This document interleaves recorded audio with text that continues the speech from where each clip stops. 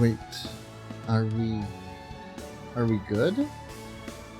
Are we good? I think we're good.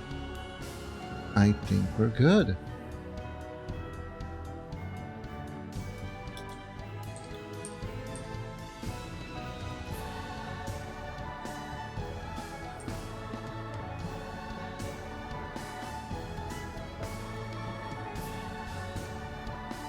I think we're good.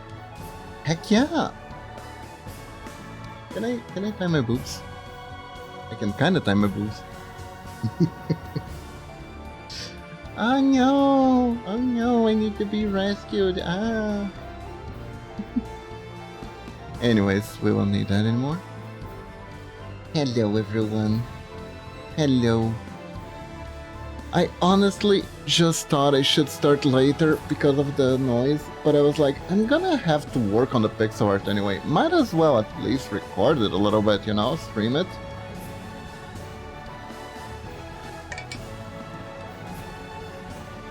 Kind of fuck it anyway, so might as well make the best out of it, you know? But yeah. Okay. Business as usual. Business as usual. Hope you're all doing good today. Yes, it is.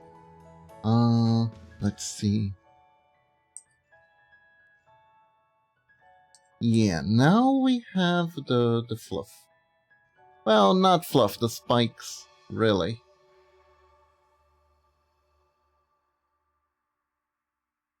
So we gotta do this. Animation-wise... Could we do anything with the spikes? Should we do anything with the spikes? Instead of what we already done. We could make it a little cuter. There are some things we could do. We could make the ears move a little bit when they're going down. That would be a good idea. I think. So yeah. So Medina asked for a hedgehog. I immediately make one with Sonic wheels. And she DMs me, by the way, can you please not make it with Sonic wheels? And I'm like, sure, it's absolutely no problem. Discreetly rips up the paper with the design with the Sonic wheels on the side.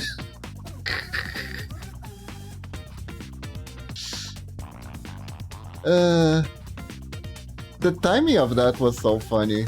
I didn't tell her anything because she would be like, oh no, if you already done it, it's fine. And it's not, because I'm doing this for everyone who redeems it, and it's a tough redeem. You get to ask what you want, you know? You do. I just know that she's very nice. And if I told her at that point, right now she'd probably laugh if I tell her, but at that point she would be, I think she might be a little bit flustered. And be like, oh no, I hope I didn't ask for too much. It's like, it's no problem at all. It really isn't. But it was pretty funny. Retros! Nice muted mic. It's not mic muted anymore. Oops. Right. There we go. The mic is no longer muted. There we go. How are you doing? Yeah, we had, electricians came over, right?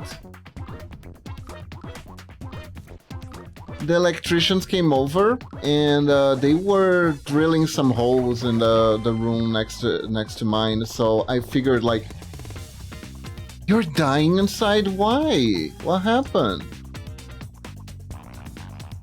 Is it heat? Could be heat. Is it because of the heat or other things? What happened?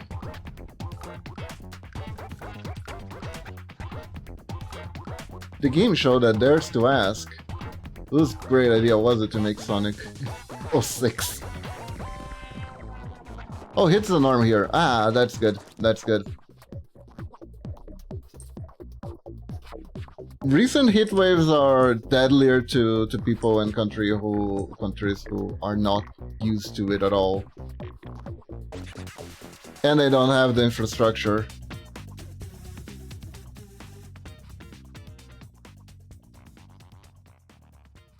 Oh, yeah.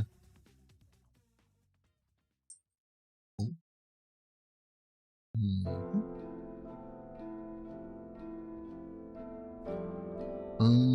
Yes.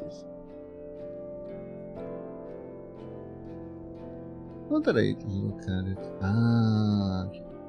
There we go. I just found out that my phone had called emergency number 3 times without me knowing. What? Why? What the hell happened? Did Alexa flip out?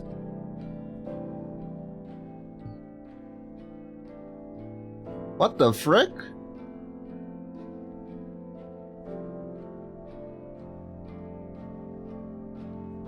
The frick is up with that? What happened? Oh no.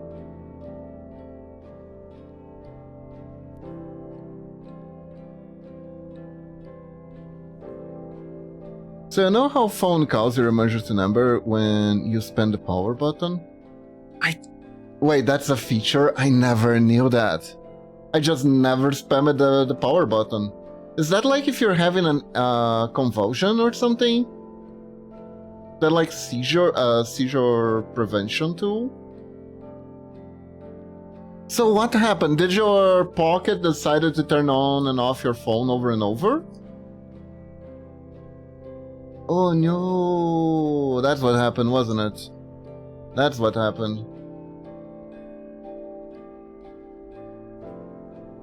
Oh, frick.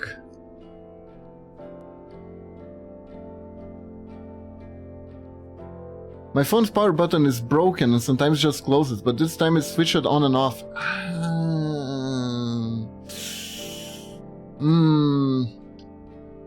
Retros, I think you might need a new phone. Out of all the people in the world,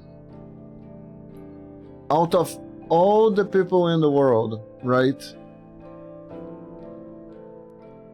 I understand not wanting to replace your phone, ask my wife, but I think it's time. Which caused the police to come by my house at oh no. Yeah, it's probably good. Probably a good idea. It is probably a good idea. After that... Oh, that sucks.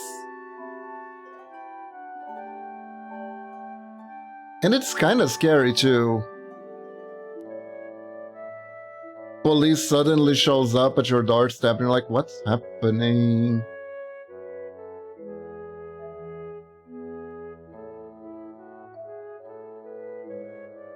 I'll just pick up my all important stuff first though. Yeah, right. That's super scary. What the heck?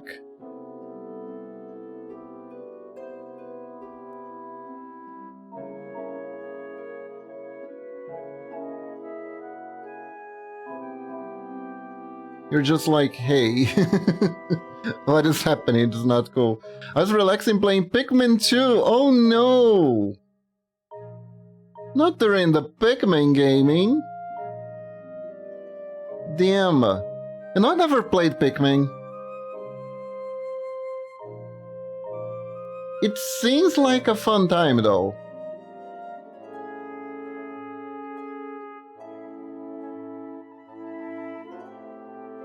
It just didn't caught my attention when I was younger.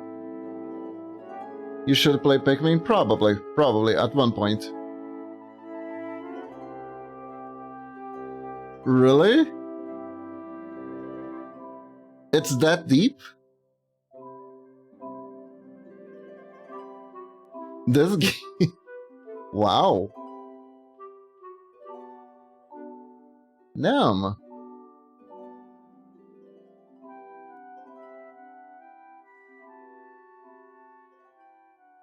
Oh, if you play it, you understand, Kiba. Oh, I see. It's a you must play to know kind of basis. I understand.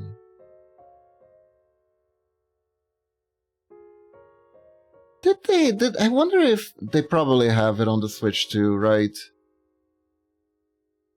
If they have it on the emulator, it's probably on the Switch too. I believe Pikmin was for the GameCube, right?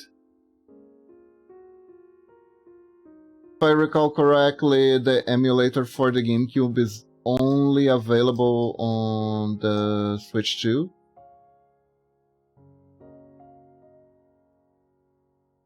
Maybe, maybe not, who knows? You know who knows? The catalog after I take a look at it. That's who knows. Pikmin was for the GameCube. Yeah. Well.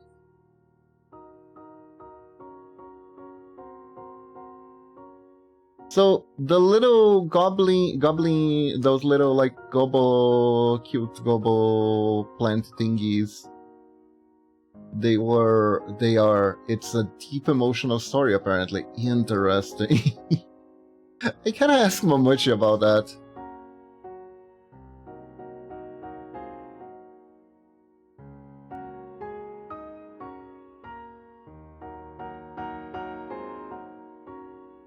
Gotta ask Momochi about that.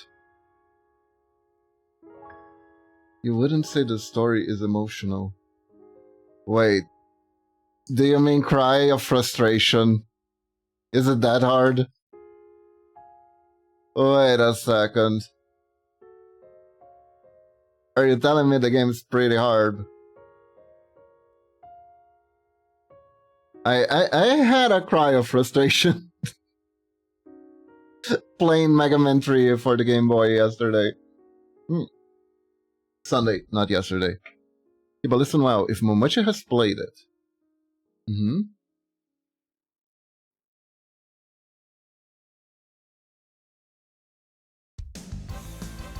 Yes.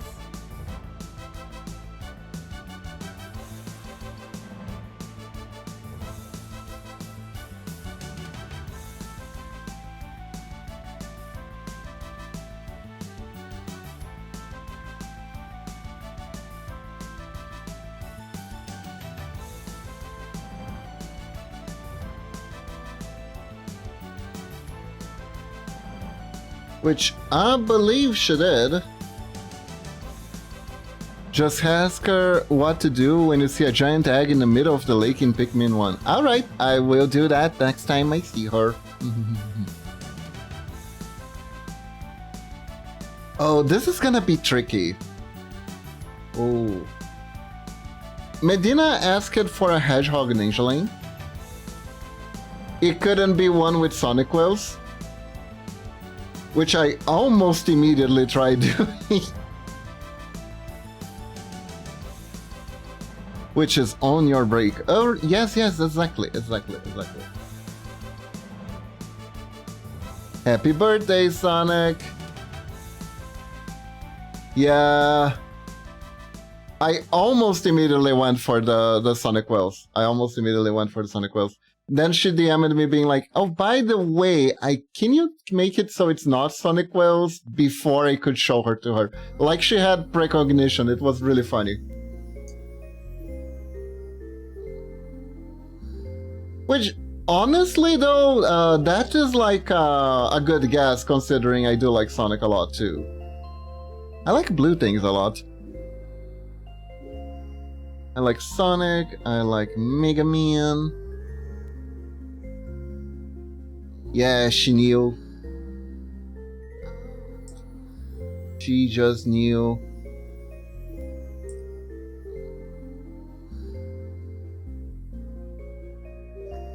Man.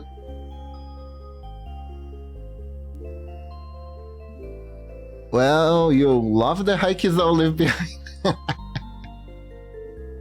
Oh my. Which is very adequate to this song, by the way. Dude. I think I talked about this game before a lot, Flipwitch, but like, the pixel art is super cool. The music is amazing. It was like, I think the first not safe for work game that I ever scene that was like, oh, this is a thing. This is a thing that can be awesome. The string is great. Ah, thank you. Appreciate it. I did my best to bring you all a good time. So, clearly, this kind of sucks because the leaning forward, but like it doesn't lean. I see an NSFW game turn into a building game within months. Really? Like, during development? Did they like development were like, we're pivoting all the titties, no titties, only building blocks. We're Roblox now. Hello, Metroid, how are you doing? Hope you're doing good today.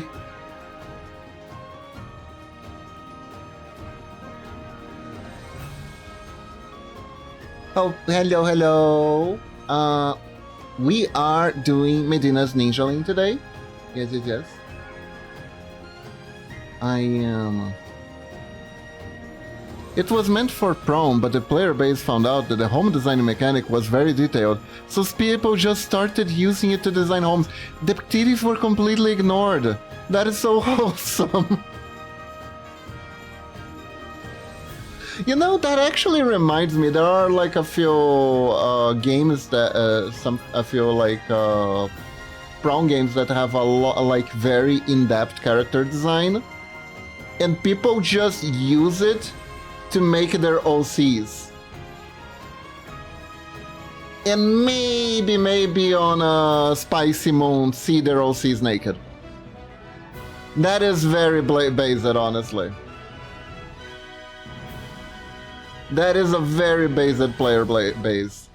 Ha! Player based.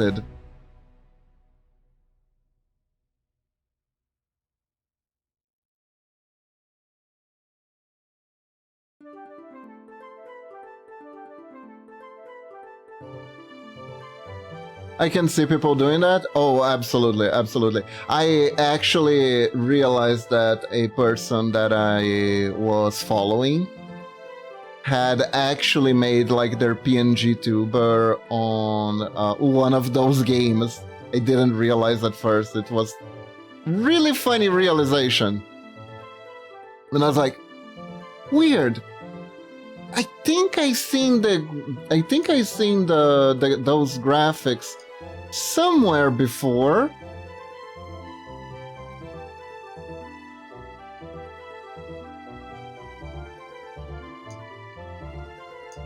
Momochi did that once. There was a custom-made something that had like really good customization. She used it to like help her design some clothes for an OC she was working on at the moment. At the time. If your character creator is good, you can do that sort of stuff.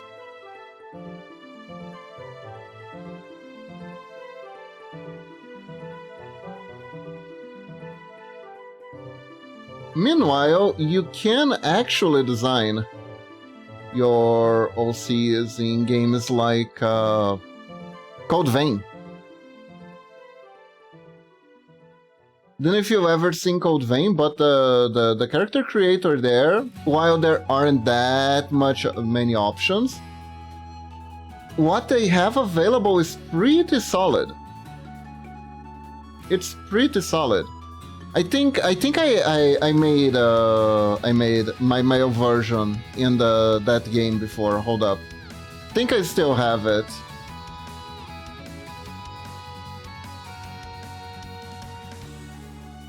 I think I still have a version.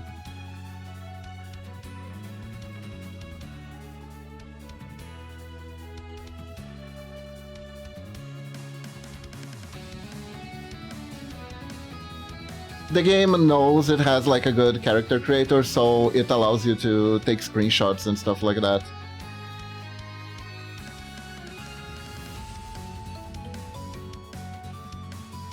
See? It's pretty good, actually.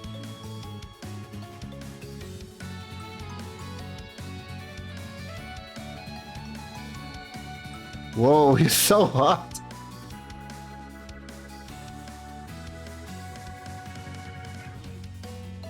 Hold up. There you go.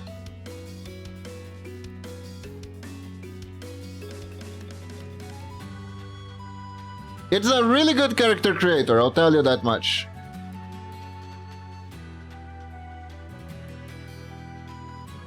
What? Resolution swap. I've been lowered. My resolution has been lowered. The only issue with this model is that for some reason the mouth doesn't open as well when I'm using my iPhone to capture it. I don't know why. Must be because it's an old rigging. But other than that, it's still pretty cute. And also I can do this. I got the Gyaro version going.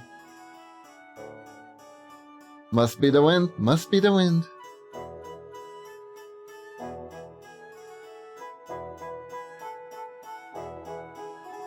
Okay.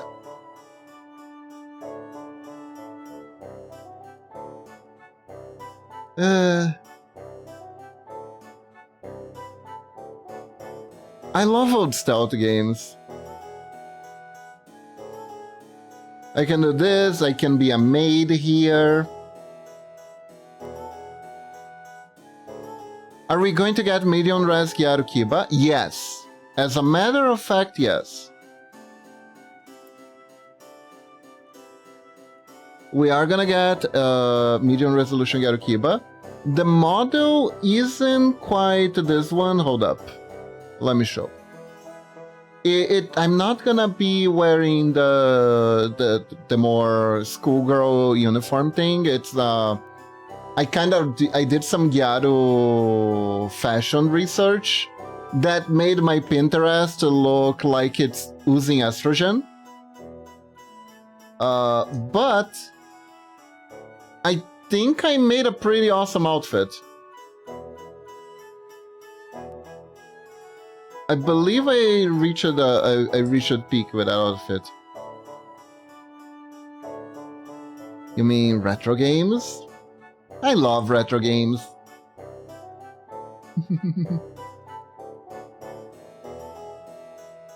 Let's see.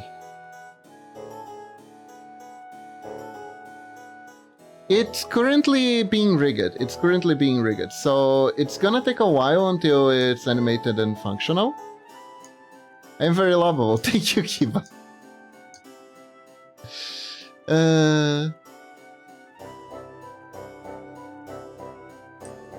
Okay. We got the spikes going. By the way, this is what Medina's fully edited is gonna look like. I'm gonna do the recoloring later.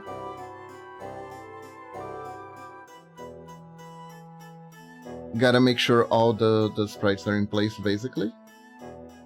This is emptiness. We don't like emptiness. Here we go.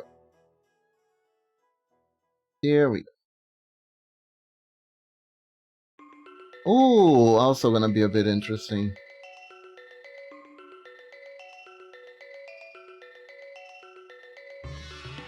You know, my original idea was to save up for 80k channel points per day, but now all I care about is get to smack you with the shirt.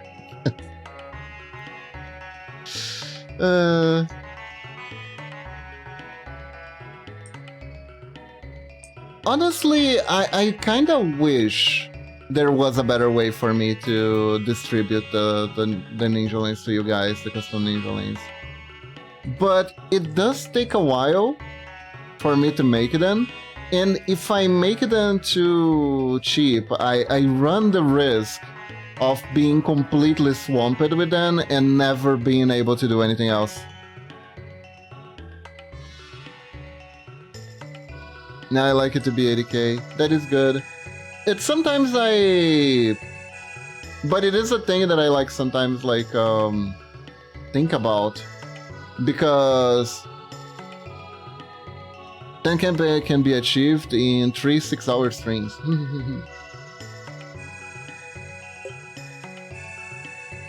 Really? It depends whether you're subbed or not, right? If you're subbed, you get a lot more points. Have you heard about hit retro franchise Metal Gear Solid? And also, did you know that the first Metal Gear Solid release was September 3, 1998? Do you feel old yet? What do you mean yet? I've felt old for a long time. Honestly though, aging to me is like not a problem.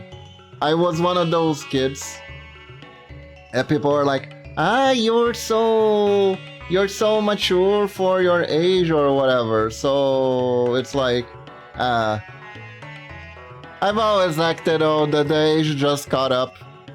Deltarune, oh my god, it's tomorrow. It's tomorrow. Oh no, really? I actually don't know what to do with that, actually. In theory, I could change the stream. I could, instead of streaming Mass Effect, I could just stream Deltarune. But if I stream Deltarune too early, everyone's gonna want time to actually catch up and play it first. So that would mean people wouldn't come because they don't want to watch spoilers. But that's very exciting. That is very exciting. If you stream Deltarune, I won't watch it. I know. I actually know. Can't wait for the stream to freeze up when I search Deltarune. Not until I play it myself long. Exactly. I think I'm gonna give like everyone like a good 2-3 months, something like that. Or at least until I finish Mass Effect 2 before I actually stream Deltarune. Because that way,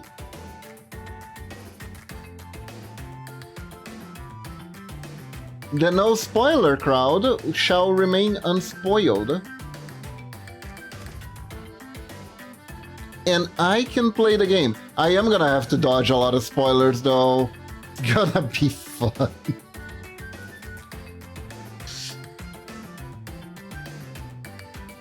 Gonna have to put on my Matrix coat and sunglasses and just dodge the spoilers in bullet time.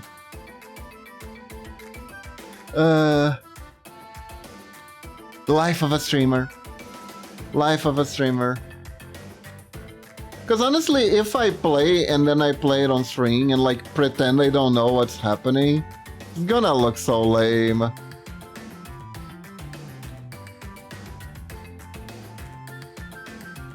The problem isn't even here on the stream. Here on the stream is fine. You guys are good. You guys are good. The problem is social media. And the fact that I have to use it to work, technically, because I need to post stuff in social media. As a streamer, you kind of have to post stuff on social media.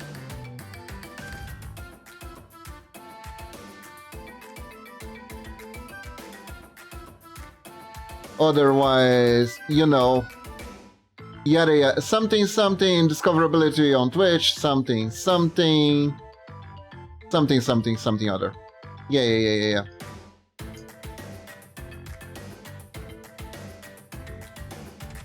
So I can't, unfortunately, I can't completely avoid social medias. I gotta at least enter a little bit to post my stuff and run like the wind from the dev fire hells that is X.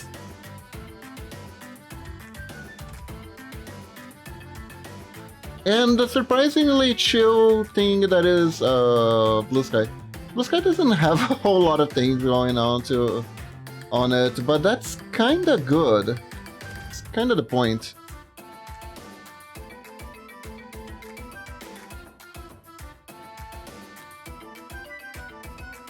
Okay, that works. This works perfectly.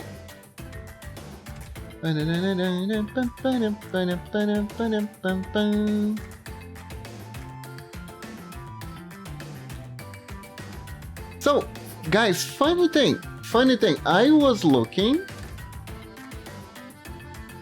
and on September is gonna be my birthday, and I can make a subathon stream this year.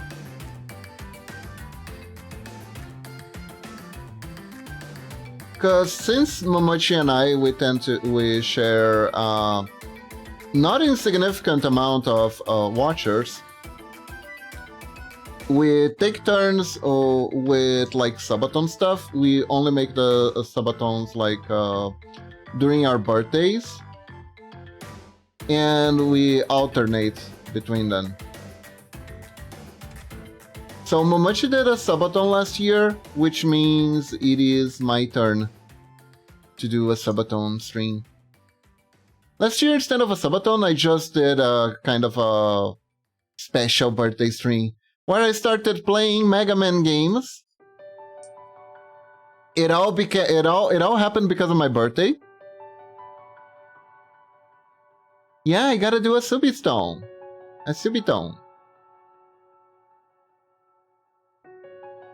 I gotta sub my toe. Do a subito.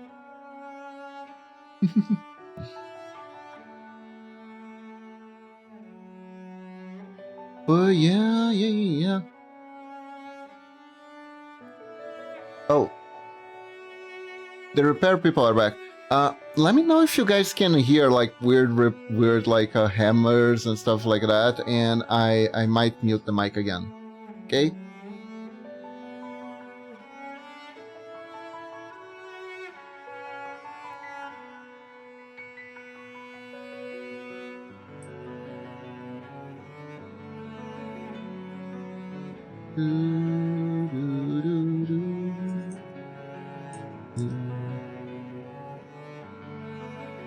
I think my filter is helping. Yeah, they're next room. They're in the next room. This is a good thing though, because that means soon we're gonna swap Momochi's room with my... We're not gonna... Like, currently in the office we have only one work room, and we have a resting area that ended up not being used at all. Felt kind of silly to do it, to make the room, actually.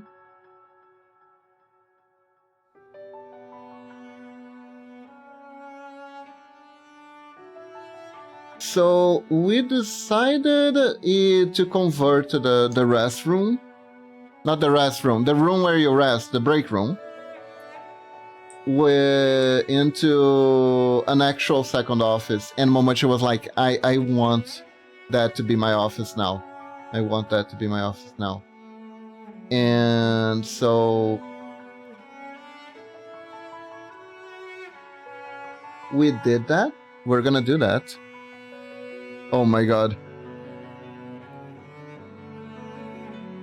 I played Mega Man X on a school day on a shitty laptop, and after that I'm addicted to Mega Man games and I can't stop playing. Please help.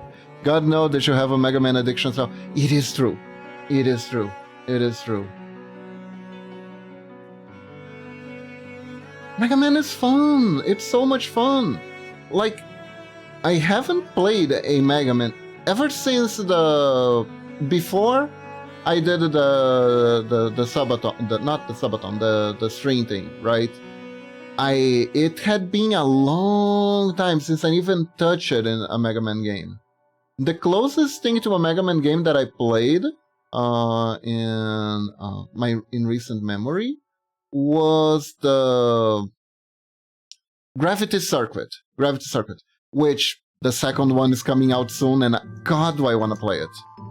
I want to play it so badly too. It was such a good game. Such a good indie. Gravity Circuit was fun. It was! It made me slightly nervous as a streamer, because saying the name of some enemies almost sounded like I was saying a bad word that starts with N. And I was very scared for it, But other than that, it was really fun.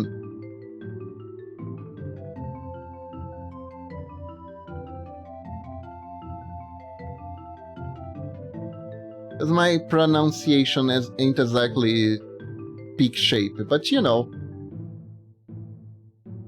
I beat that game twice, it's really good. It is super cool. Can't wait for the second one, honestly.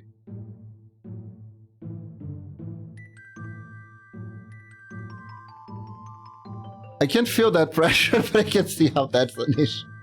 Yeah.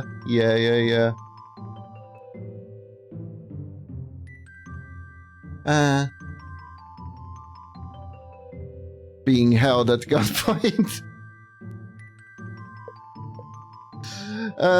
Honestly, while I was streaming, I thought it sounded a little bit like it, but after I checked the VOD, I realized it didn't look like that it didn't sound like that at all.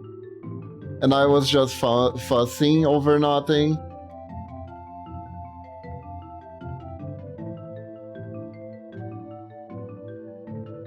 Look? What? Didn't look, no, didn't sound. Did I say look? What did I say look?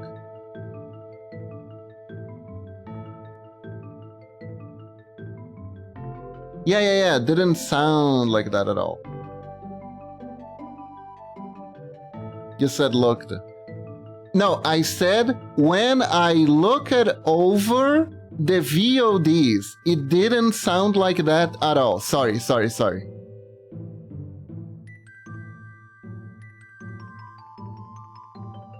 I think it blurred together what I was saying.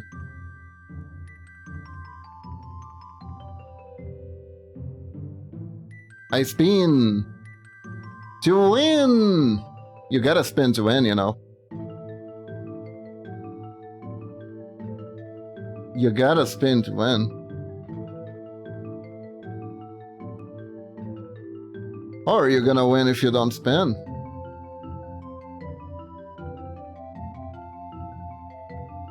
Are you even playing League of Legends if you don't spin to win?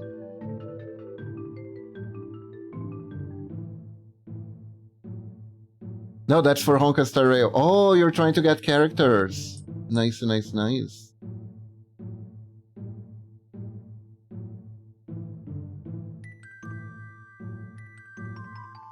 now this one's gonna be more interesting.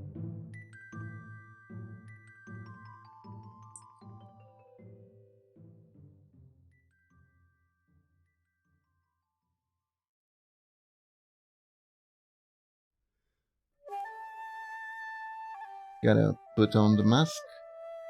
Ah! Thank you for the follow, Kazama VT. Thank you. Welcome to the stream. I hope you're doing good. Kazama VT joined the Ninjalings. I just realized that this model has a lot of bounce. Hold up. Boing.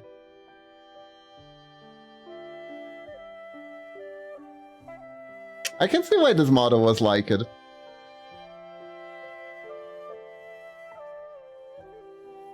I love pixel art. Funny, because I am listening to Chiptune at the moment. Nice!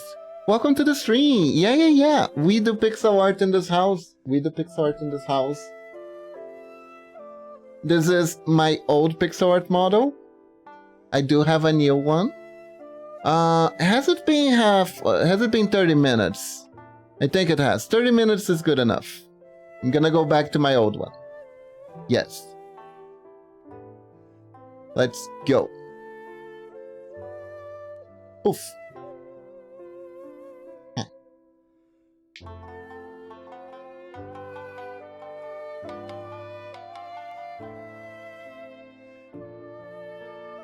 This one has good bounce too, right? It does.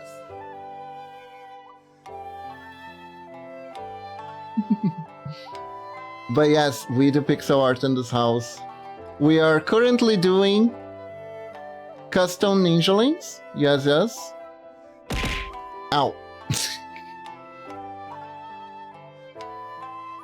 And the ninjalings are the little things that are here at the bottom. when you join, you gained one too. Here you are. You can customize your hats and colors. There's a console down below for that. Make your ninja lane the way you like. And if you reach 80k points, you can ask me to make a fully customized ninja lane for you, which means you get like more stuff rather than just the hats. You get a full body makeover, which is what we're doing right now.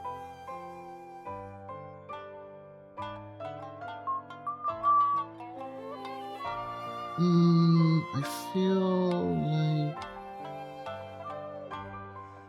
I was wondering, do you also make pixel art for games as well? I can make pixel art for games. Currently, I had a total of 2 commissions for game graphics. If you want, I can grab them for you. Actually, let me grab them. Commission. One is for Cutie Kitty, who drops by often. I made some. Let's see, is this one? Yeah, I made I made a main character with several different armor sets and 5 different hairs. Right? So they're all at the same time here. So let me actually pick one. Let's pick leather armor and body and shadow.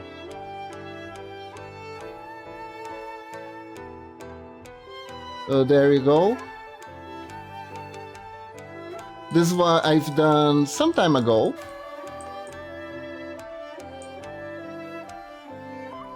That's a bow shooting animation.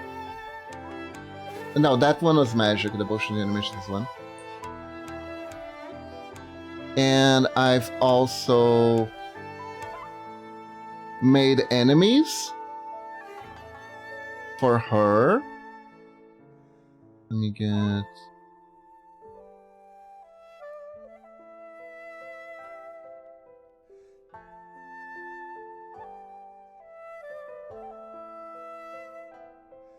We have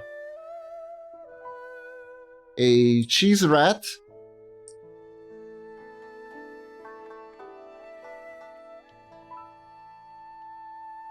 I love him, he's so dopey. A damaged sprite. Got a wolfie. Wolfie walking.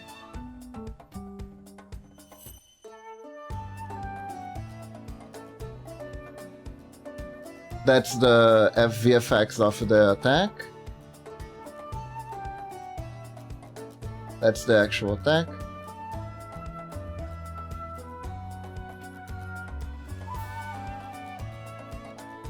I was specifically asked to not do a lunge for the wolf. The little kobold.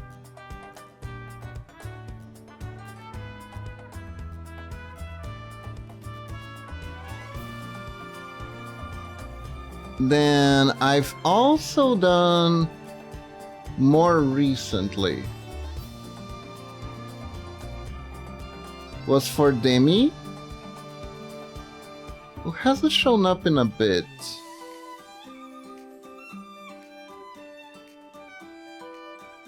I done rock tile sets for Demi.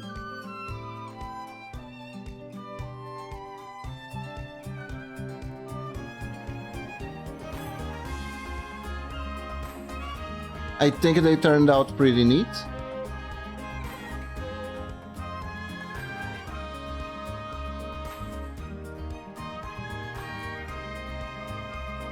I made this main character that's a little mole. That's the spawn animation. Here's what he looks when he's not doing anything. A little jump, a little fall. Walking.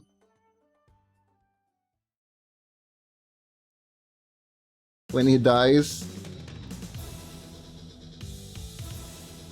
And this is an attack animation.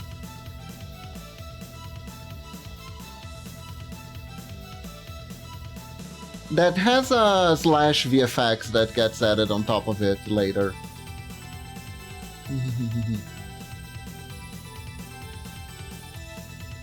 Then, other than that,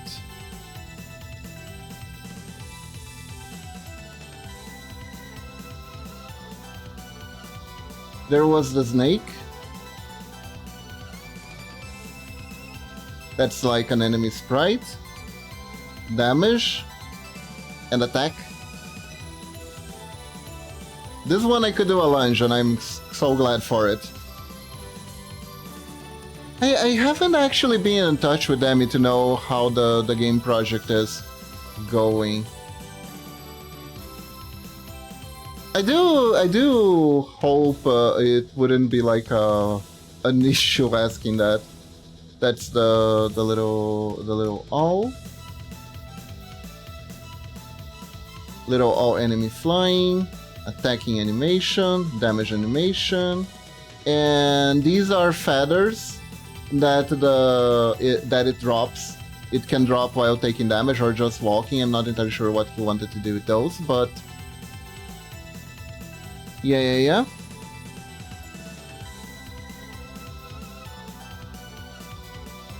And I've also made this gem chest that's supposed to be like an accessory for the game.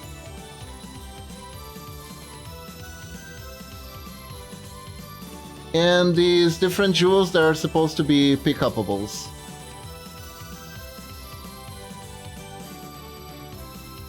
So yeah, that's currently most of my experience with like doing things for people who actually made games. A lot of my pixel art is heavily inspired in like games and stuff too. So I could definitely see some of it will actually look like it's from a game, I've been told.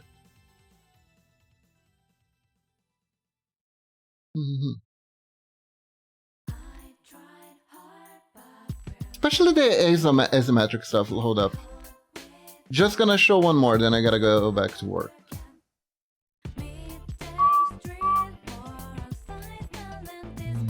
Mission.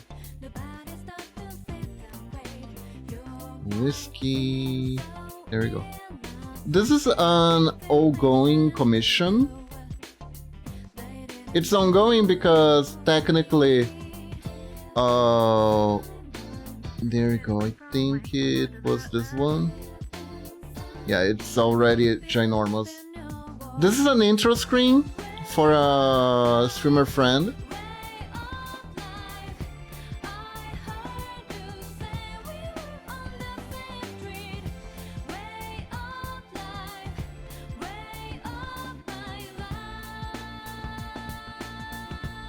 That is meant to be like regular flow of their bar, and they keep adding their friends to it.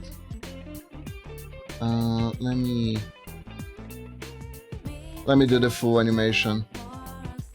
It didn't recognize the full animation. Oh well. Basically, there's a bunch of different characters that appear. The full loop is a lot of different characters doing different stuff. It's very cute.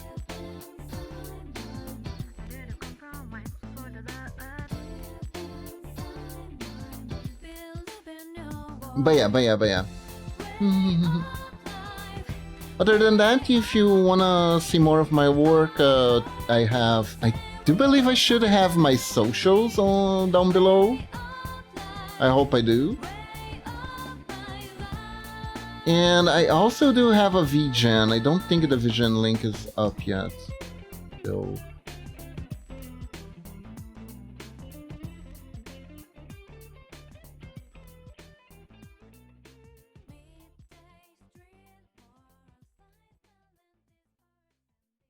if it's not, it kind of needs to be.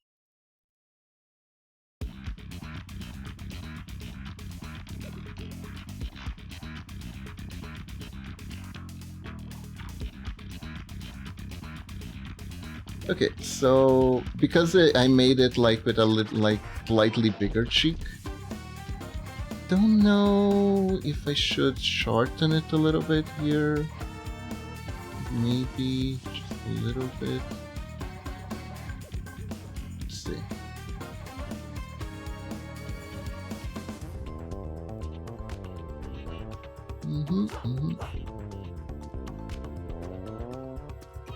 I think this is fine. There we go. There we go. And again,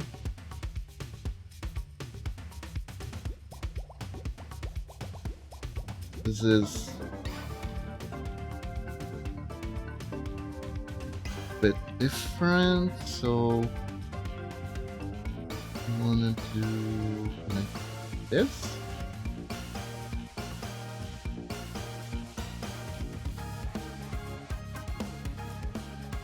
Man, I like chiptune music a lot.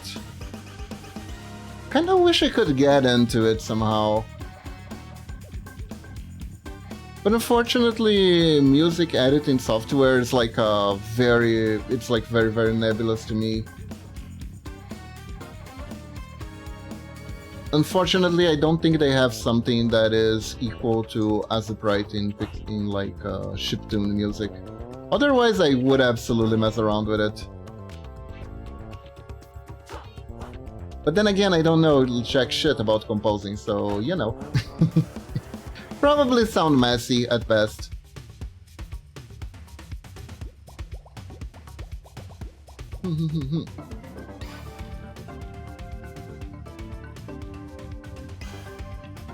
Now let's see, what were we talking about before?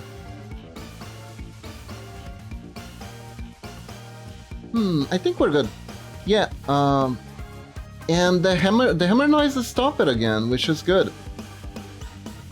You guys didn't hear any of that, right? Right? That's good.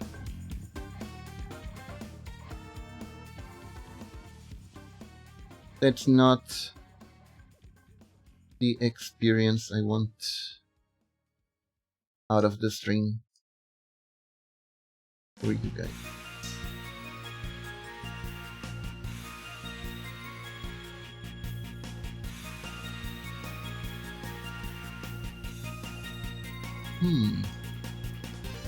Na, na, na, na, na, na. Ah, okay.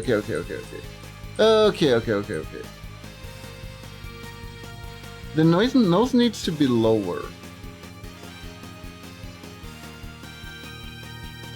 There we go.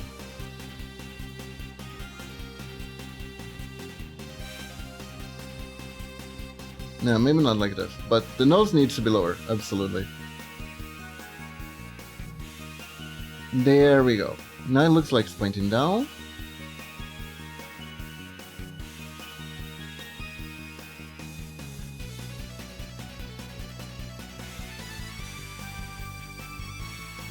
And we make it up. Here we are. And we can make it cute. Heck yeah. Oh, we're crushing this. We're crushing this. With luck, I can go back to work on Lunatic's special. Oh, I just realized all this time the butt tab has been there, huh? I'm gonna close this real quick, and you guys pretend you saw nothing, okay? Huh? Y'all saw nothing, okay?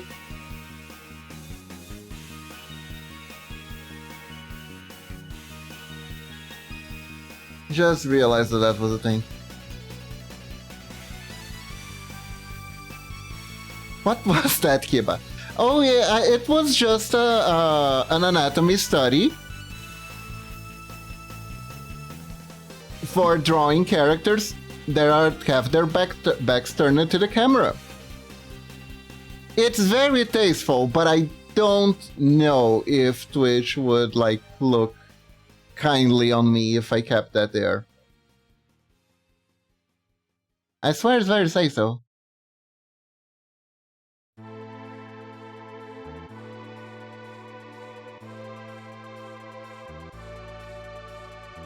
I swear it's very say so. Just an anatomy study. Once it's done, I will post it over on Discord. What but Asprite? Are you studying the ancient art of the NSFW? More like anatomy. But you know, the only way to learn anatomy is to draw naked things. And Twitch is very sensitive about what you can draw naked or not because of, shall we say, canon event.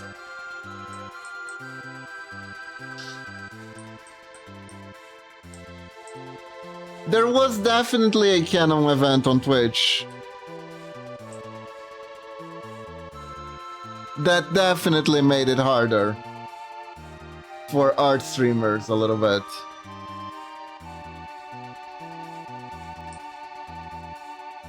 If you know what I mean, Metroid. You know what I'm talking about, right?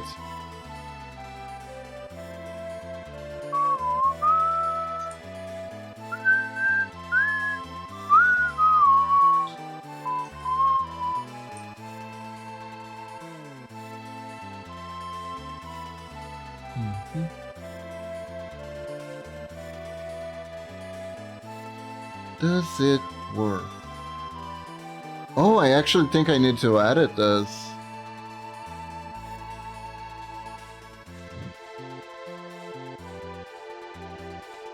There we go. Here we go.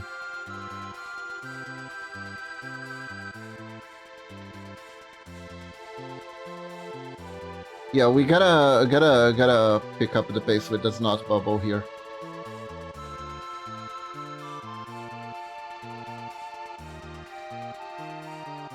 Gotta make this knot bubble happen.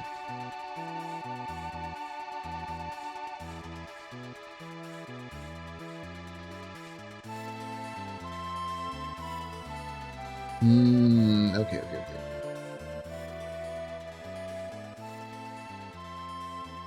Do you know why else since I drill this, but...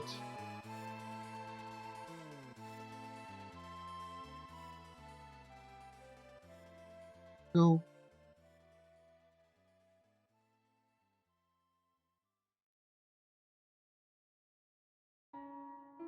Damn, I don't know why my neighbor's dogs are going at it again. That's one angry Popo.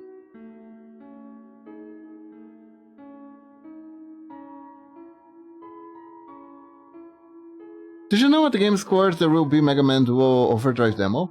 Oh, Gamescom. Oh, that is awesome. That is awesome, Metroid. Are they still doing the 3D graphic thing? I didn't really see much. They're doing the 3D graphic thing still, right? They're not going back to pixel art just yet.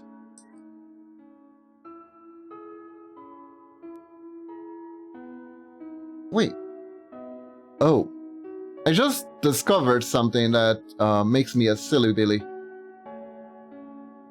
Discovered something that makes me kind of a silly billy. I was smarter than I thought I was. Past me, that is. I'm sad they're not gonna put the demo on Steam. Really? Why not? Ah, it's gotta be like a con exclusive, right?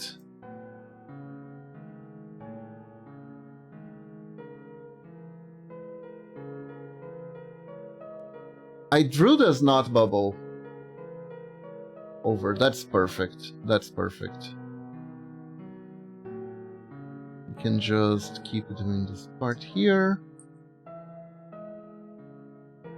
And we can adapt the snot bubble later.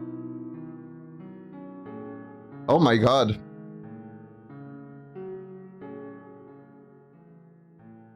I hope the neighbor's dog are okay.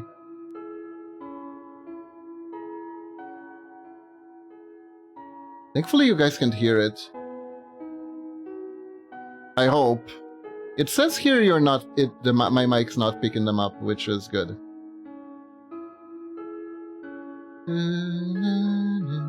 You know, I can't wait. I wonder what dual override means. I wonder, maybe they're keeping the plot going with the dual gear system. Ah, I see, I see.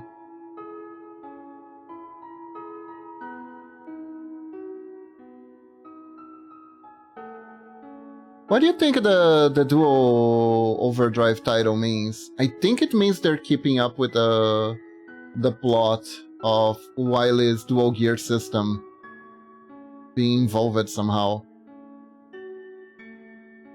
I think they were proud of that mechanic. Though I have heard people bitch about that mechanic.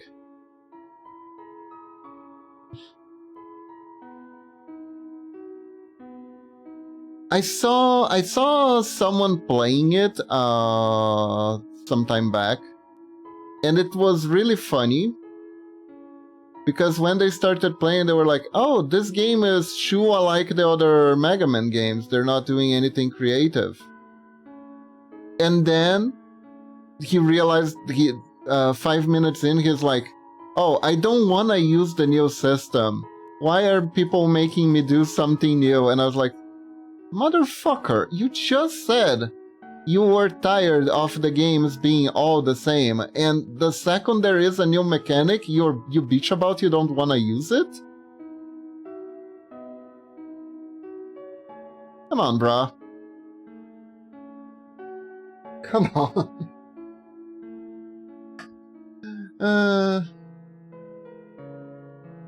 Gamers are so funny. Gamers are so funny.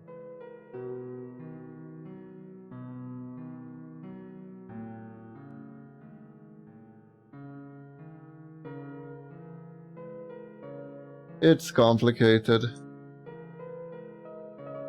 I guess.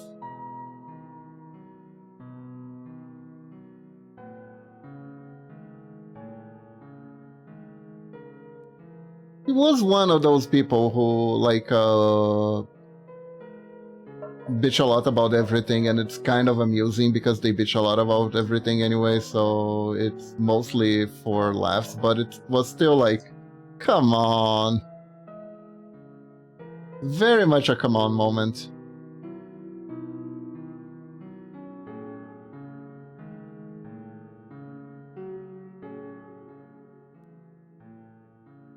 Chat, have you ever had a moment like this?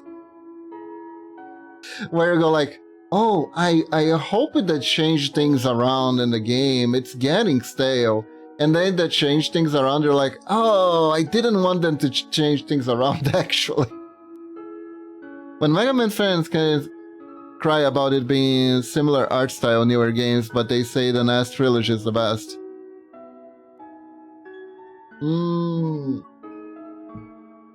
You know what? Fair. Fair. That happens so often, really.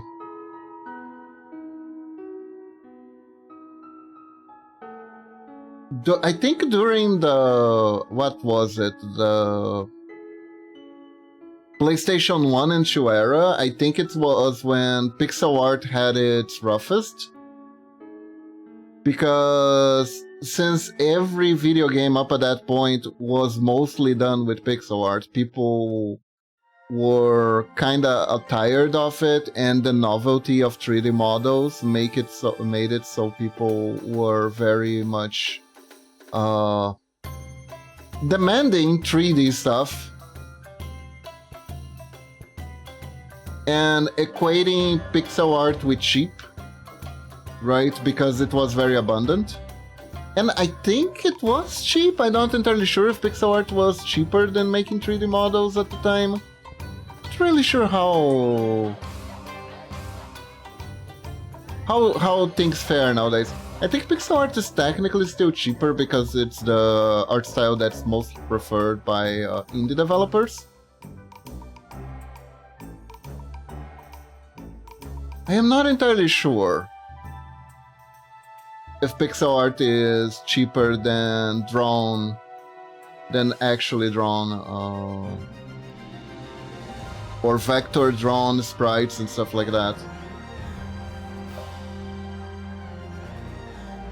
Like, would Hollow Knight be a cheaper game if the graphics were made in sprite art or not? I'm not entirely sure. I don't think so. Could be wrong. Honestly, the 8-bit style is a bit boring nowadays. The MM7 M8 would be a better reference for newer Mega Man games. I thought that was a little bit weird. I thought it was a little bit weird that they decided to just like pull back up to Mega Man 8 bits, right? I guess technically, if you're going for ultimate nostalgia bait, right? In theory,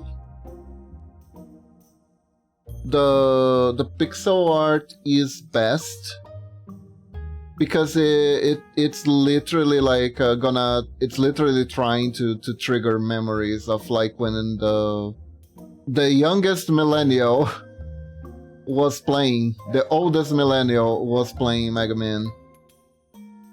The older millennials were playing Mega Man for the first time. It kind of makes sense. But at the same time, I also would have liked Mega Man X7. Mega Man X7 in particular. I would have loved if they made the sprite art in the Mega Man X7 style. At least from the POV of like a pixel artist, right? Mega Man X7 was super influential, but then again, the 8-bit Mega Man sprite is almost like a ritual starting point for like new sprite artists, new pixel artists. There is a good number of people on the internet that actually recommend you to just start editing 8-bit Mega Man if you want to learn more about how to make sprite art.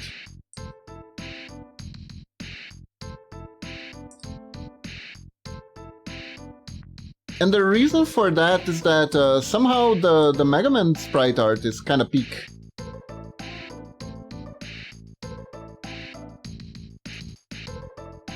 It is actually pretty peak. The details, the everything. It's one of the best NES sprites you can have to mess around with. And since it's 8 bits, it's very simple. So, it is very malleable. I can hear the dogs in the background a bit. Damn. It's interesting because it doesn't show here. They stop it now, at least. Nope, there again. Got them.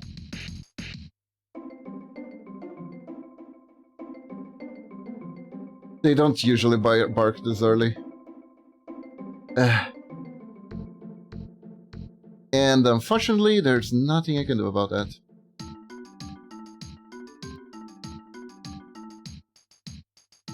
Sage.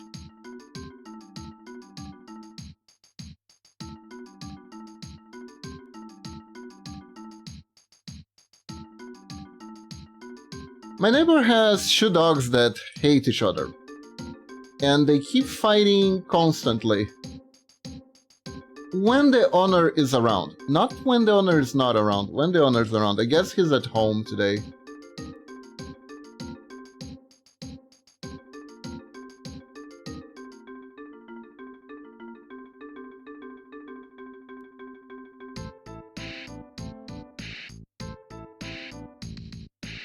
I am very sorry about that.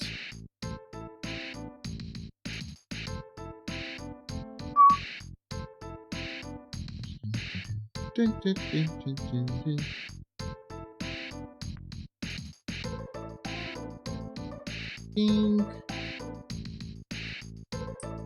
Yeah, this is the best version.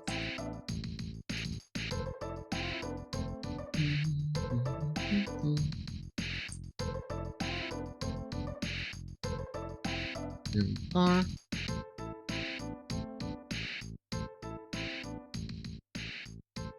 Now for this not bubble, I think we just have to put it like this.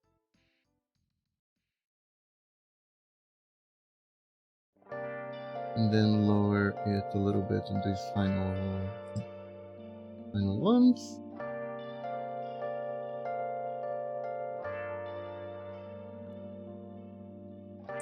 And ta-da!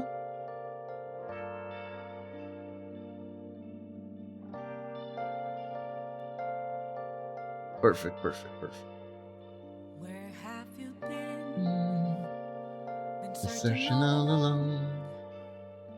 Confessing while alone without the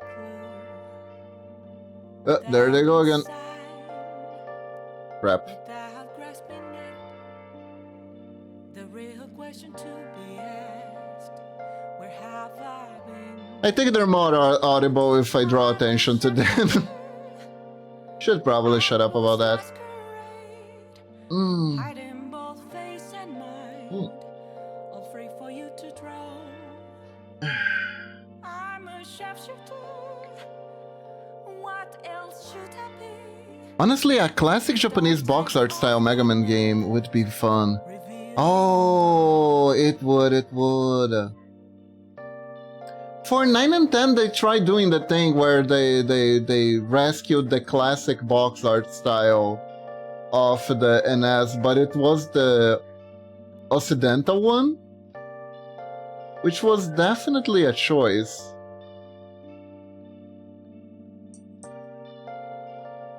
Which does beg the question: do we still find those box arts to be all that funny? I thought they were pretty ugly, if we're being very honest here. An empty glass, reflecting that's a truth. It's the only words that to be told. I mean, Proctologist Mega Man was pretty funny. Oh god. The dogs are killing each other. The heck?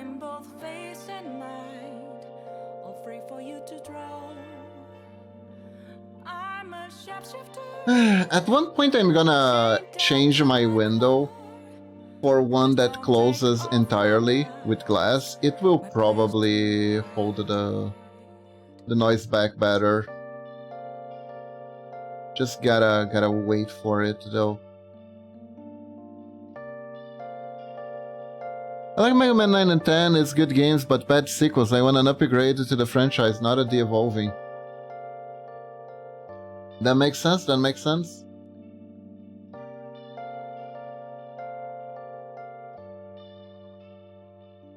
It is complicated though, because AAA companies, they just don't use sprite art anymore, right? Like at all.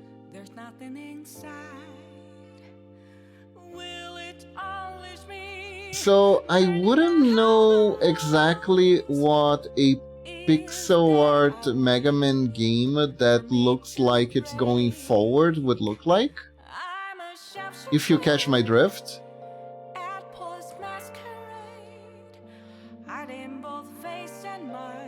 I know what an indie version of that would look like though, but I don't know what one that was actually released by Capcom would look like. Please don't take off my mask, my disguise. I think it would probably look similar to Mega Man Zero in art style.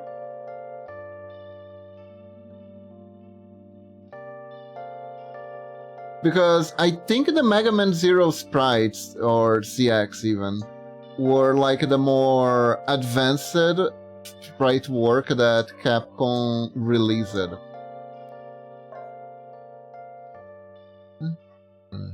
is this?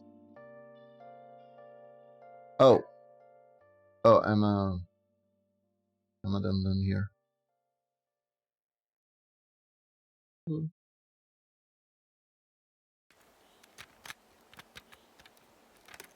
Go.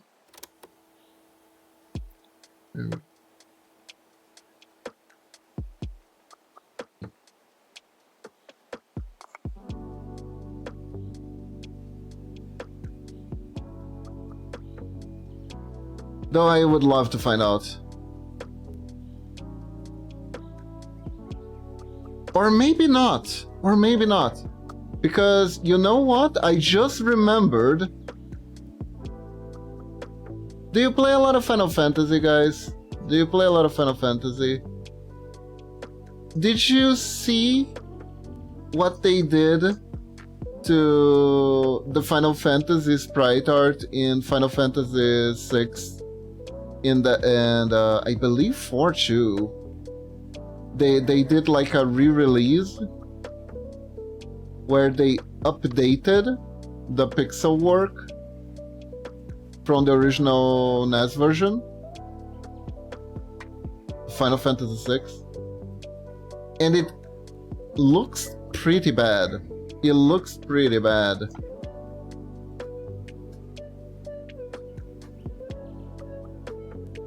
It looks pretty bad for a few reasons, a few very interesting reasons. I don't know if you guys ever saw that.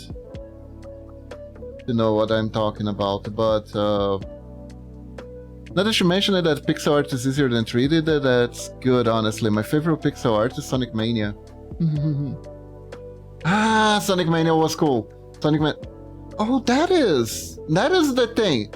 Mega Man needs a Mega Man Mania. That's what we need. We need Mega Man Mania. That would probably be awesome.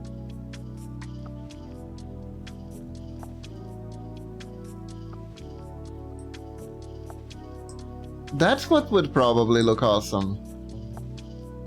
A Mega Mania, if you will. Would probably look pretty amazing.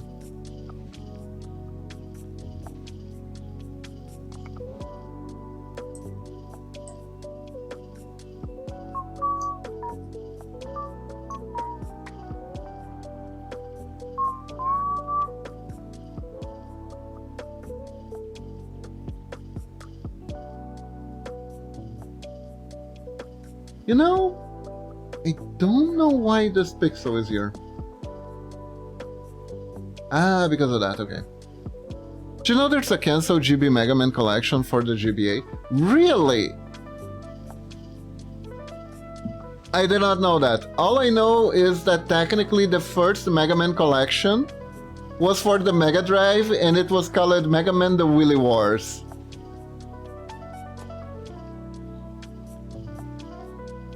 Which is a name choice of all time.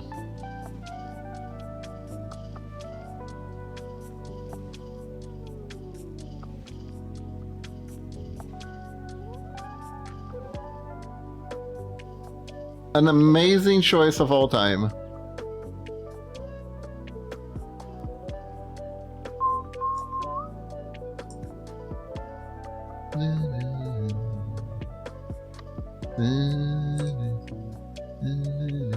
But yeah, I did not know that. Would it have like updated graphics? It was meant to be called Mega Man Mania in the Willy Wars on Sega Genesis service on the Nintendo Switch Online. Yeah. That one, I'm thinking about it. whether I should play it after I finish with the Game Boy games. I think so, because it has unique content, right? It has the Willy Tower.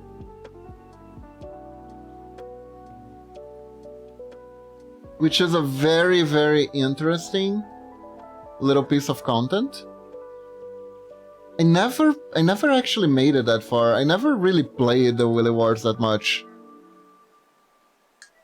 So it should make for a fun experience. It was the first 16-bit sprite attempt at Mega Man.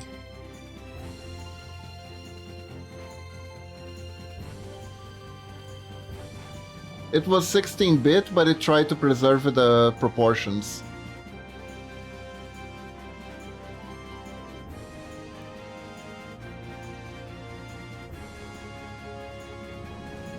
Only the Willy Tower, in that there's only 3 bosses, and watch or read about it.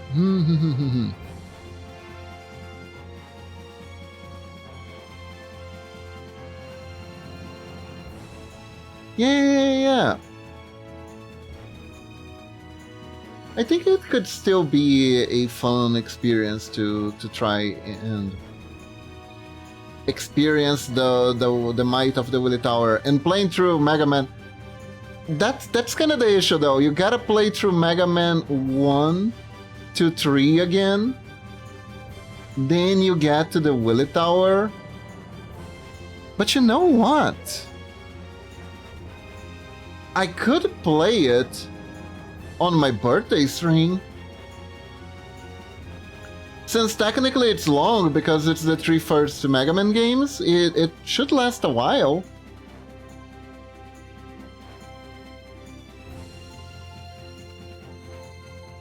And I gotta stop the voice in my head that keeps telling, Subaton Go, 100% Mega Man X7.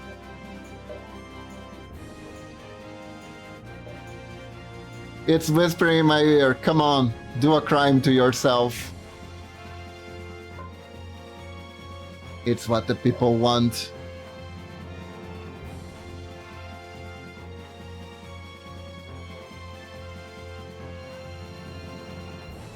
There was a fun sequel to the game named Mega Man The Sequel Wars. Ha! Literally The Sequel Wars? Was it good? Was it any good? Hope it was. It works, but we're gonna have to fix some details apparently.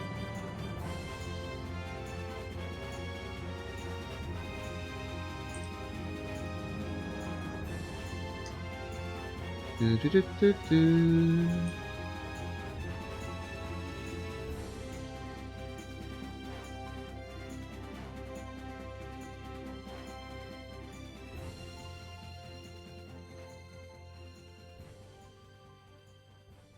And there we go.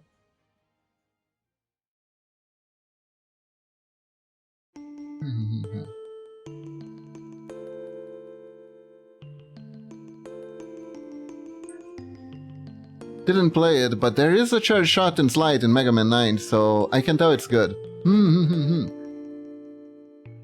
Oh, really? Really? From those games? That's interesting.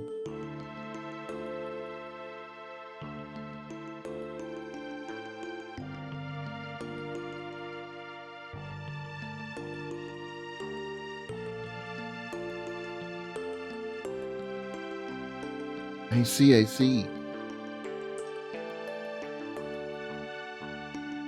It's interesting that they took off, I don't remember now. Didn't they take away the charge shot from Mega Man in Mega Man 9? I think they gave it back in Mega Man 10, I'm not entirely sure. Because I remember Mega Man 9, they kinda wanted to go for like full retro.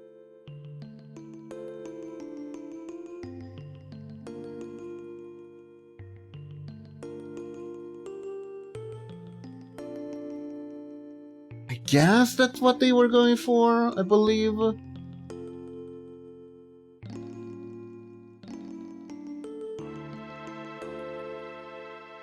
Which is an interesting choice.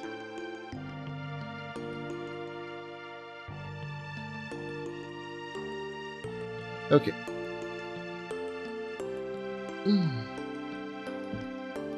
We're almost done with this. Did you know that? We are very close. Greetings, Lunatic. How are you doing? I am almost done with Medina's Nageling, and then I can finally get back to work on our baby here. Hold up. Doing alright, what about you? I'm doing good. Slightly rattled because today the electricians just dropped it by unannounced. And it is something that we request. It is like a thing we requested, but they were supposed to like give us a heads up and something like that. Oh, they're back with hammering. I hope you guys can hear them. Oh dear, they were very quiet and now they are. Okay. That's fine. Not like they're gonna start reciting my credit card numbers, right?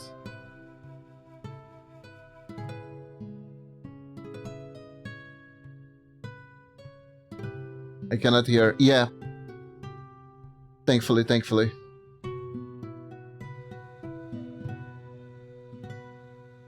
My audio filters are working properly. And as a fun perk, they can't understand anything I'm saying, since I'm speaking in English.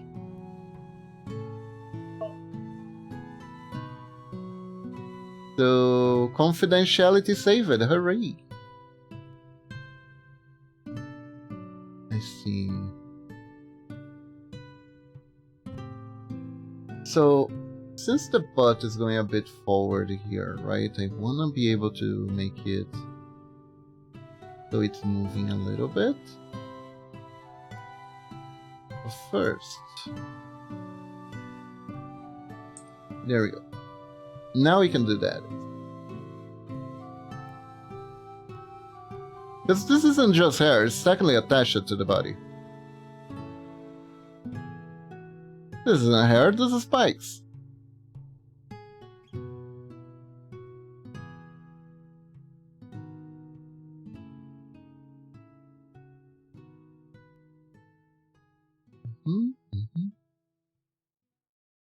Oh, hold a second.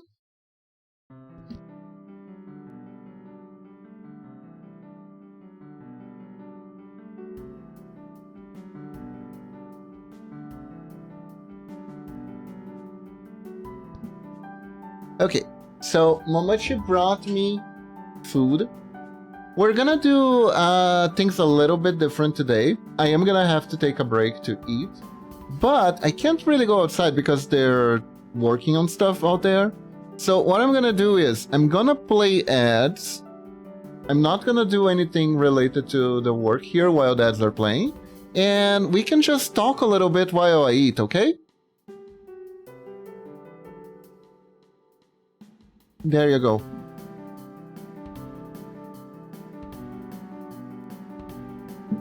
Behold, the perks of being subbed to Kiba. You can hear me go munch munch on a ham sandwich. We got a ham and cheese sandwich today. Is it ham and cheese? No, it's salami and cheese.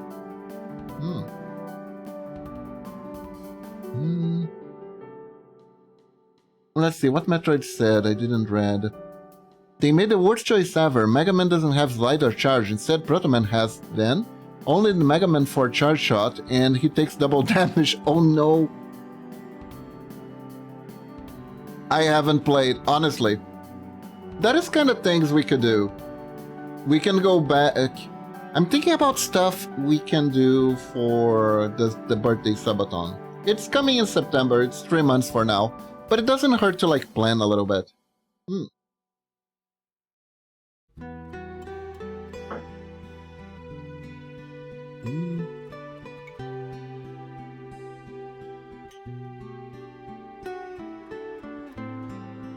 I gotta be honest, I might steal up some ideas from Momochi.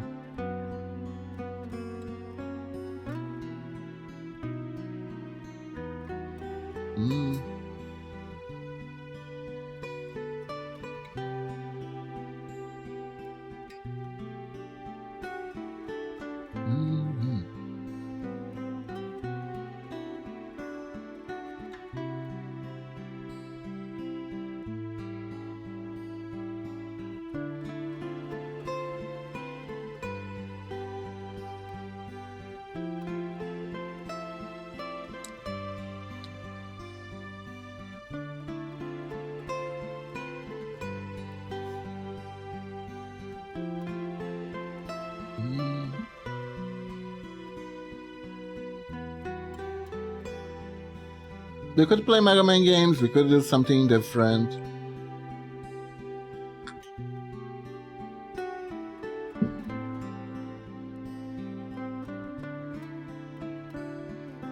It has been an interesting journey on this channel, because I used to play a lot of JRPGs, like different ones.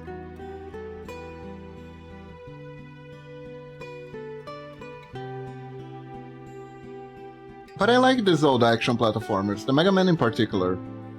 Series have been really fun for me.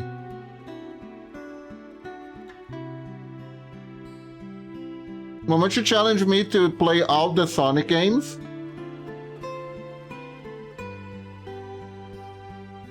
And if I dare play a Sonic game, I need to start from the first.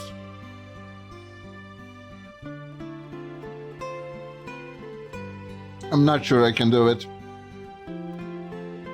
Oh, we're back from the break, but technically I haven't finished dating.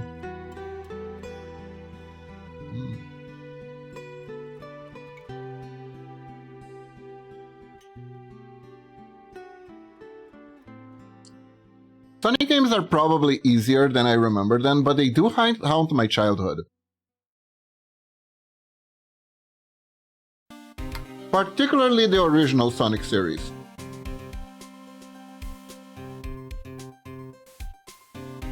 They did something that was really, really mean. They gate-capped the true ending of the game.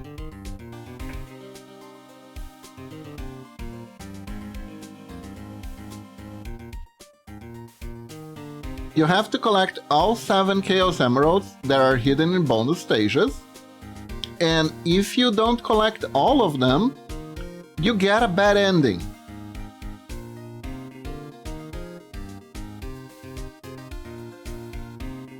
Didn't get them before the final boss fight? Might as well reset the game. Because you're not gonna get the good ending.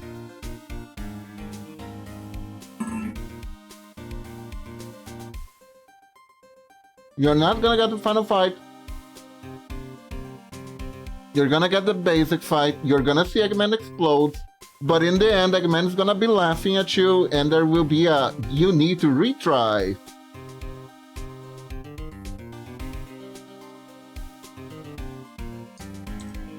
message, and you will be sad.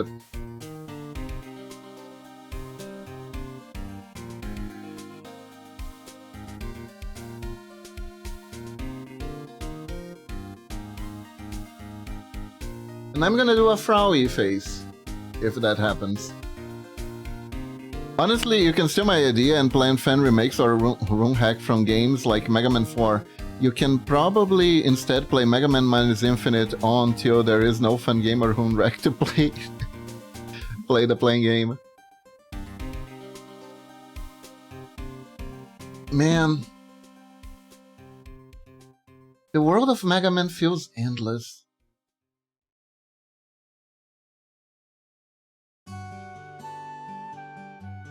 That is an idea, absolutely. I also kinda like the idea of that Super Fudge brought up. That there are other platform like Mega Man-like games that could be fun to watch, like playing Cuphead. Cuphead seems interesting because I know it's a very challenging game.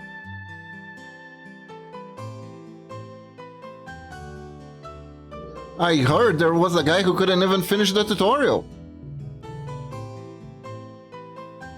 That's gotta mean the game is pretty challenging, right?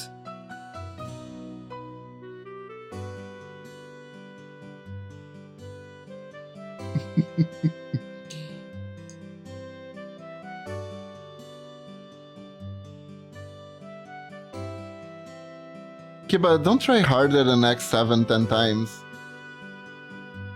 What? Isn't Cuphead supposed to be a good game? Cuphead's a good game, right?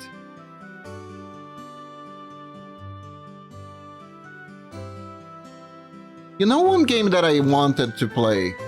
I actually tried playing it on this channel a long time ago. But I don't remember why. Oh yeah, because at the time I was a puzzwuss. And I was afraid that getting stuck in a game would make for a bad experience, so I just apologized every time I got stuck. I wanted to play the Shantae games.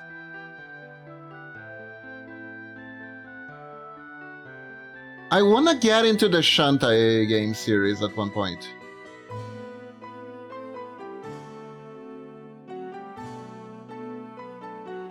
Main character is cute as heck. She also has purple hair, which is always a plus, you know. It is very much a plus.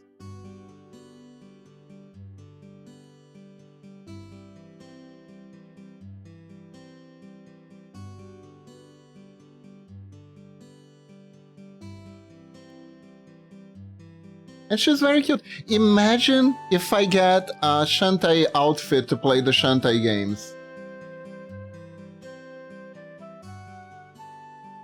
Wouldn't that look kind of perfect?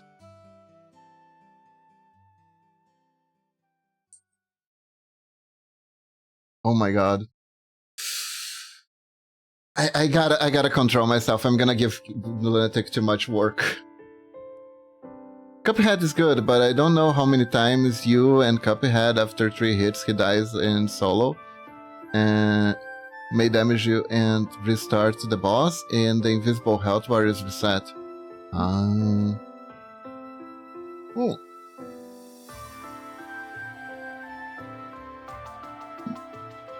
But you got like a lot of invisibility frames and like different mechanics and parries as such to like compensate, right? I think I could handle it. It's not like I'm gonna try hard mode or anything at the beginning. Thing is, with Cupheads, the stages and boss fights are short. Yeah. It's like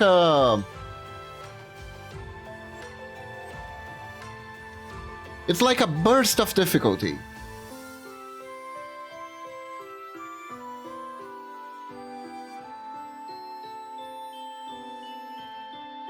I think I'd mostly be okay.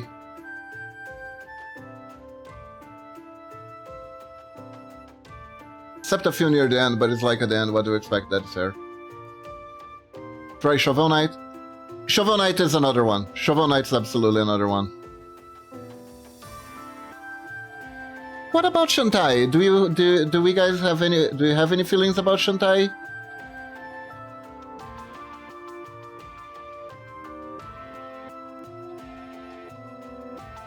I'd say give Cuphead a shot. I've heard good things about it. Shantae is Metroidvania with the genie. That there's probably a lot of Rule 33 art of her. Because she shakes them hips. I can stop here, Kirikeba saying Shimentai. What do you guys think about Shimentai, huh? Do you guys like Shimentai?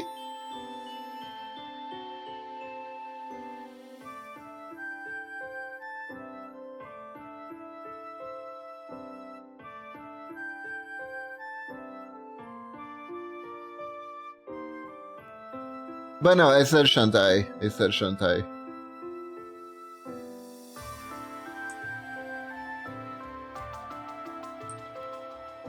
Heard about it, but not in my interesting circle. Ah. Haven't actually seen much about Shantae, but seems like a cool game. It does! It seems like a cool game.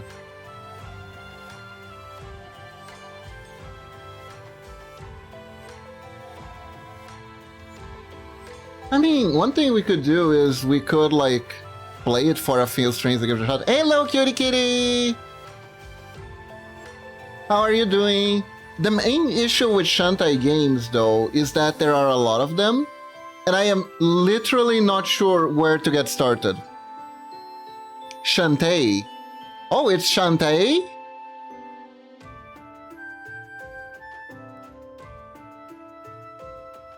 Liquid? Ah. Heatwave, huh? Heatwave, I see, I see.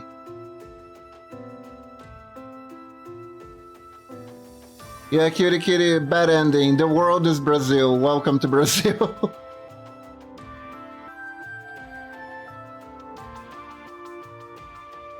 They did it. The madman did it. They turned the whole world into Brazil.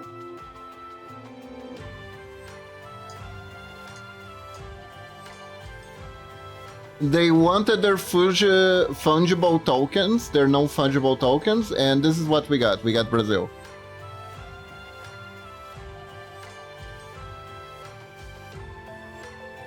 It's only 35 at the moment. It's fucking hot. It is. It is. 35 is enough to be fucking hot.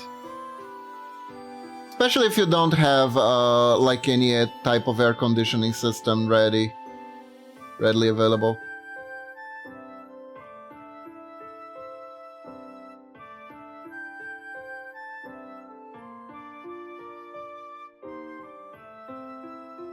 When I hear Liquid or Solid, my mind thinks about Metal Gear Solid. Hold up! Metroid, I actually have a question for you.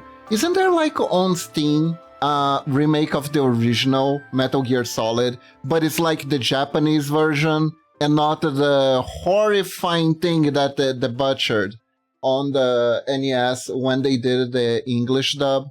That they changed the game from a stealth game to an action game. It is the actual stealth game for the NES, as Hideo Kojima intended. 38 degrees tomorrow, oh my god. I saw it once, but I'm not sure if that's what it is. If it is what it is, though, I'd be a very happy camper.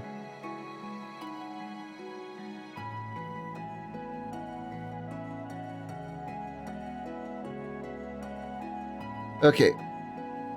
Now it is time for us to do the final touch-ups. The final touch-ups. Do-do-do-do. Do-do-do-do-do.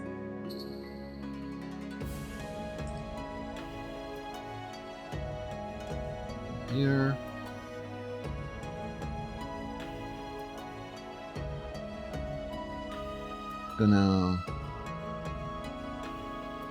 Gonna first do these.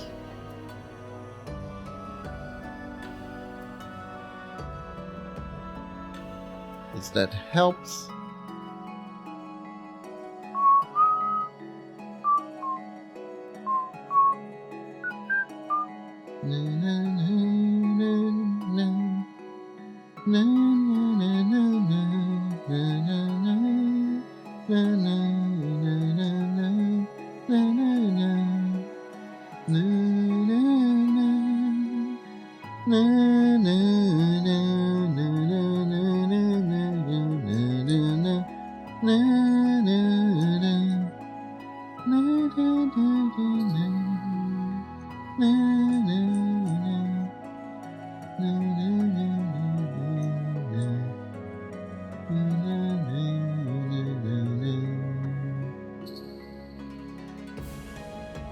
Go.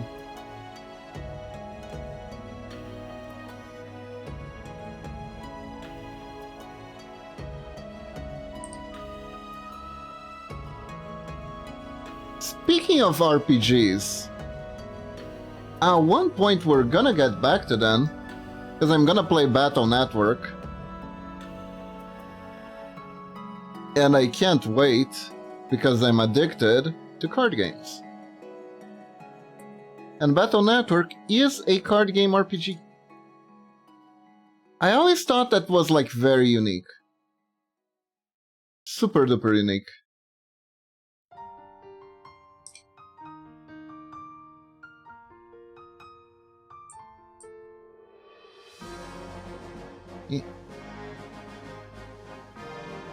Yeah, there's a Master Collection. The game is separately $20, but if you buy the first collection, you get 2 Metal Gear X games, the first collection games, Metal Gear 1, 2, 3, and the 2 MS games, the second collection volume.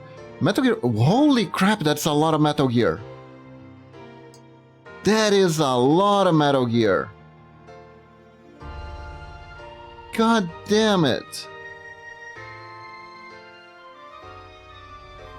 Yo, I gotta check that out. Isn't there's like there's gonna be like a Steam sale like tomorrow, if I'm not mistaken? I'm gonna grab it then. If it's on discount, I'll probably grab it. Probably grab it if it's on discount. That is a lot of value. Though theoretically there's still no rush to play it. Like, the way we're gonna do things, right? I have, let's say, pending businesses is the best way to put it. Because you guys have gifted me a lot of neat games that I end up never playing.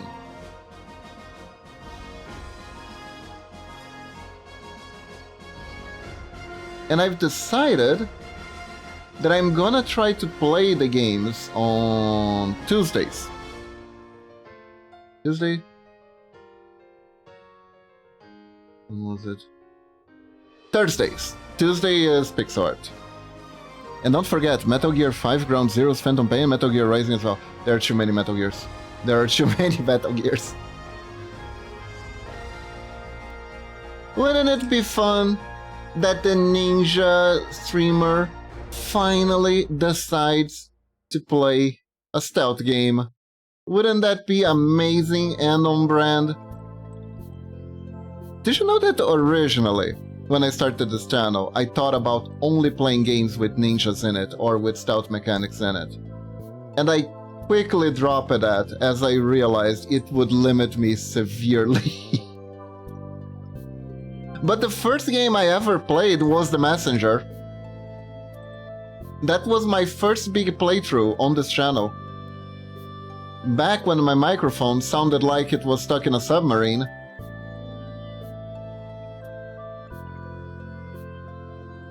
And I apologized every time I died. I don't know why I did that, but I did that.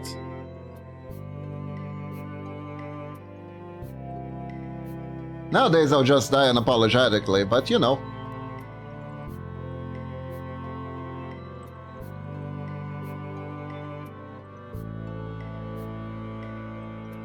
It was kind of a weird thing, it was kind of a weird mentality. I thought I was like, oh no, I'm probably making people frustrated because I'm not playing as well as I should and I'm taking too long to beat the stage. Ooh, what should I do? Now I'm more like, I know you're laughing at me, it's fine. You can laugh.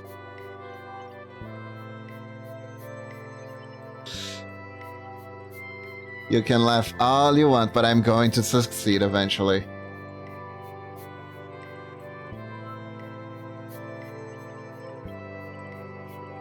The changes from when you start streaming from where you are currently. My first game was Sega All-Stars Racing transformed Xbox 360, and I have the money. I will replay a childhood classic on Steam. Nice. Sega All-Stars Racing. No, that's not the current one. They released a current one of that, but that's not the current one.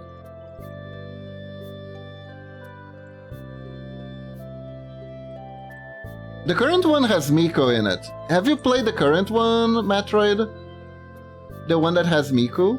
And it has Mega Man too, if I'm not mistaken. I don't know why, but it has Mega Man in it. Who was Mega Man on Mario Kart? No, Mega Man was in the Sega All-Star Racing, if I'm not mistaken. They just allow anyone to join, which is kind of funny.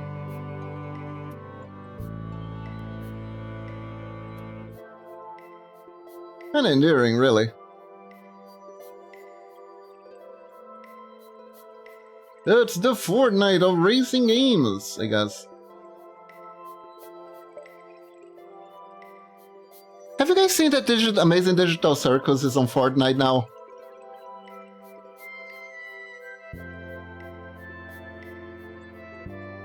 But they only put 2 characters and the funnier ones they left out.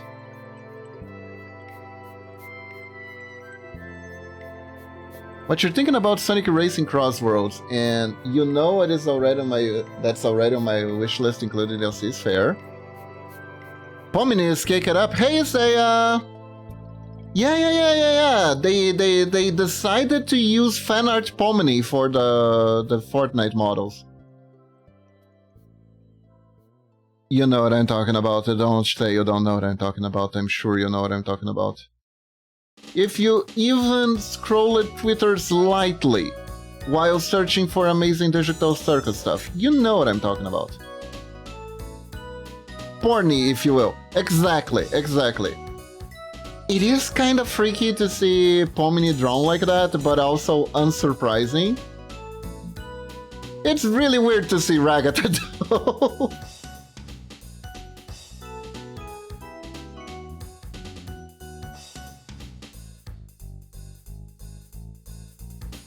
But you know what is weirder? But I never saw it, thankfully, but I'm pretty sure it's out there. Sexy Gango. I haven't seen Sexy Gango yet.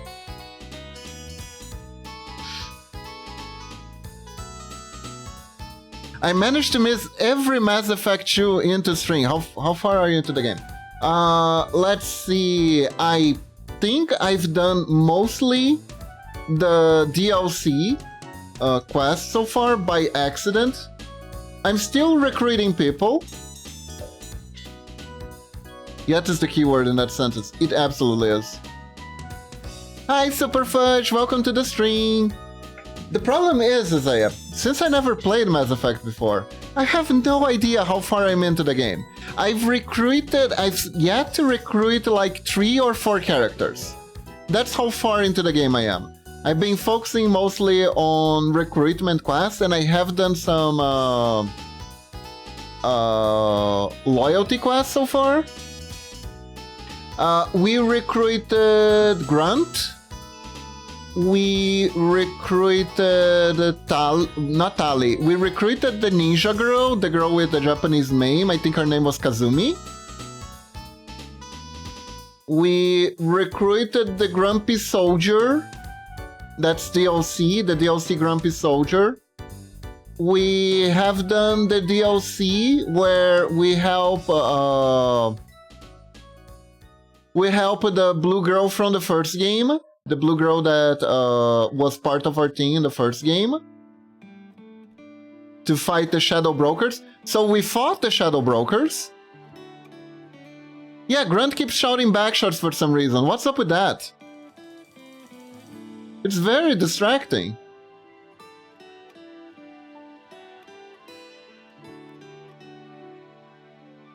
I have discovered a bug where enemies can attack you during cutscenes and you T-pose when you get hit, but you don't take damage. I have also discovered at least 2 specific points in the game where you can fall and you cannot move if you fall in those small crevices in the game. I have at least found 2 points where you can get completely stuck and you need to either get hit. How? Well, hold up. Actually, I came prepared. I have come prepared this time. I don't have both points.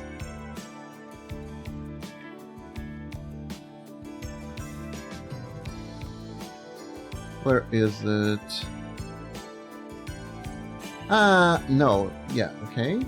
Is this the one? Which one is it? It's... This is the one I'm talking about. Have you ever tried to lick, yeah, this is the one where I'm talking about. Where is it? God damn it. I played it for literally hundreds of hours and never encountered either of those. I have them on clip. I'm gonna give you the good one. I'm gonna give you the good clip. Hold up. I think you guys are too used to playing BioWare games, and you know exactly where you go every time. And that's why you don't encounter those. Me, I get lost really easy in 3D environments, so I just start wandering around when it should be obvious where to go. And that's how I encounter all of these. That's the T-posing one.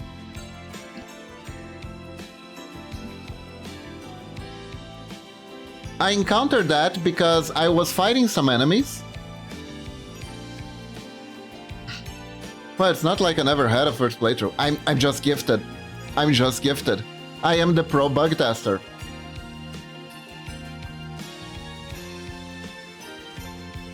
I am a pro bug tester then. That's the only explanation.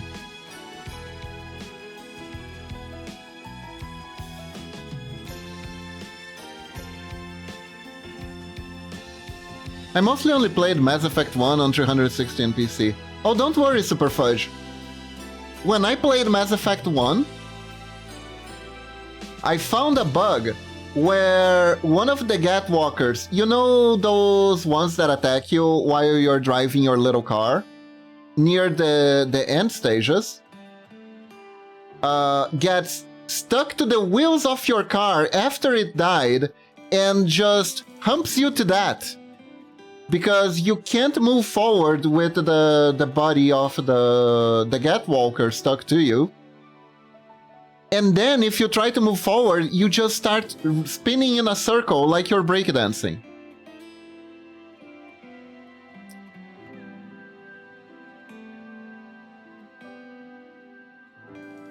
That one was amazing. Oh, 5 in a row. Good job, Super Fudge. Good job. You get double XP. Oh, this reminds me of multiplayer Sonic Superstars. It works, but when it doesn't work, it doesn't. It's kind of a thing, right? Companies use it to put a lot of emphasis on multiplayer stuff. And it was always bad and buggy. I remembered when they put freaking multiplayer in Assassin's Creed. That's their last resort strategy of being a speed bump. You know what? It was my fault. I got too close. I got too close. I should have known. I should have known the Gat would pull a slice strategy like that. God damn it. God damn it. Oh, you know what? I missed such a good joke on that time. I should have started singing. Get down, da da da da da da da da da da da da da da da.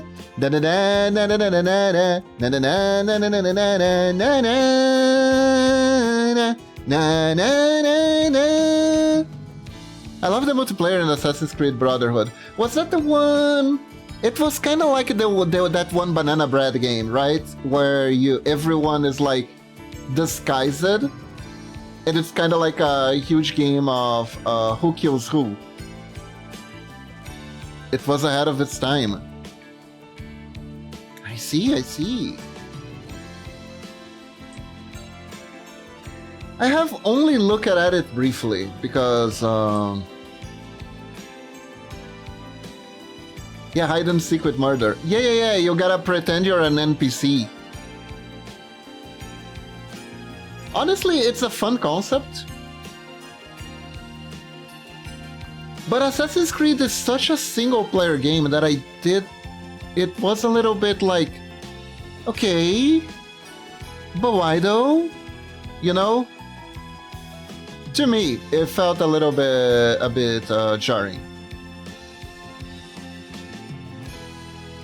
But I guess it was the style at the time, like every game needed to have a multiplayer, right?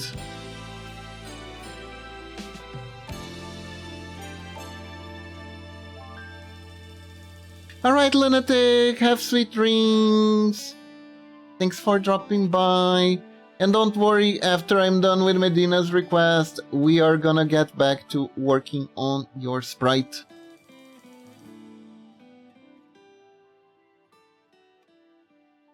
Strange though, I thought I was the one that made that clip, my style of title at least. I think there were two. That one...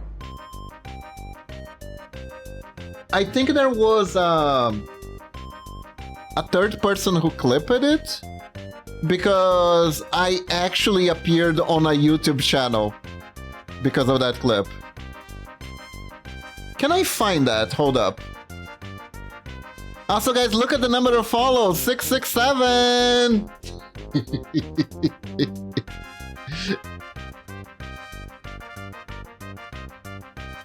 Let me see. Is it gonna be extremely hard for me to find? No, don't unfollow, please. I need all the numbers. Find someone else to follow me instead so it can be 668 or 669. We need to reach 669. I need you to help me reach 669. If you're watching and not following, please help a bro out, okay? Help a bro out, I'll show you my titties. No, I will not. I just thought that was funny, sorry. Sorry.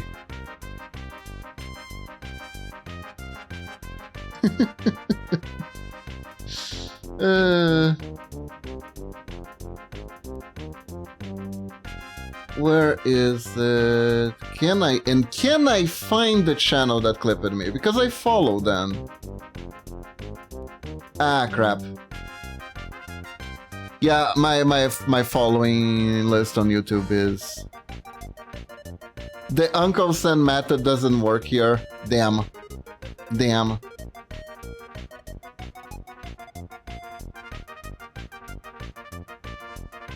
Sorry, kids. Uncle Sam started drinking.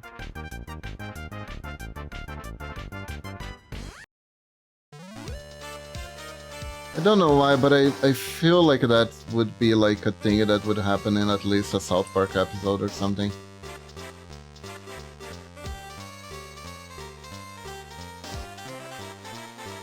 Nah, okay. We have...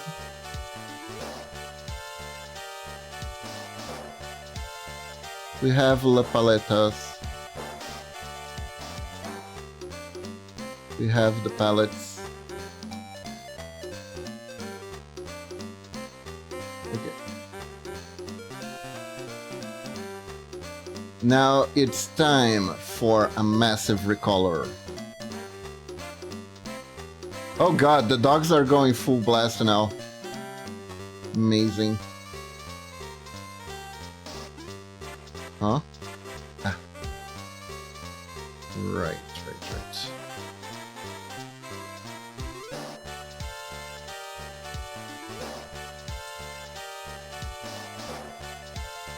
There we go. Then this one here. Shift R. Then this one here. Shift art. Then this one here.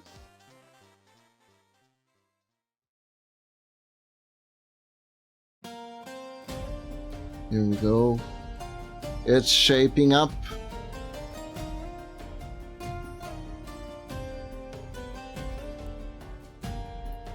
It's shaping up. Or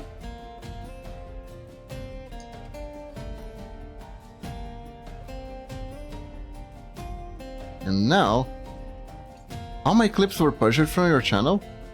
Weird, I don't remember doing that. Can they like change ownership or something? I don't know. I think I don't know if Twitch like because Twitch used it to like have unlimited amount of clips available, right? And then they made it so you have a maximum storage amount.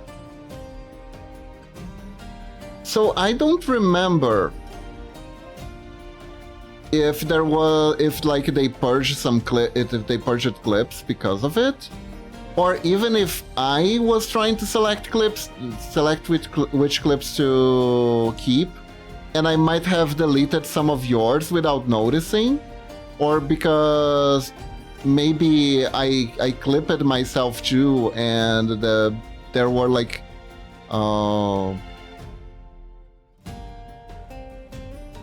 if the clips were like both clips were almost the same thing, right? I could have deleted them, I'm not entirely sure.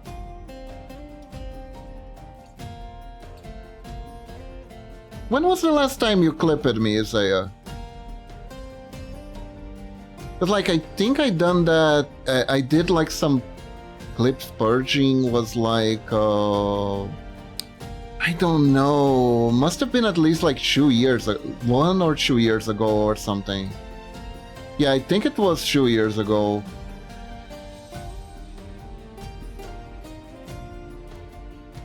It must match when I streamed Mass Effect, the first Mass Effect, so probably around that time.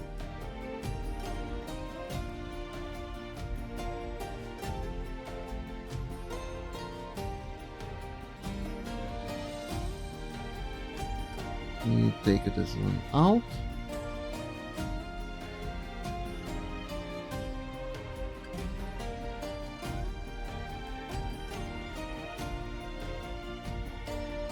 The last time I deleted some clips were clips that had that looked like a bot made them. They had a baga name.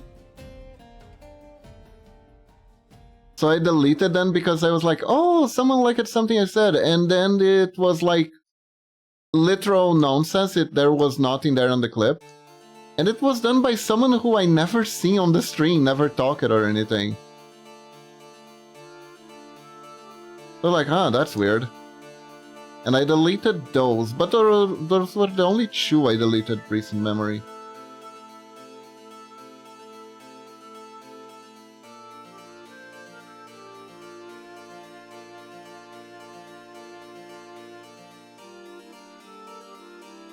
But yeah, unfortunately, Twitch now has a storage limit for clips and VODs, so I might delete some of the older ones from time to time.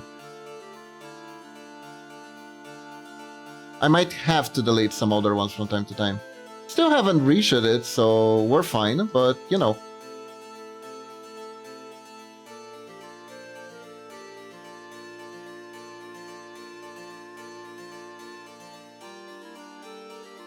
Yeah, that's a shame. I wonder what was that you clipped. No, I kinda wanted to see those 2.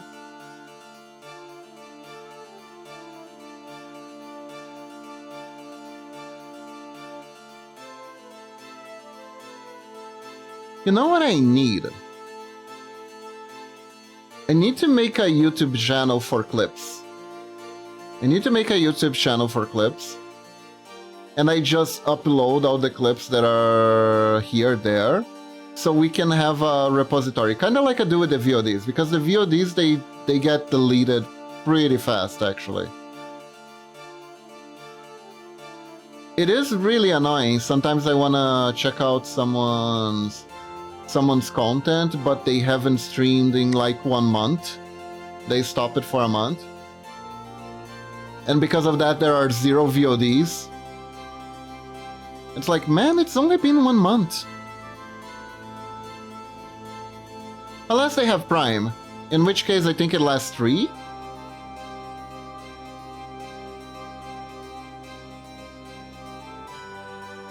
Because they kinda gotta give you a reason to use Prime, not right? Not me clipping Kiba out of context. It wasn't you, it wasn't you. And it wasn't like out of context, it was like literal nonsense.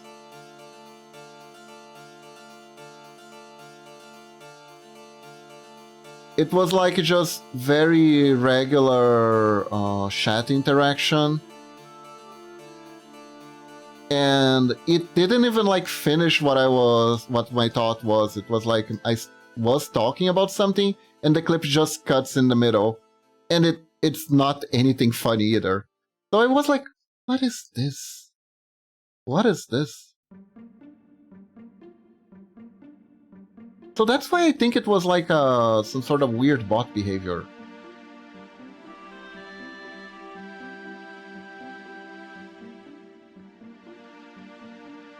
Oh?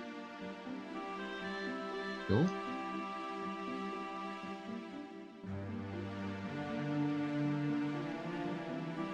Interesting. Interesting.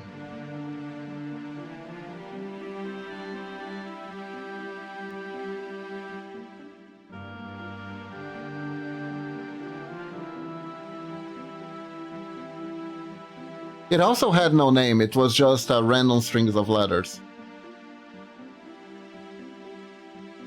Which was the most weird thing about it.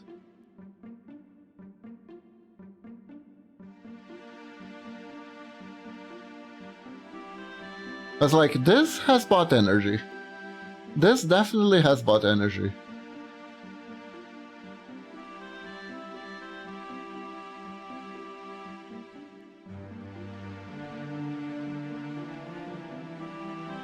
And you know what, chat? You should never bring bot energy to things, ever.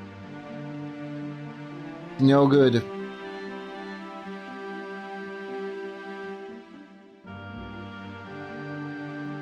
People are already having trouble enough identifying real humans. If the actual humans start to having bot behavior, it's gonna get harder. Da da da da. Oh, there we go. I used to like using clip feature to easily go back 30 seconds if I missed something, but then I realized that it auto-publishes, so I stopped it. Ah, I see, I see. Maybe that's what that person wanted to do.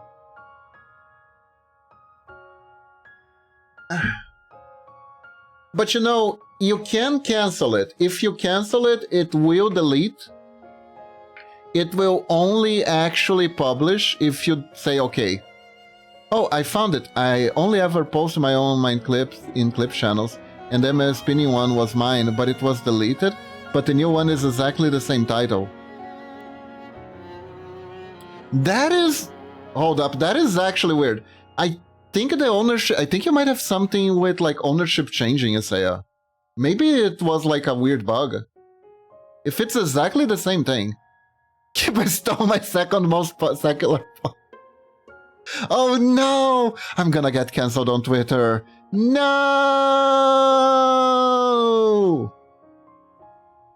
I'm gonna have to go on Twitter and be like, oopsie! Sorry! Sorry! Sorry! Sorry! Sorry! Sorry!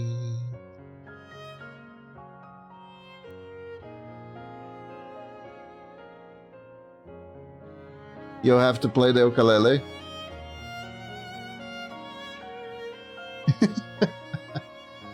gonna make an animation of me playing ukulele.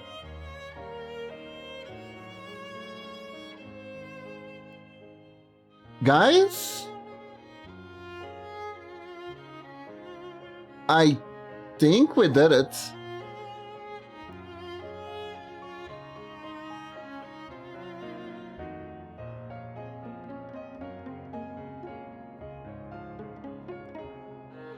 I believe...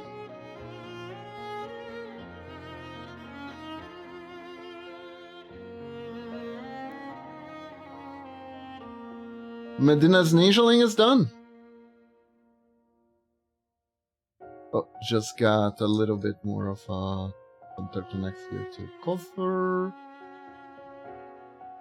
I didn't know Ninjalings have toe beans. You do! You do. Hold up. Here. Let me grab...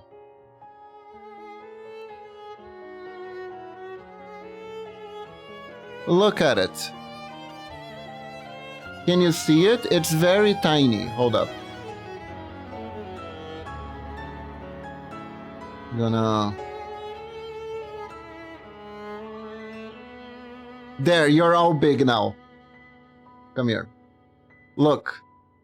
You always had them. You always had them. At least the newer version. See? Toe beans. Oh my god, you're so big. Hold up. There you go. Now there won't be a revolution. Could make you guys a little bit bigger.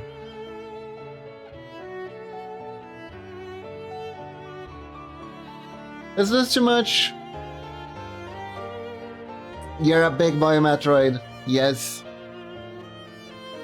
Nah, I like you was smaller. You're cuter like this. That way you can't rebel.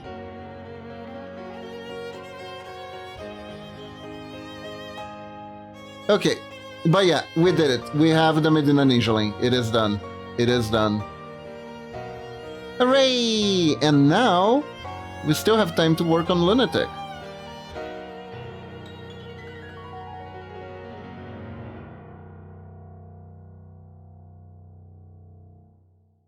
Middle transition. Open. Full sprite middle. I'd be lying if I said I wouldn't like want to just make this into a model. Maybe like a PNG tuber model. We could like add different expressions. It would look pretty good, actually. It would probably look pretty good.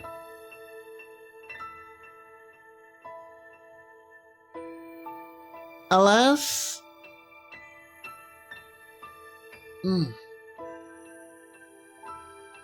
Let's see, what Lunatic asked me to do with this also?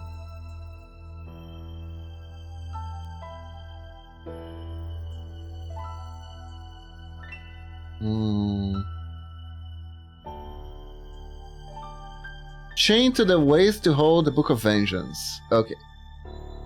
We gotta work on more chains today. Weepy! I like the chains, they're very stylish, but they're also very hard to make, you know? So now I gotta think, do I put the Book of Vengeance on this side or this side? Right? On this side it would be interesting because we could...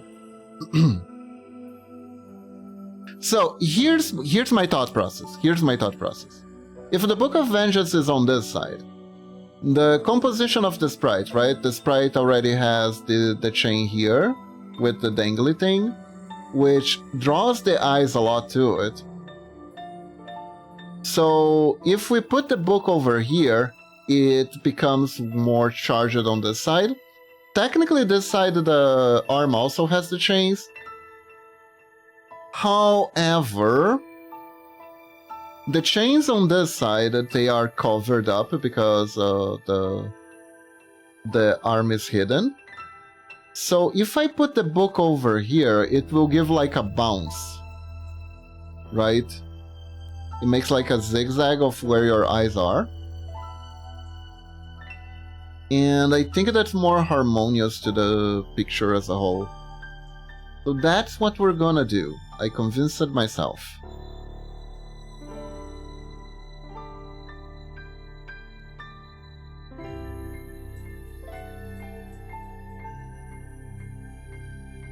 Composition is important. Composition is very important in art, in general.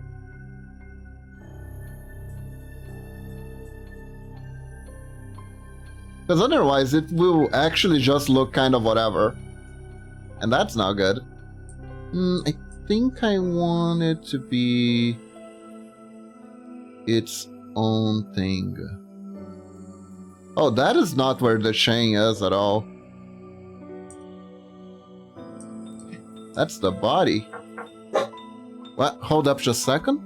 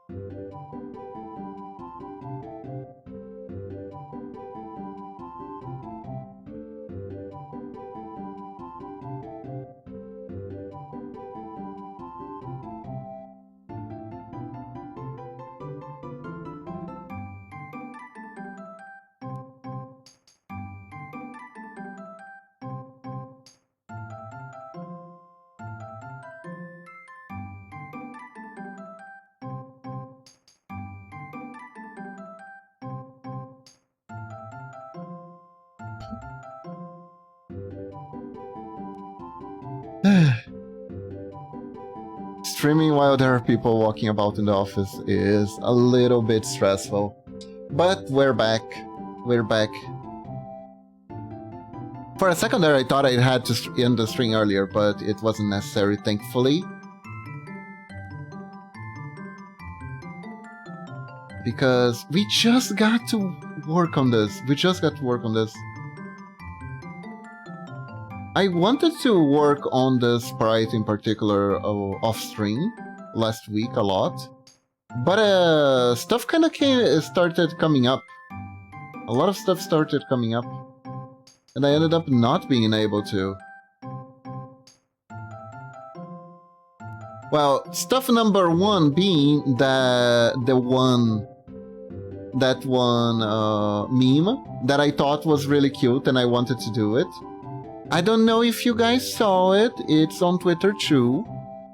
I am gonna show, but let me show the version that is censored because I wanna keep streaming, you know.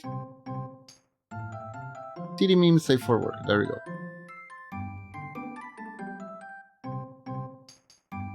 Have you guys seen this one?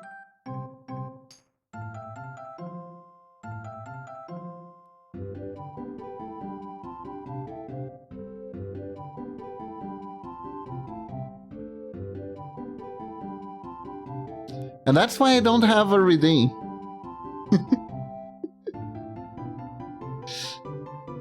Nice, very nice.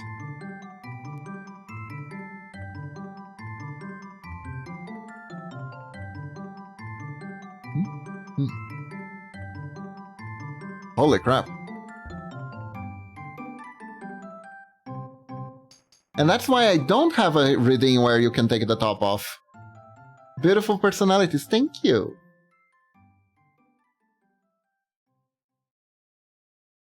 I'm wondering if I should focus more on my personalities for exclusive Patreon art.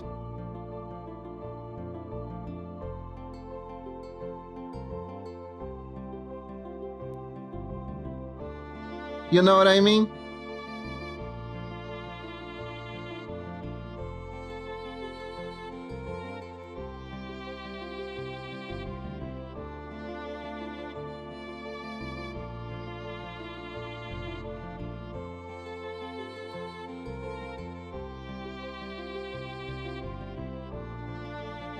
Wink, wink, nudge, nudge, wink, wink, nudge, nudge.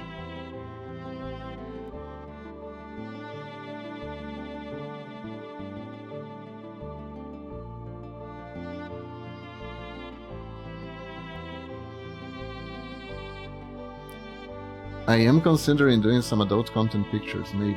Ah, I see, I see, I see. Well, kitty kitty, the main thing about doing that is you gotta... It's important to figure out what your...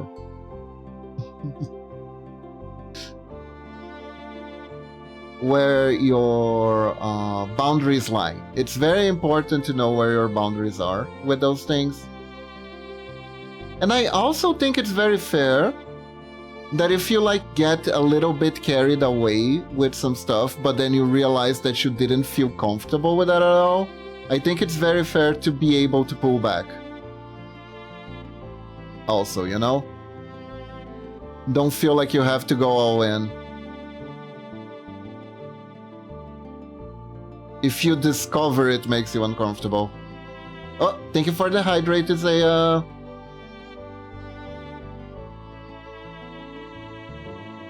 Oh, thank you for the stretch too.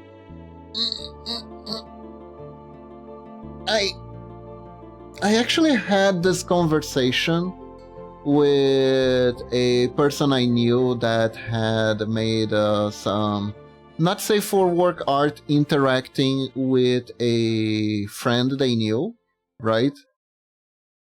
And I asked them,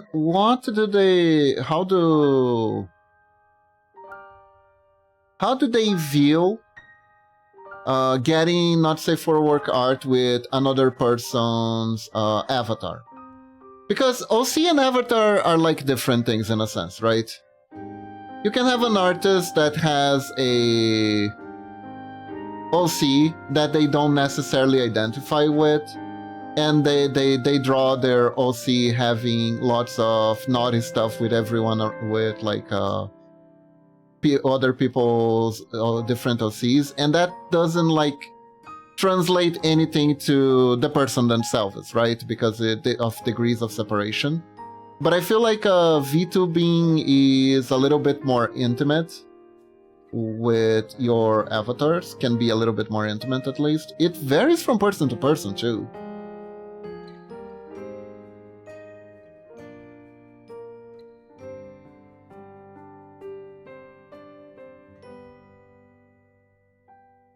And I found their take particularly interesting,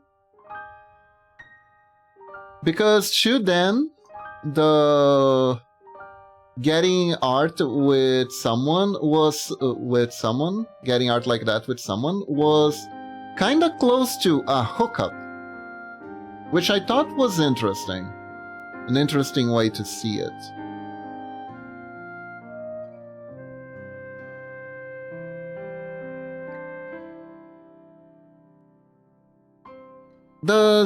I kind of wanted to ask if anyone like has any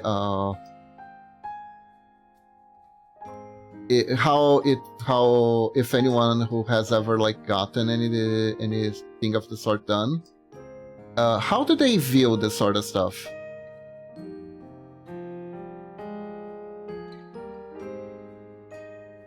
If you haven't, don't want to share, absolutely fine, we move on from the topic, but I am very curious.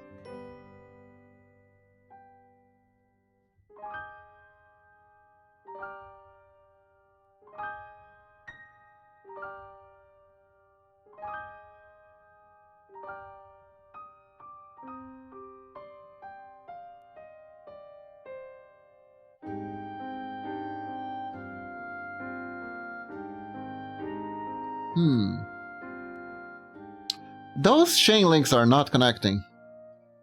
I also have a day job to consider as well. What I find comfortable to share or willing to make pictures of might not be acceptable for my day job. That is true.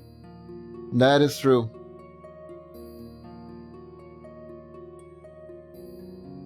it kind of becomes like a liability, right? If you...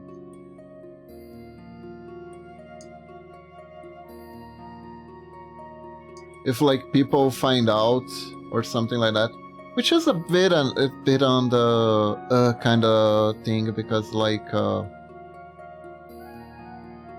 separating personal, like companies are the first to be like, we want you to separate your personal life with your from your private life, while you're working, your identity is as an employee of X. But then they use the private life to as like a justification for like firing you and stuff.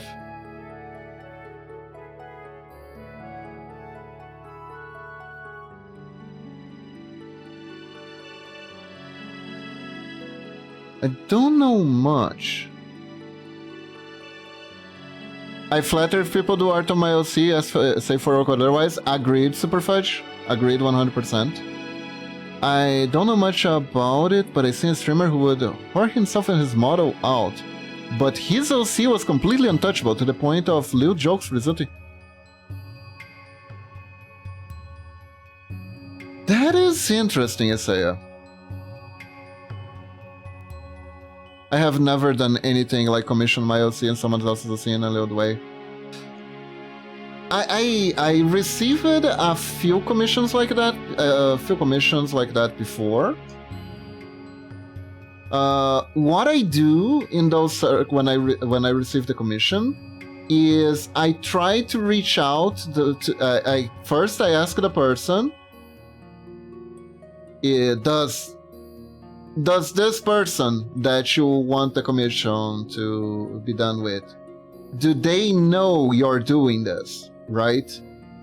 And then I try to check with the person to see if they are okay with me doing that at the moment, because honestly, I think that is like, even if it's like a well-meaning, if you do that as like a surprise gift and the person wasn't into it, it's such a messy affair. It's so messy. It's so messy.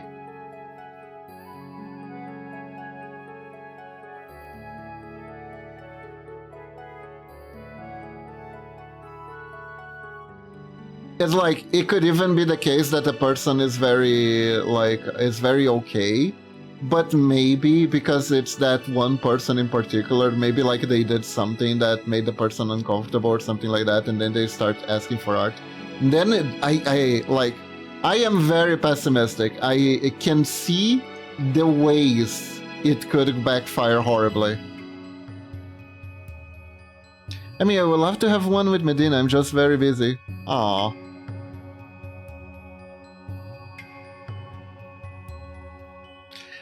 But Isaiah's story is interesting. It's very, very interesting. I think I've seen people like that before. In that particular instance, their OC is kind of their waifu.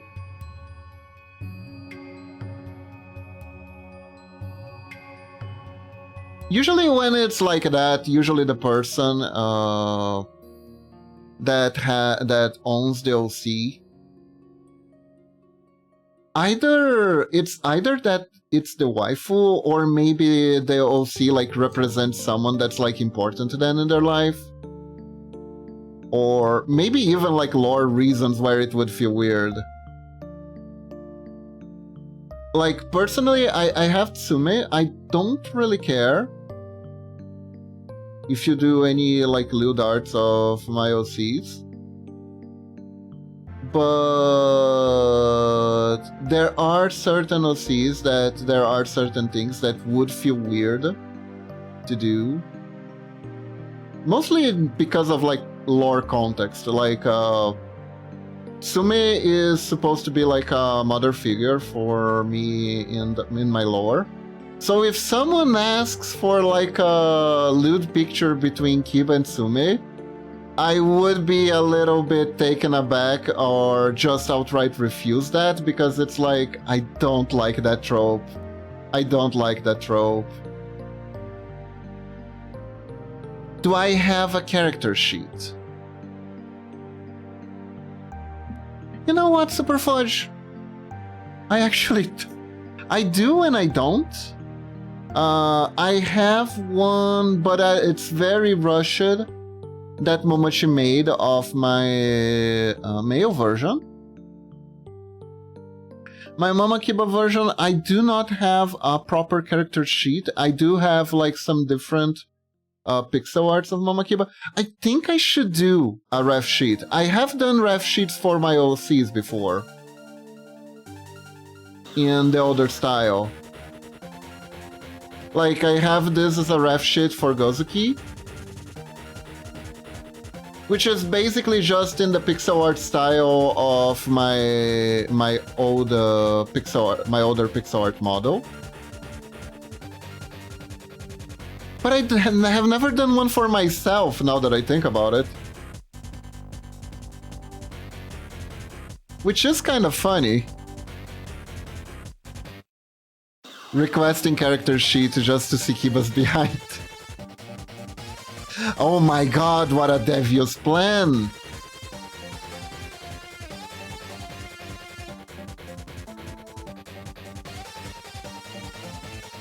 What a devious plan. I respect that. Maybe I should just do a character sheet for myself, honestly. Respectfully, of course, absolutely. Full of respect.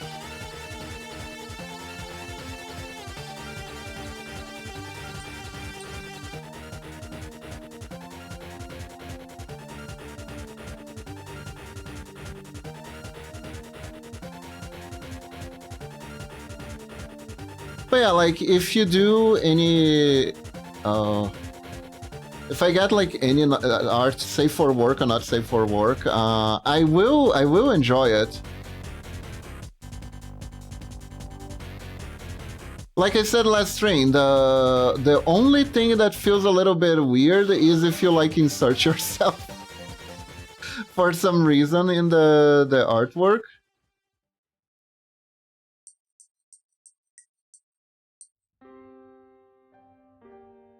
But other than that...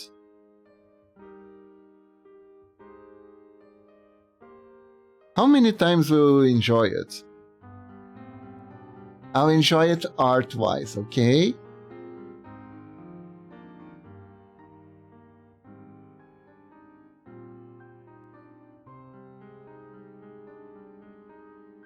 I will be very glad.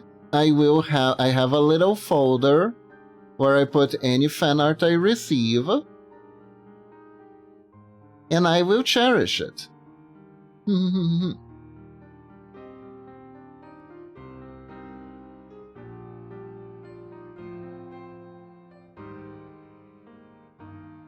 I did actually receive a naked one of Mama Kiba once.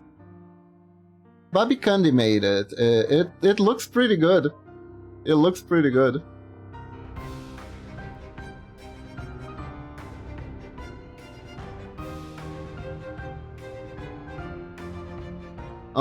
I'm doing the jack-o'-lantern pose in it. It's very nice and very tasteful.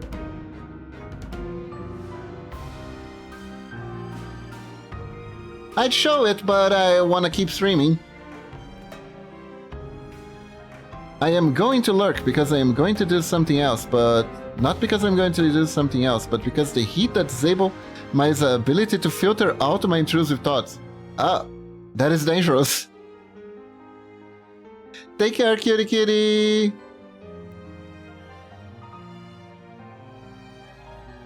Have a good lurk, and may your intrusive thoughts not be bad ones.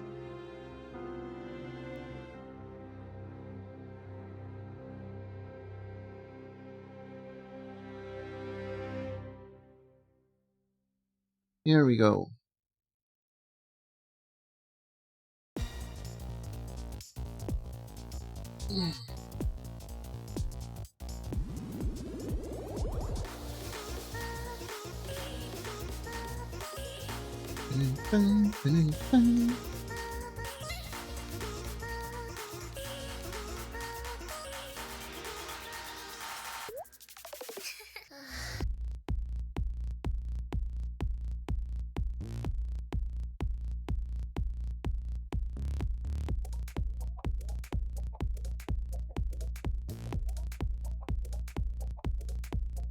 Go.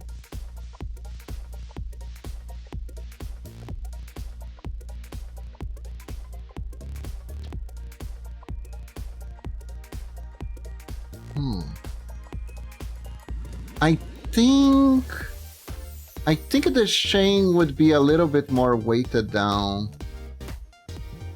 Okay, so here's what we're gonna do. Gonna pick this one here.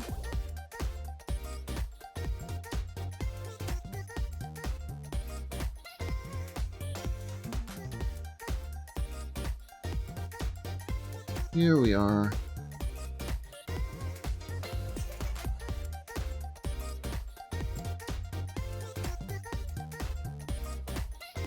It is interesting because the talk of like art boundaries, it's one that keeps I think it keeps popping up over and over again. I think it's part of the unresolved issues of the VTuber community. If there is such a thing as the VTuber community. I think it's the unresolved issue of VTubers as a whole. I think it's like the best way to put it. Because at the end of the day,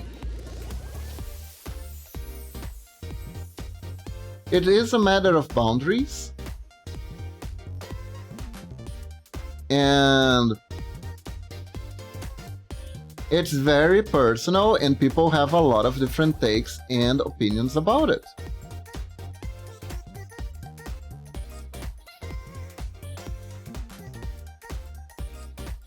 And it can lead to a lot of frustrations and a lot of like,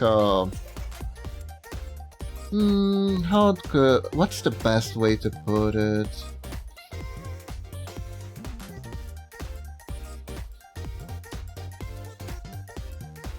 Projection, I guess, is the best way to put it. My intrusive thoughts don't include adding or subtracting from the population, and will also not including me end up in the hospital, jail, or newspapers. I see, I see. That is good. That is good.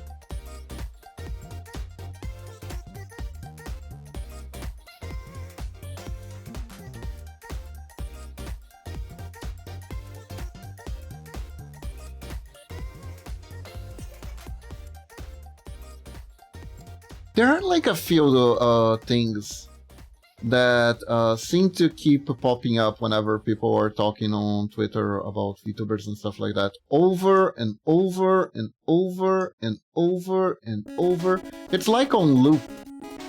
And I think it's because people never seem to get closure about some of these things.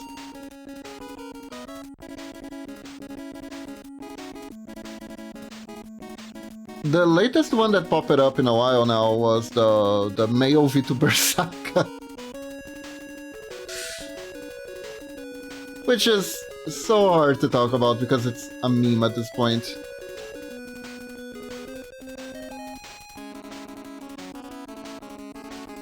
It is absolutely a poison well. Hey Pastana, welcome to the stream. Nice art, thank you. We're doing chains. I want to add more weight to these.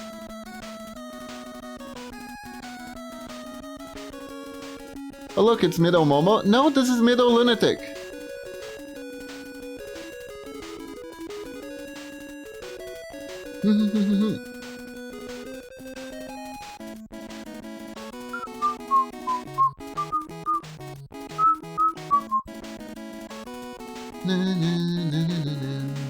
It's been a while. I need to do some art of Momochi, actually. The middle never forgets and has massive racks for some reason. Exactly!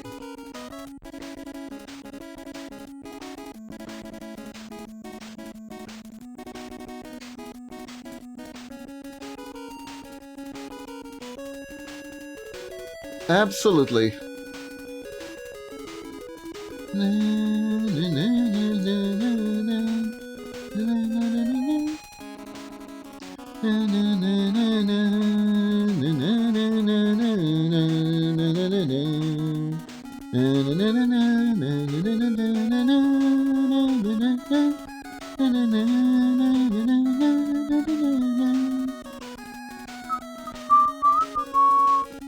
Yeah, I think what I want to do here is actually straighten up this one.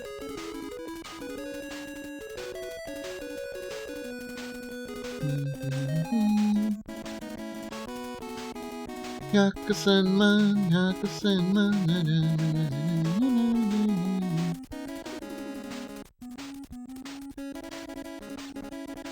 You know, I actually was remembering I launched your character here recently on my VGen, and I need a version of it that has an example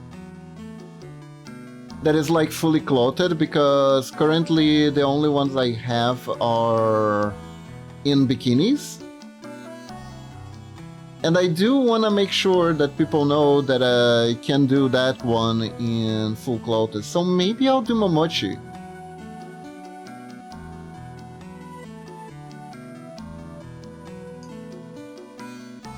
It's dangerous to go alone. Take this, pulls out Metal Blade ability. Jesus, that is such a good thing to have. Metroid, that is too powerful. That is too powerful. It's so funny that regardless of the game, it just is good. It is broken. And Metal Man isn't even powerful, that's kind of the thing.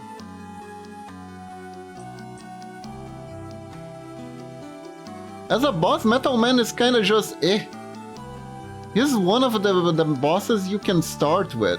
You can start fighting. Actually, I think in Mega Man 2, it's probably ideal to fight Metal Man first. At least, he's the one I always go after first.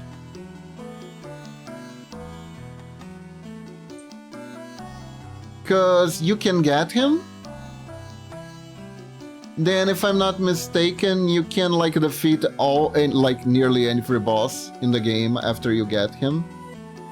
Because most of the bosses are weak to his weapon regardless.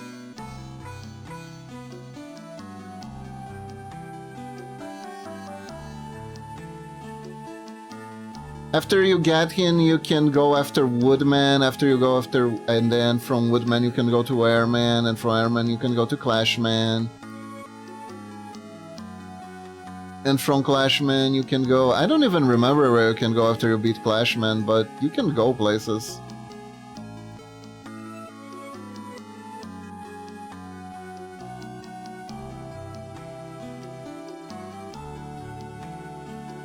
Yeah, but that game was made on the side that's why it's powerful, no playtesting. Ah, I see.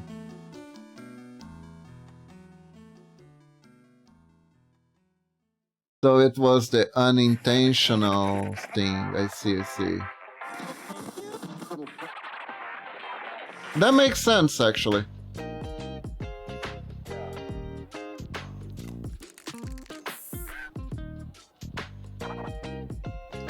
I do love that games without playtesting way back in the day would just lead to like powerful stuff and glitches that allow you to traverse the game faster and stuff like that.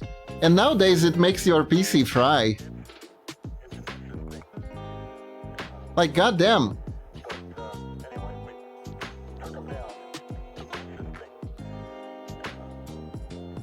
Now it's just memory leaks, it's kinda sad.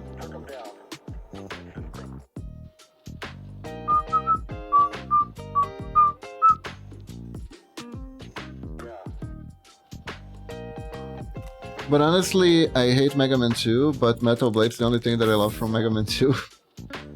Oh yeah, you told me your chronicle with Airman.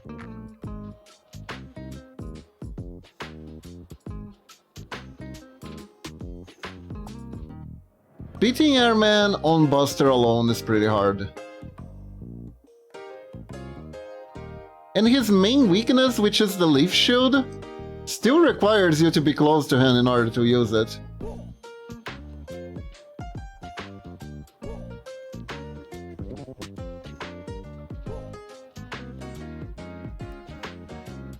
It's not like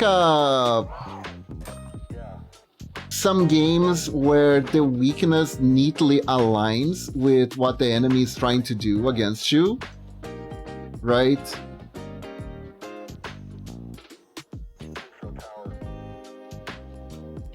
It's funny thing that I observe it from Mega Man games. Either the weakness will absolutely neatly align with the enemy, with how the enemy tries to kill you, and the weakness will actually counter the enemy's movements, or it will be something where technically it is a weakness and yes, it deals damage, but you're gonna have to work for it in order to actually hit it against the enemy. And it's very annoying.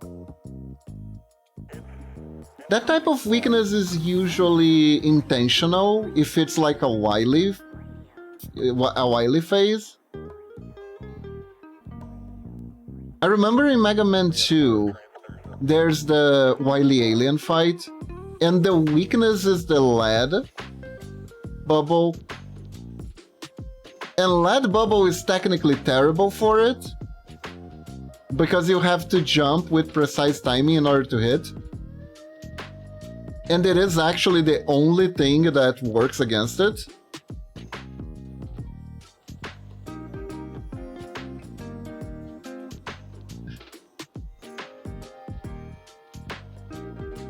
There you go. There.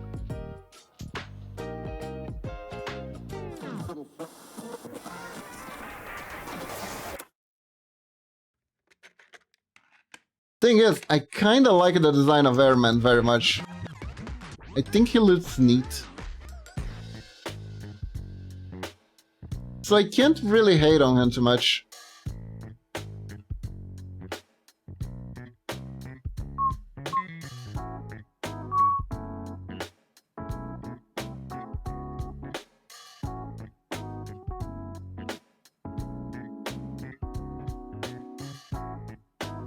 And the funny thing is, even if the testing in Mega Man 2 was subpar, that game gave us Mecha Dragon.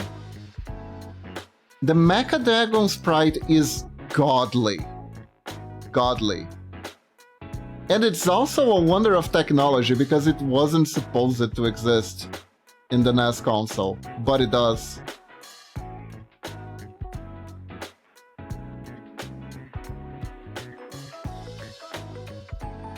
So 2 is actually one of my favorite games because of it.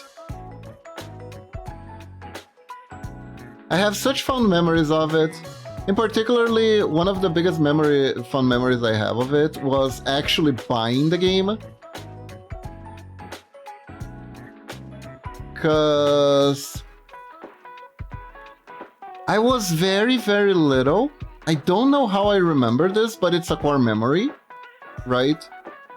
The salesperson we were talking to was showing us the new game that had just arrived, which was Mega Man 2. I never played Mega Man 1, by the way, when I was little.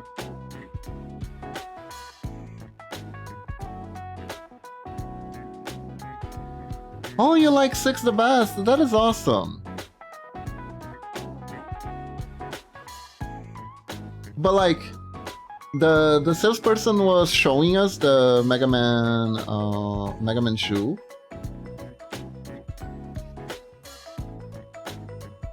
And he was like, this game has revolutionary graphics. Wait for it. And then we stared at the TV while Mega Man was standing there. And then Mega Man did something that I thought was the most revolutionary, groundbreaking, the most amazing thing I had ever seen a video game do. Mega Man blinked. And I was like, wow, wow, wow, that is amazing. It's like he's alive even though he's a robot. And the guy was like, right? And then I bought it.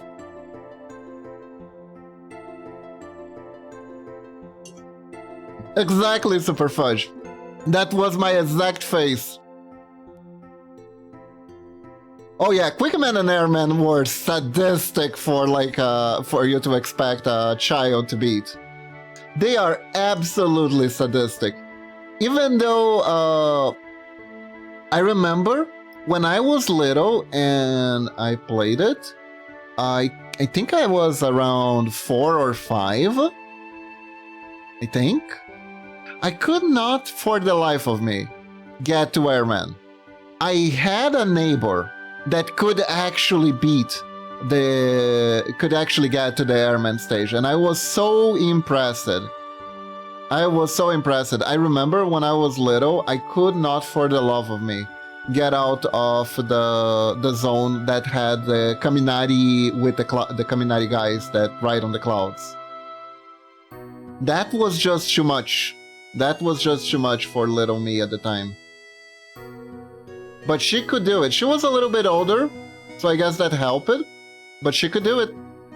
I was so impressed with the neighbor.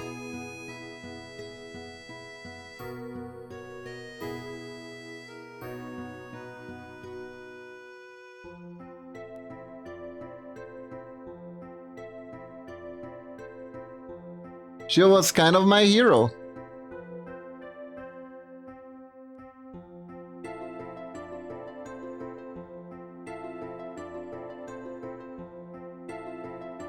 Okay, so now I have to figure out where do I want to put the book? Let me see. I'm gonna look at some references here for the middle real quick.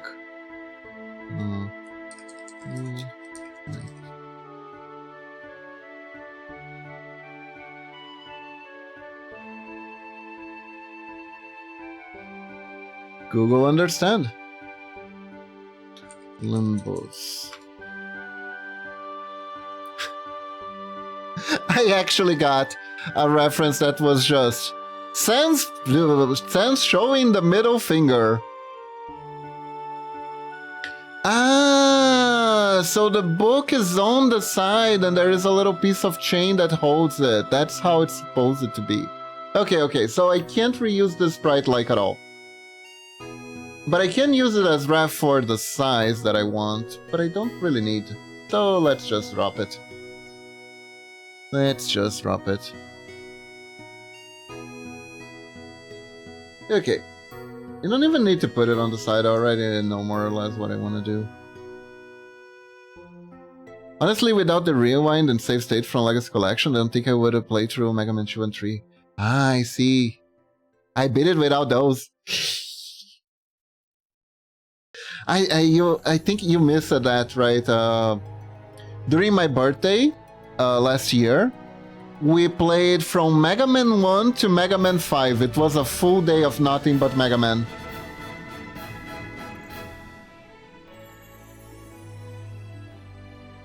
I wanted to try to beat 6, but I was completely exhausted by that point.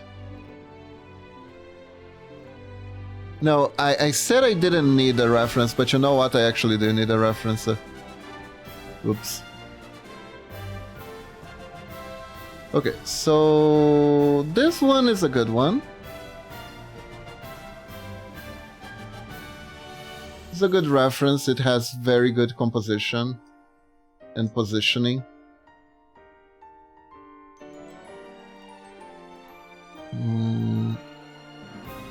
Can I get a Dawn Sprite? Dawn Sprite doesn't carry no book, so never mind.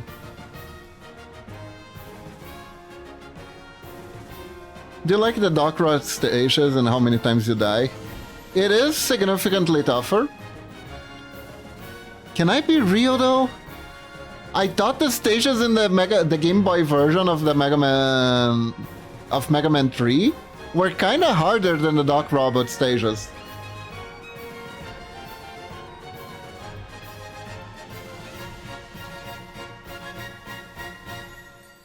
But like I think one of the worst Dock Robot stages was unfortunately one with like my favorite enemy that has my favorite enemy in it, which is the giant Mator.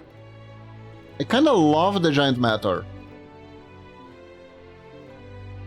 But the stage itself is so punishing because you need to have the full energy for the rushette.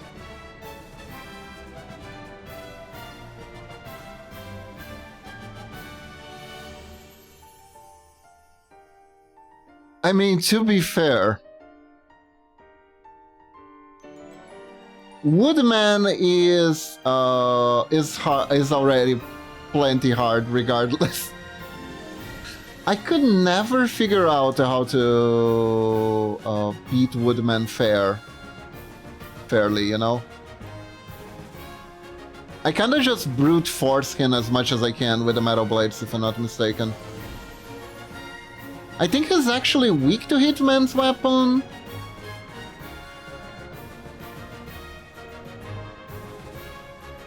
Yeah, it has even less room for dodging, if I'm not mistaken. I wonder how it works in the Willy War version. I wonder if they ever fixed that. It was very punishing.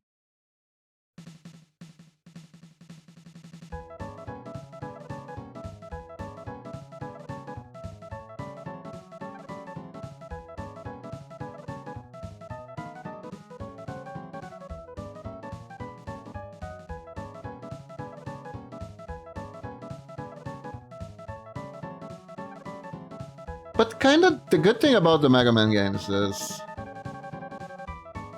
regardless of what you do, carry a lot of V-Tanks. If you carry a lot of V-Tanks, and you're willing to use them, and you know you're gonna hit it, you hit your head a lot, you can hit your head a lot against the wall. At one point, the wall will break. You just gotta believe.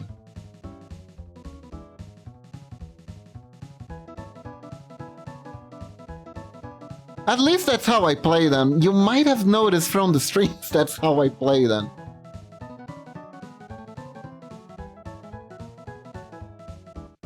I keep fighting against the boss. It seems like I'm not gonna be able to do it at all. And then suddenly I just win. And I don't think they used any like lowering difficulty bullshit that they do nowadays for hard games. Those usually make it worse for me most of the time. Did you know that that's a thing, by the way?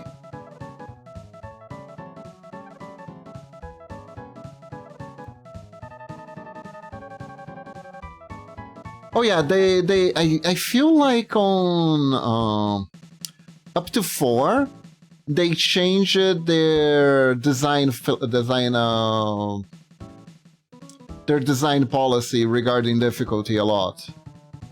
It was also the thing, and this is the thing where you play all the games that you always need to be aware of. Most of them were done in an age where there were no game design conventions, right? There wasn't a worry that players might stop playing because it's too hard. The only worry was, if players beat this game too fast, they will feel like they didn't accomplish anything playing it, so we gotta make the game as hard as possible. That was like the only real concern. And it wasn't even because of that. They just made the games hard because they didn't want you to rent them over a weekend and just be able to beat it and then return it to the store or something like that. You know what? Come to think of it, now that Steam refunds are a thing,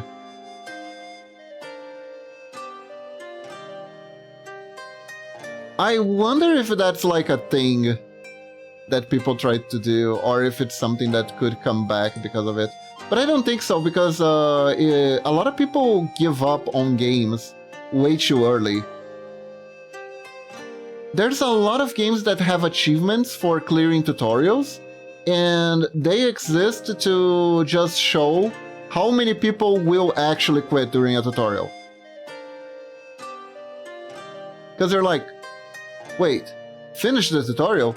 What do you mean 81% of people who bought this game have this achievement? The achievement is literally finish the tutorial. But yeah, some people like buy games, pick them up, and just stop. Just never finish them.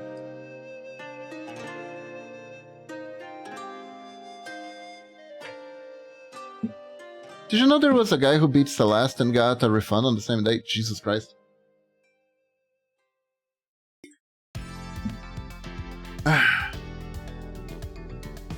Celeste is also a thing I could play at one point.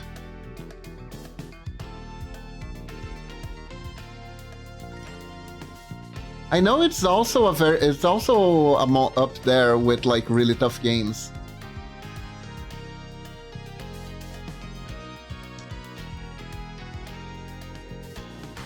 Could be fun to try to beat.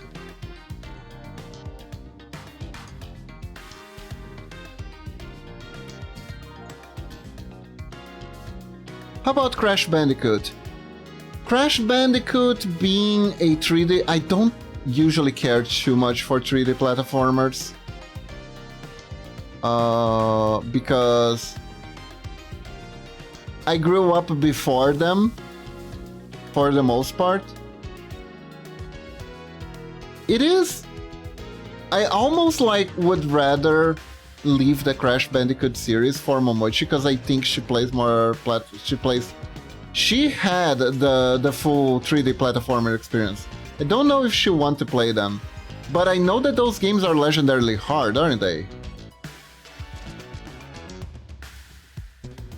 Although I think she's more of a Banjo-Kazooie player. Statics is 3D, but it's mostly hallways. Really? Interesting. If it's fixed camera angles, it is something I can probably play without issue. If the camera angles are fixed, there's probably not really an issue to play. So I guess I could at some point.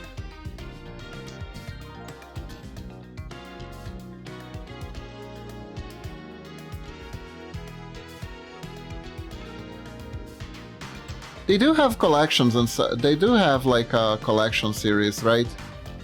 There's like a light remake.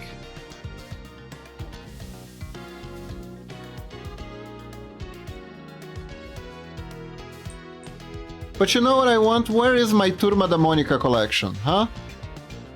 Where's my Monica's Gang collection? I want the Monica's Gang games.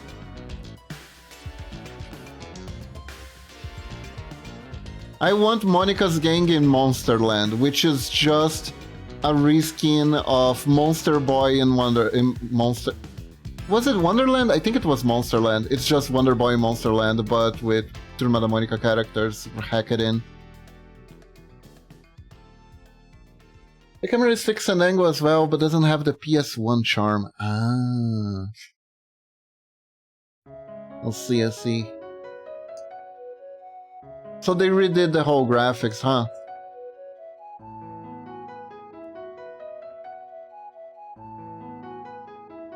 Well, I am not gonna lie that some games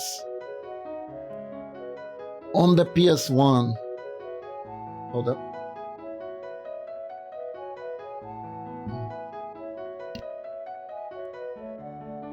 some games on the PS1 do look a little bit crunchy by today's standards.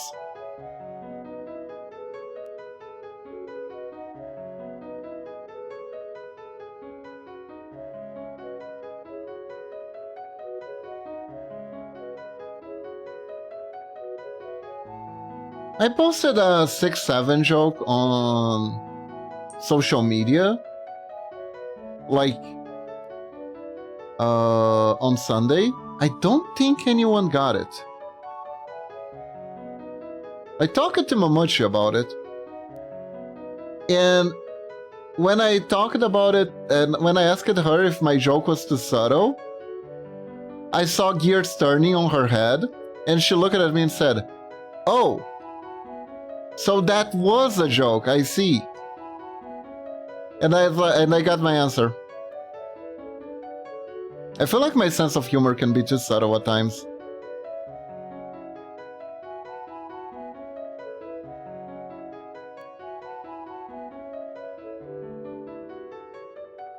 But I don't know, I feel like that's the joy of the joke, you have to work for it, you know?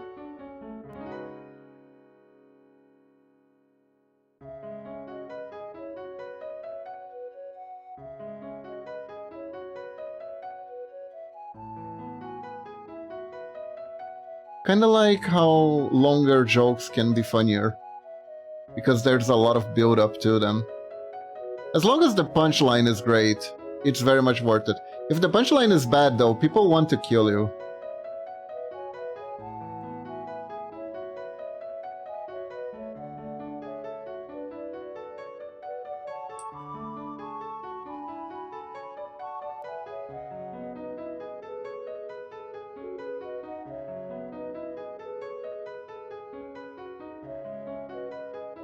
But alas, sometimes you gotta take some risks to make people smile.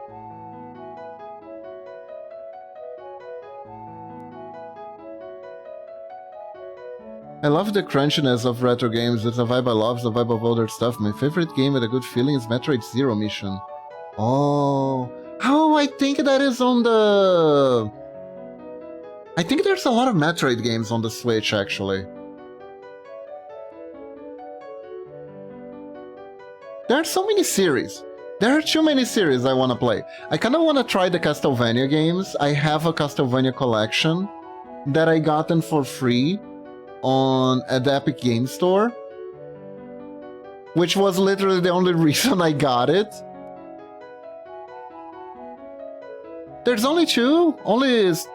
Wait, doesn't it have the original Metroid in it? I know it has Super Metroid and it has at least one Metroid game for the Game Boy Advance, right?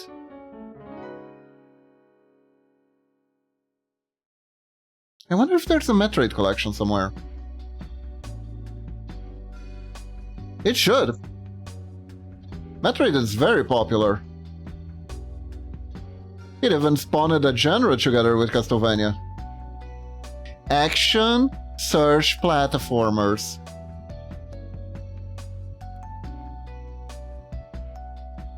Metroid Dread and Prime 4 Beyond Prime Remake. Sorry, miscounted. Ah, I see.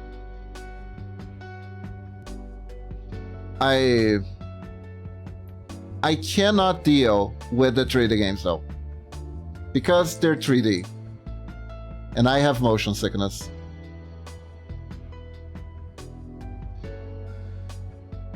And I am so glad that Inafune was not able to turn Mega Man X into a first-person shooter.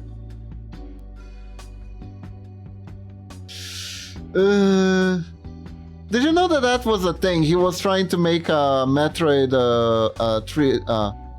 a first-person Metroid ripoff, basically, that looked like Halo. He was trying to turn Mega Man X into that before he got fired. It wasn't the reason he got fired. So Spyro is out of the question. Spyro has very wobbly camera controls. And you know what the worst part is? The motion sickness actually has gotten worse the older I gotten. I noticed this. I'm not entirely 100% sure how well I can deal with all the Sonic games. I think I'm okay with Sonic Adventure 2, but I remember Sonic Adventure 1 actually having a camera control that was kind of worse. And I did finish the game, but I remember not being able to play it for long stretches of time. So it would probably be a bad game for streaming. Because it's something that I can play for like 1-2 hours.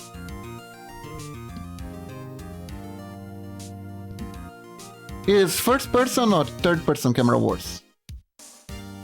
Okay, so first person will 98% of the time be absolutely the worst for me. Just absolutely destroy me. Like ravage me. You know? First person, I steer clear.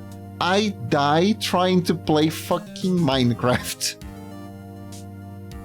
I am really afraid of trying VR chat because of this, by the way. But there are certain instances in third-person games that will also crush me. Like, for instance, this is very like esoteric. I came back to you saying ravage me. I was talking about first-person games, Cutie Kitty, don't worry. Don't worry too much about it.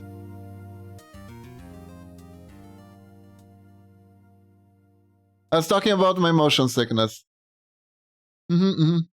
So, yeah, so third-person games I'll usually be okay with, but the camera controls need to be very tight. It needs to be very tight. If the camera needs to keep spinning constantly, if the speed of the camera spinning is too high, it will physically affect me. A good example that actually happened when I was playing Mass Effect 2 last week. Like, I can play Mass Effect 2 just fine, but I have to play it in a specific way, which I do. Which is like the whole cowering behind a lot and actually avoiding to use the actual weapon and the aim system. I do it it's not because I'm bad at the game, I do it completely on purpose. Where I try to play it as more of an RPG where I'm spamming the skills rather than trying to interact like it is a shooter. Because if I turn the camera too fast, I will get dizzy. Like 100% of the time I will get dizzy. There was one boss battle that did not allow me to do what I wanted to do usually, because the lady just kept teleporting too much, and I needed to turn the camera fast enough in order to see where she went. Otherwise she would just teleport again over and over and over and over and over and over and over and over. Doing that crushed me. Like, I forced myself to keep playing because I knew the ending was coming soon. The ending for the stage was coming soon. But after, I had to crash. I had to crash on my bed for a while before I could start to feel good again. It was bad. It was bad.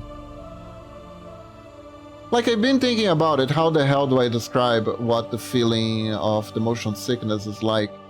And the best analogy I can come up with is this. Imagine if you are a character in a sorta shitty game, right? Where, in a shitty RPG, where you have a passive that lets you heal HP over time, right? But only if your HP is over 50%. If you take more than 50% of your HP's damage, you stop healing. All of the sudden, you can't heal. That is how I am with motion sickness. That is how I am with motion sickness. I can take some amount of wobbly camera, some amount of shake camera, and be alright. But if it becomes intense and if it breaks the threshold, I just start feeling ill. I just start feeling ill. That's how it works. And it doesn't go away. The problem is it doesn't go away. Even when the areas where even if the camera stops shaking, it doesn't go away. The bad feeling just remains there. It just stays there. And the only way I can get over it is either with medicine or by lying down. Which I usually rather just lie down.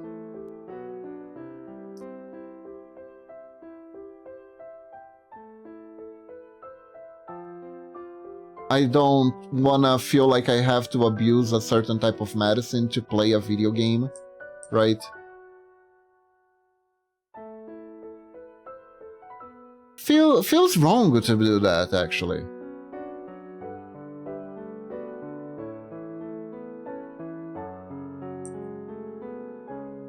Rather keep the medicine for when it's like an emergency situation or something like that.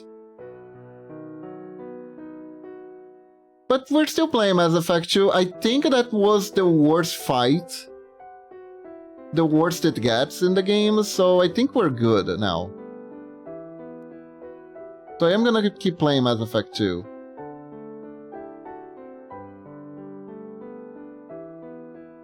I'm playing it... I have a feeling that you're only able to play 2D and 2.5D games. Completely safe? Yes.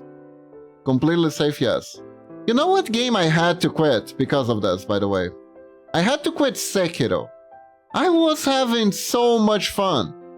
Finally, From Software makes another ninja game after Tenchu. By the way, Tenchu was from Software. Did you guys know that? I didn't. I learned it recently.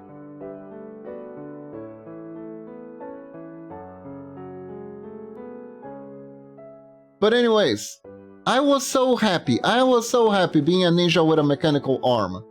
Being able to sneak up on people again. Sure, I had to fight them regardless because they didn't die in one hit, but it was still fun. It was still a fun time. But then, this mist village appeared, and that's the other thing that triggers me, by the way. And because of the mist, and because of the rocky terrain,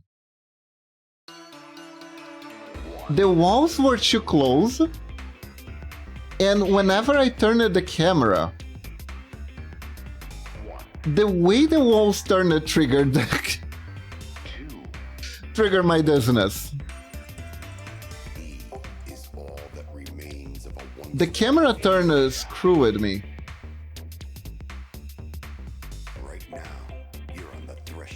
So I could, and the worst part was I was lost in that stage. So I couldn't find a way to get out of there without exploring, and I couldn't explore because I was getting dizzy, so I kinda had to drop the game entirely. Is this why you play mostly? Yes. Absolutely. Absolutely.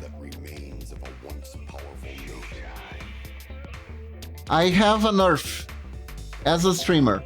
I cannot play Minecraft. I cannot play first-person horror games. Thankfully, I love playing shooting games. I love playing shooting games. I love playing JRPGs. My teen years were spent playing JRPGs mostly. I actively avoided anything that had shooter in the name. I never really played any Call of Duty games. I played Team Fortress like once, and I played Engineer class. So I could just stay in a corner. I feel bad for you. Spyro's a classic 3D platformers are a blast. Yeah, I really can't play them. I really can't.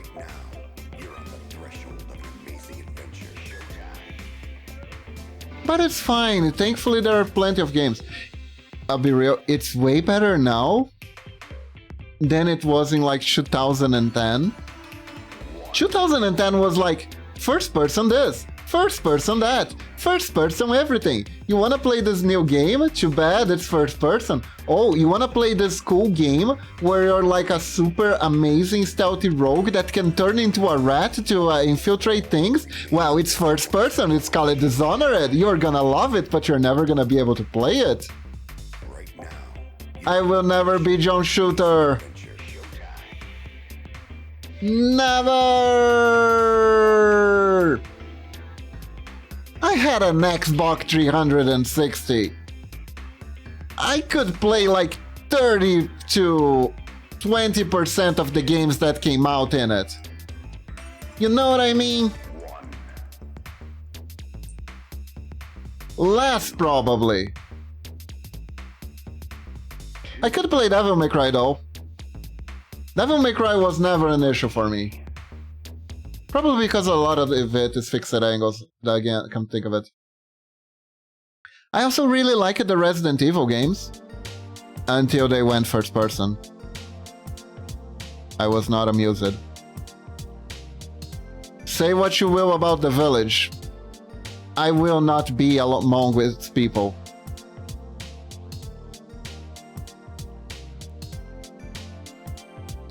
I have a question. My singing monsters interest you? You have singing monsters, Metroid? You have singing monsters? I can play the third-person Resident Evil games, but 4, 5, and 6 are a bit of a struggle. I'm not gonna lie.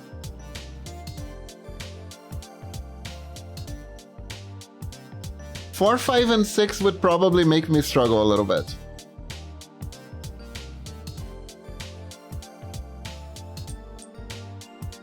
The name game is My Singing Monster. I never saw that one before. By that name it sounds really cute though.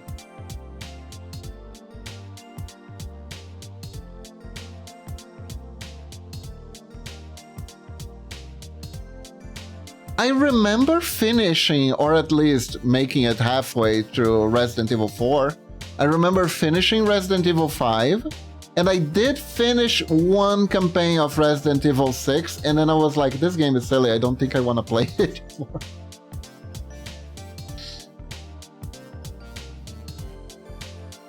Ah, I will check it out later then, Metroid, thank you.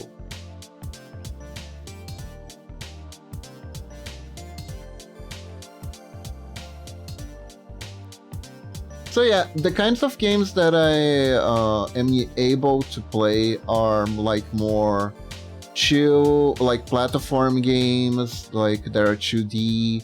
I can play JRPGs just fine, any kind. Usually, if a JRPG has 3D exploration, I can just do it at my pace and it won't be an issue. I have played Hades actually. Hello, Siler Storm, welcome to the stream. I need to play 2. I haven't played 2 yet.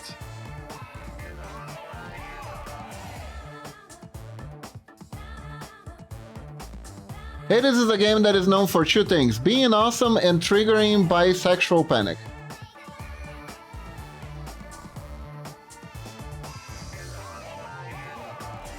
Happy to be back. That is nice. Glad to have you here.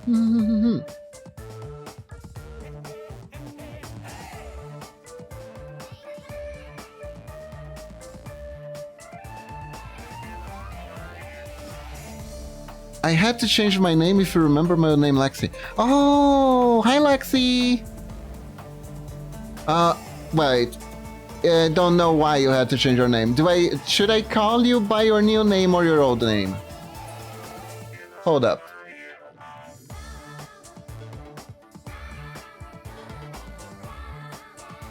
How does this chain work?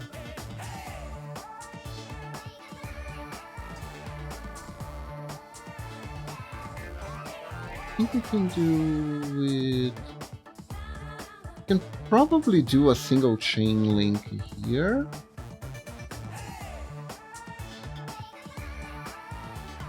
I think I'm gonna take a look at it.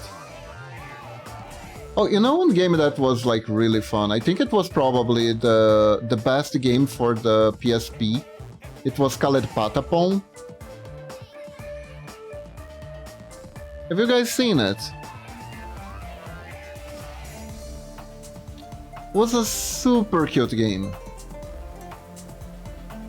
Rhythm game too, very hard. I don't remember making it very far in that one.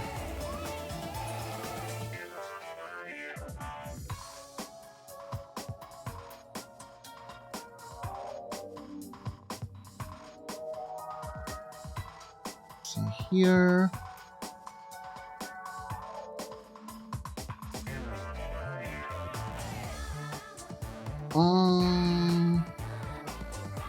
Sire salad is fine. Long story short, someone reported my Twitter account and I got banned. I didn't feel like giving Twitter $500 or something like that.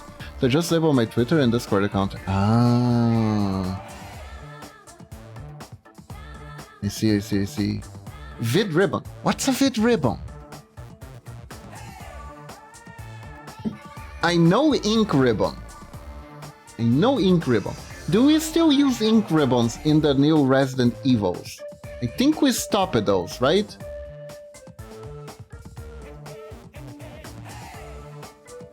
I think a lot of people complained about it. Either way, hope everyone's doing alright. We're doing good. It's a music platform, it's pretty cool. Oh, that sounds awesome.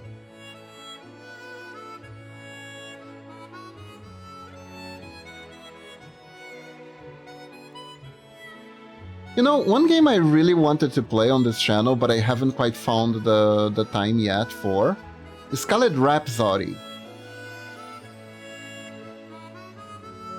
It's a musical JRPG. They have ribbons in the newest game on higher difficulties. Oh, I will be back. I need to say hi to old friends. Alright, thank you for dropping by.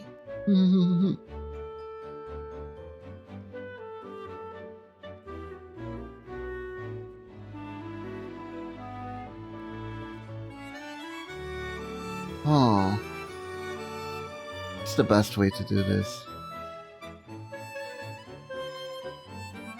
Can I post a YouTube link?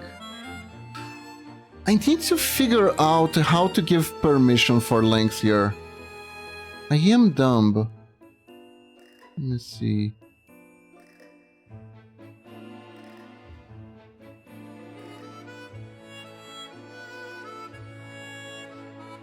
I don't know how to do this. No, I can only do bad things to you, apparently.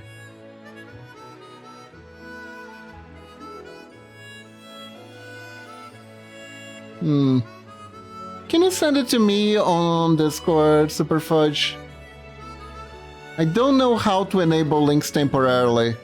It seems like something I should know. Well, I sent it on DMs. Okay. You probably don't want me messing around without knowing what I'm doing and accidentally ban you, right?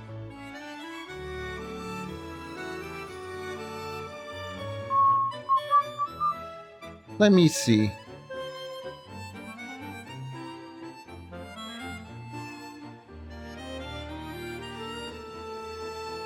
How big is the video? If it's short, I can watch it.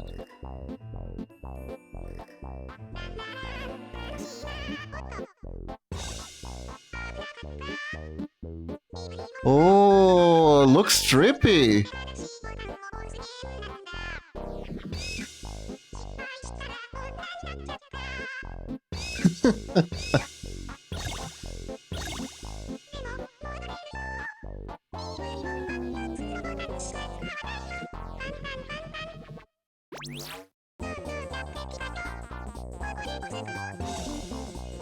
Oh, that looks pretty cool.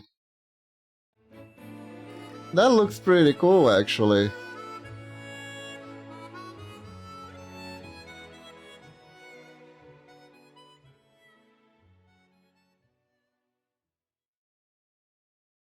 I'll definitely look at it, take a closer look at it later. It has some really nice tracks. It sounds like it. It definitely sounds like it.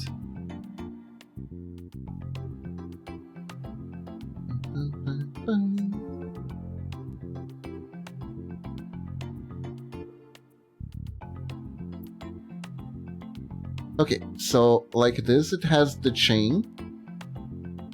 The chain looks like it's poking into the book.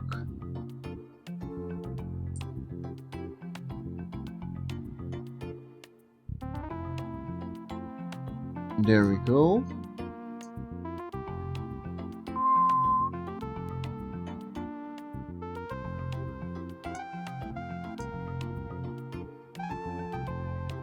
A friend was sharing some songs and I had to look it up. It looks super cute.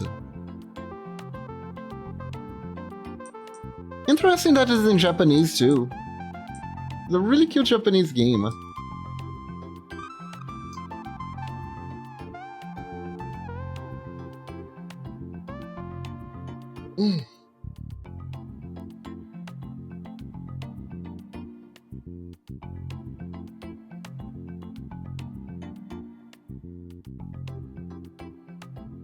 Thankfully, even though I can play 3D games, there is like no shortage of games to play.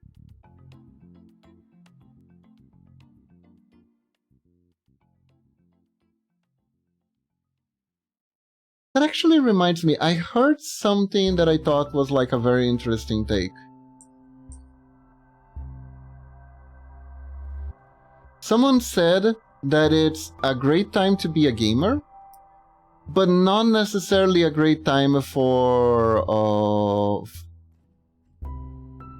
being a fan of like big companies. Because there are just so many games. There are just so many games.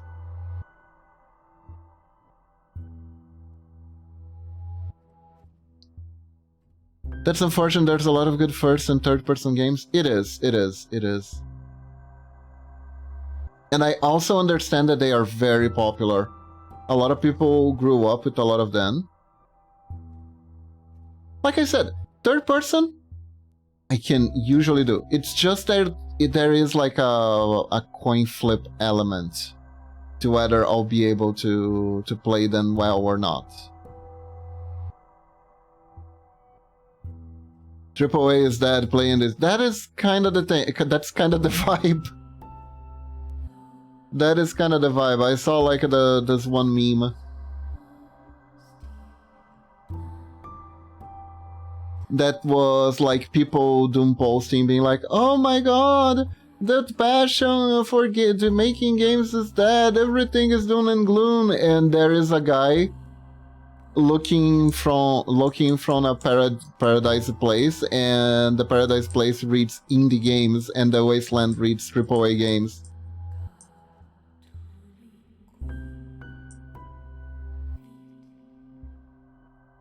Which, yeah, absolutely. And honestly, fortunate or unfortunately, indie games just take up less space of your PC. You know?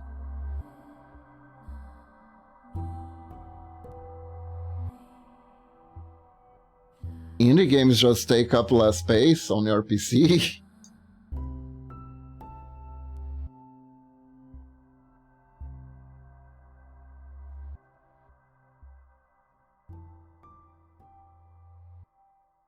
Like, honestly, I think it's kind of a trend that corpo everything seems to be going down, right? And indies are starting to, indie everything is starting to like rise up to the challenge, essentially. I think the problem is, right, if we're not, I'm gonna do this in like the most plenty of old games from last gen to enjoy. Exactly. I'm gonna say this in the least cynical way I can, because I think it's important to also not just be like, the man doesn't understand and maximizing profits ruin everything. Because it's never just that. Because even though like corporations do like work on purely profit-based stuff, there's always people inside who push for good things to be released, who try to protect IPs because it's their babies and stuff like that. These people still exist. Double D Labs like me, raise up and provide games within games. Heck yeah.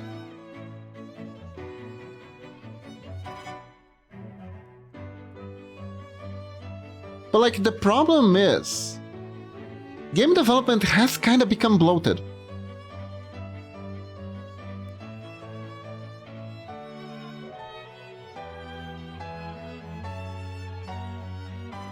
Game development in general has become bloated.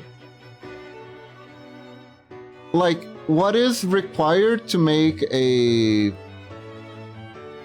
good game by the standards of AAA has rose up so much. Just so much, right? Like, it's like Red Dead Redemption, the Red Dead Redemption meme where they're trying to animate the horse ball sack. The horse's balls will actually shrink during cold weather. Why do you need that? You don't. You don't need shrinking horse balls. A lot of people play that game because of the horse mechanics, because it has cool. The horses are cool.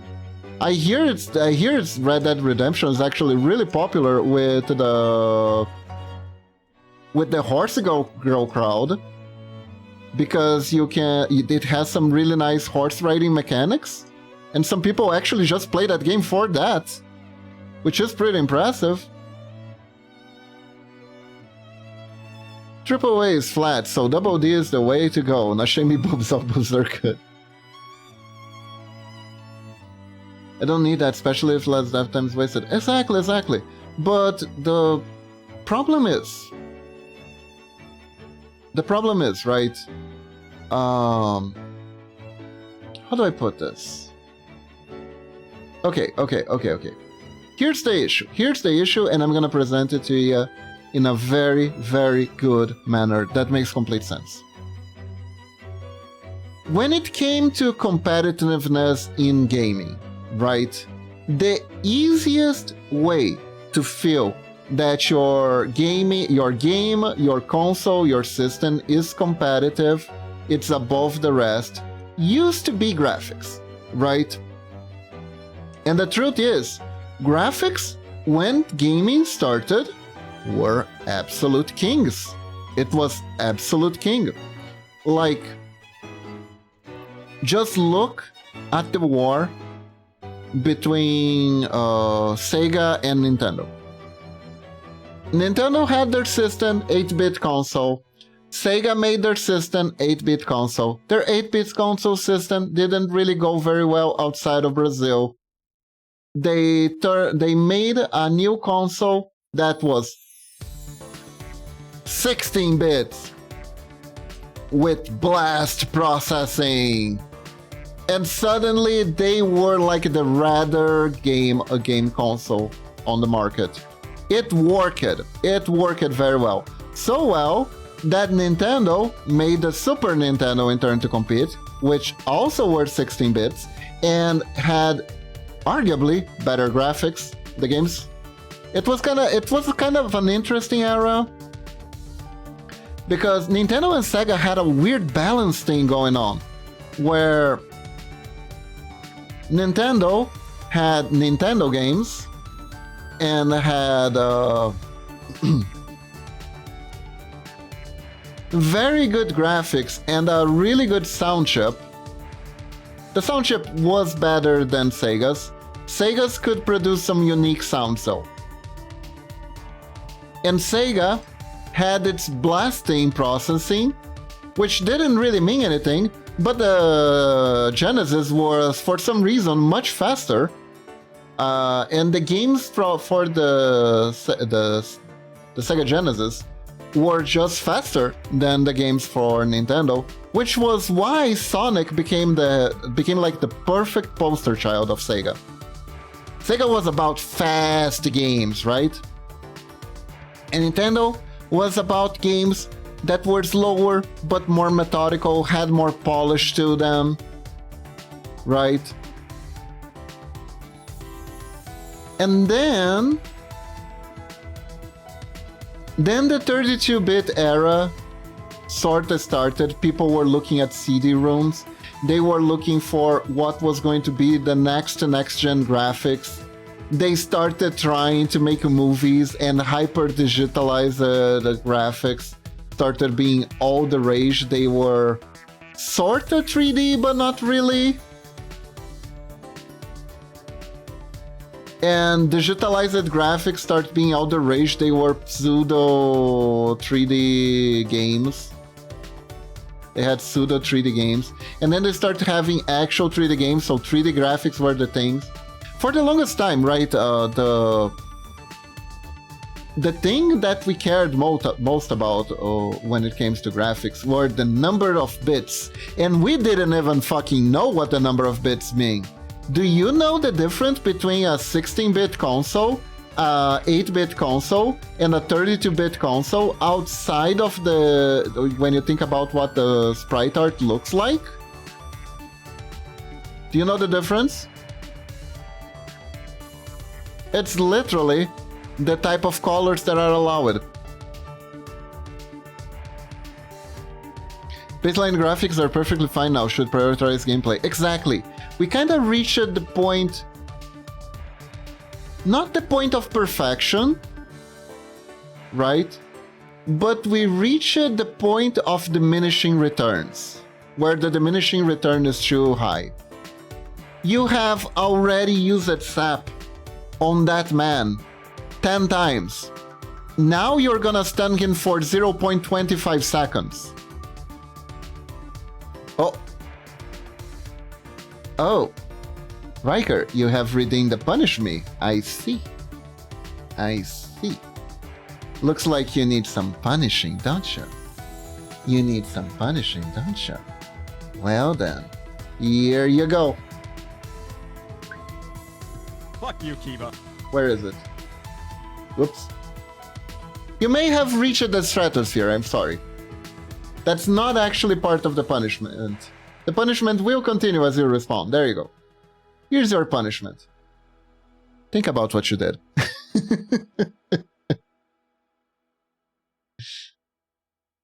There you go. There's your punishment. You stay stabbed there and think about what you've done. There we go. We made the book. I kinda ended up not going in the direction I said I was going to go in the end, but it kinda looks better like this. I thought about it, and if I made the book hanging on this side, it would actually not show up at all. And I remember Lunatic being very specific about it showing up, so yeah.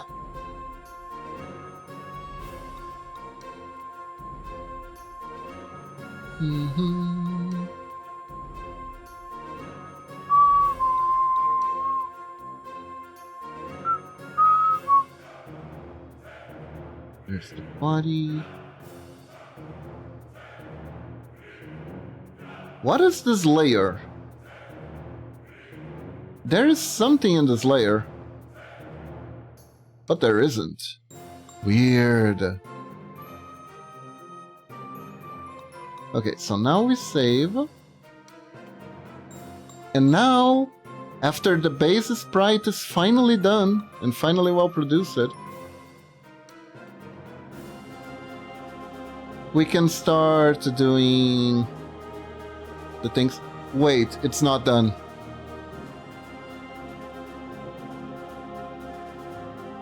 It's not done, that's right. I need to redo the tattoo patterns. Lunatic didn't like these tattoos. Let's see... what did Lunatic ask it about the tattoos? Let me see. First,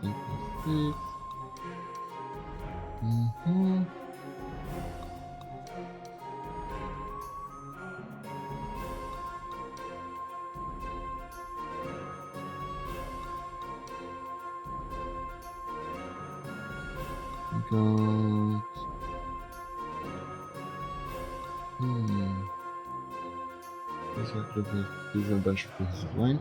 Looking at the middle tattoos, I think they're a good inspiration for the tattoos. And with thick lines and mostly simpler shapes woven together into become elaborate tattoos. Also see part of which was the fine thing elaborate tattoo as well. Sorry I keep asking difficult character designs. If you're at the reason I have tattoos, feel like there are a bunch of lines independent of each other instead of being one cohesive tattoo. Okay. So, in theory, I can keep this design, but I have to make the lines a bit bigger. Alright, that's not too hard of a request. I probably should redo the ones here. No. So, we are gonna... instead of it being like this kind of looked like Run Mascara. That is not the goal. That is not the goal.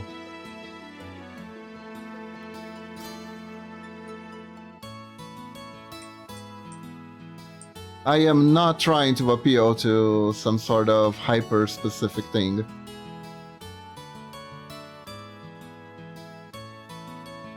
That I didn't know was a thing until I met that person who was into that. And they explained it to me and I was like, oh, weird.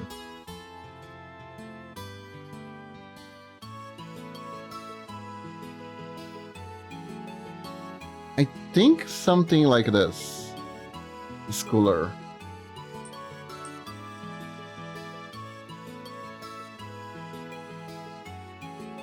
There we go.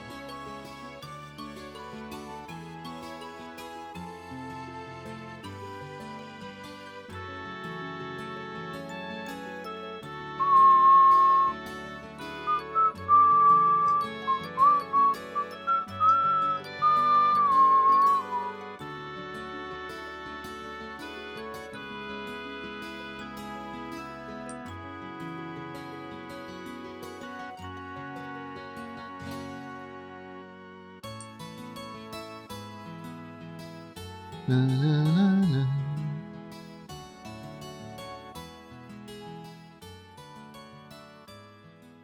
Kiba, just a heads up, the Metal Gear Solid and Max games are 2D with cameras being up in the sky, and most of the Metal Gear Solid games are 3D. Metal Gear Solid games I am familiar with. I have actually played a few of them without too many issues.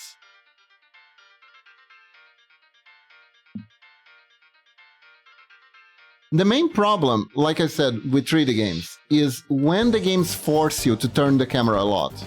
So, if a game, let's say, if you have a game that's like a more stealthy game that you can take your time, then I'm mostly fine, unless it's first person, which I can sometimes try,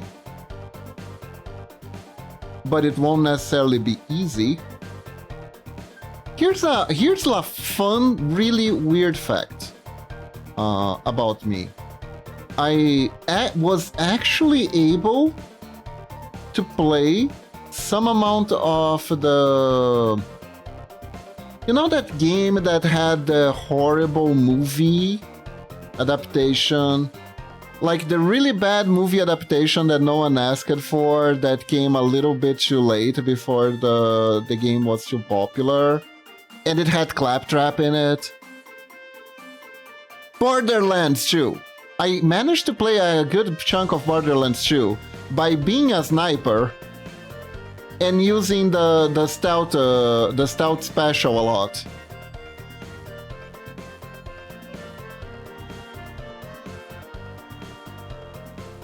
Though if I played that as an actual shooter, it probably would end up really bad. But I can adapt and overcome.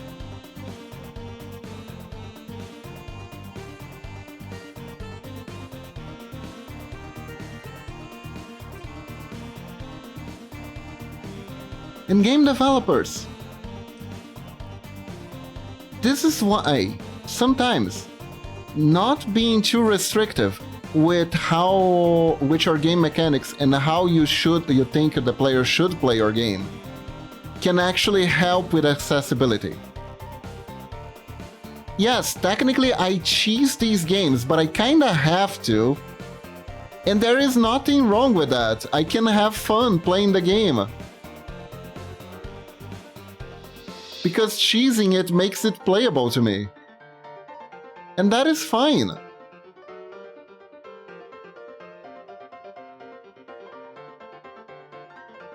You don't have to be such a control freak about it, I'm just saying. You don't have to be such a control freak about it.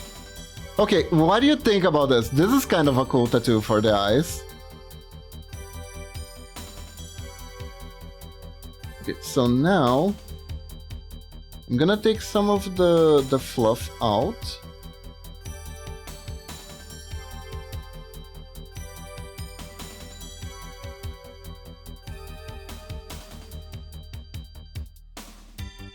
The most important thing is winners don't do drugs, said by Captain America, who literally did drugs to win.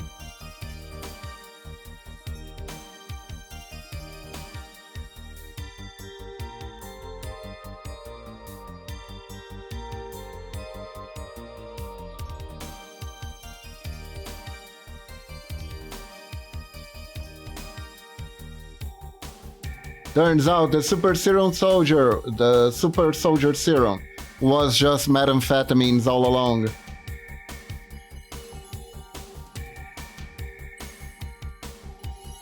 And I am getting called out by my SO that I have too much options in my game and that I should limit the amount of classes, skills, and spells and such. He is a WoW player. Oh my god, wait, hold up. Doesn't WoW have like 500,000 different skills that do exactly the same thing? Last time I played, that kinda was the case.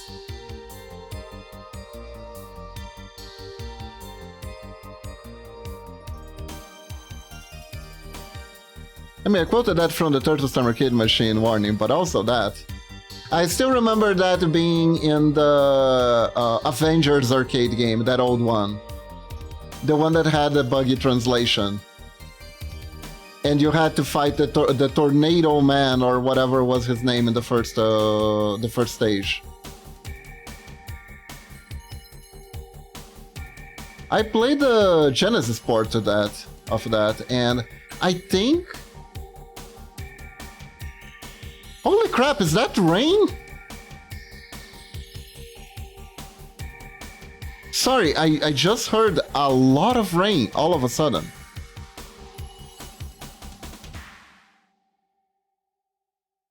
That's scary. Give. I would if I could, honestly.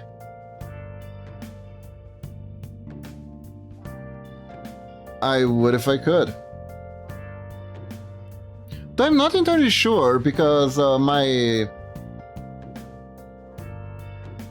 the place where I live, it can get some like pretty heavy droughts at a time, so it's good that it's raining.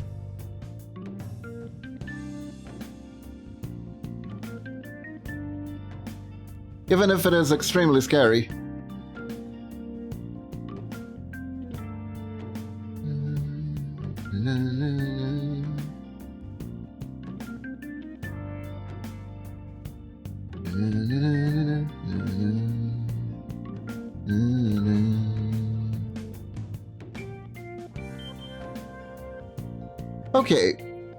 Okay. This is a pretty cool tattoo design. I'm trying to evoke multiple things here that are themed around Lunatic. Thing number one that I'm trying to evoke is I think it's called a beaker. It's one of those science measuring thing, you know? I'm gonna make it more obvious like this. Not too obvious. Let's go.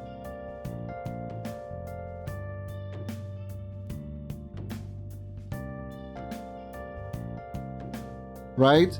At the same time, it's meant to look like a flame, because Lunatic is technically an incorporeal spirited thing.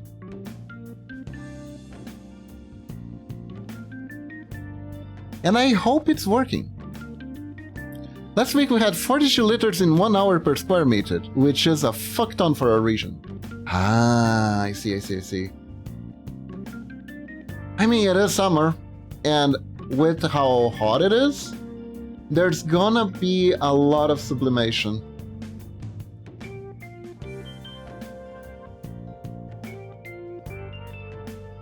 So yeah, that's gonna happen.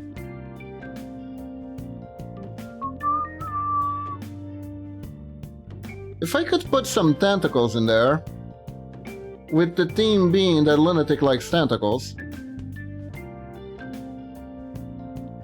that can probably work pretty well too. I think he'd appreciate it.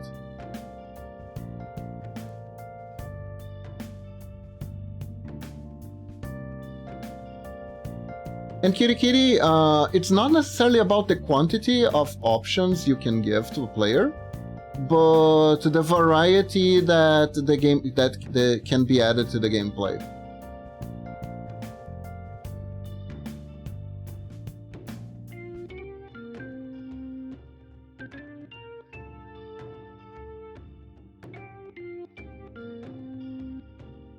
But I do think it is very, very interesting that a WoW player would say something like that.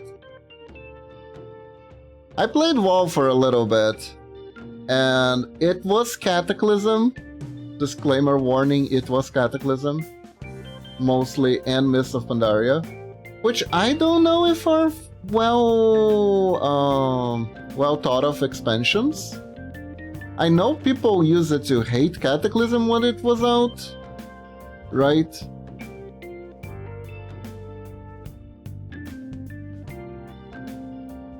People complain about Cataclysm a lot.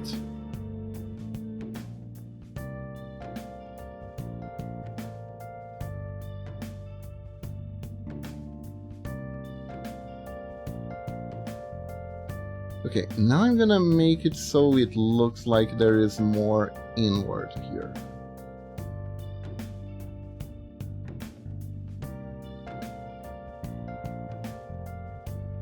But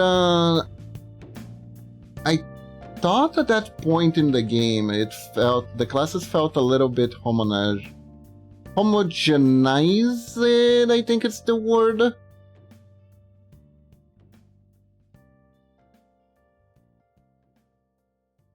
And it gotten a lot worse.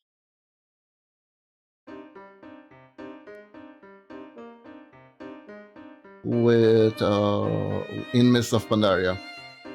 Mists of Pandaria had only one cool thing in it, and they took it away from me, the bastards. Yeah, homogenize it. It had ninja stars, it had shurikens for the roll.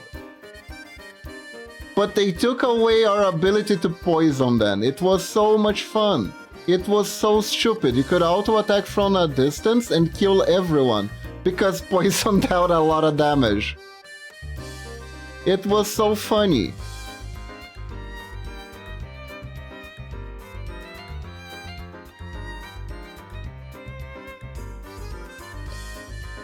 And Blizzard, honestly, Blizzard was kind of stupid on that one. Blizzard was very stupid on that one. They were like, we're gonna give Rogue ranged options.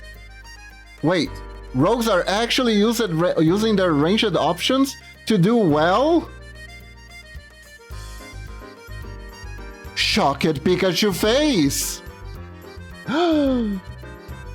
What do you mean the Rogues are actually using our ranged skill to deal good damage and kill people from range?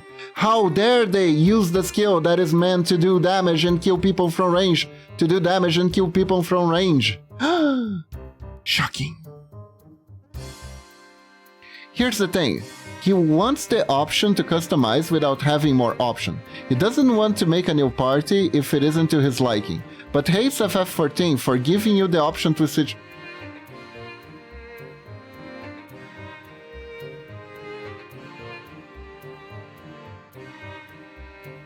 Well then.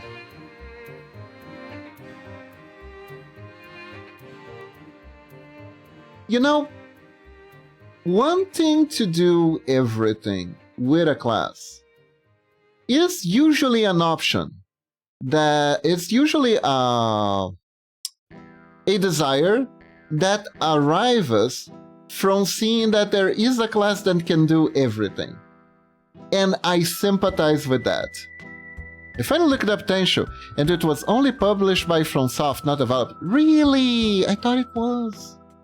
Damn.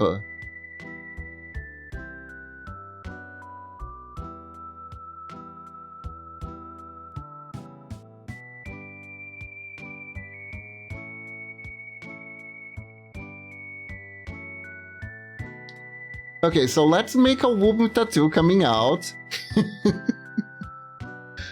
I think Lunatic would appreciate this. He gave me the freedom though. If it doesn't like it, he can complain later and it's fine.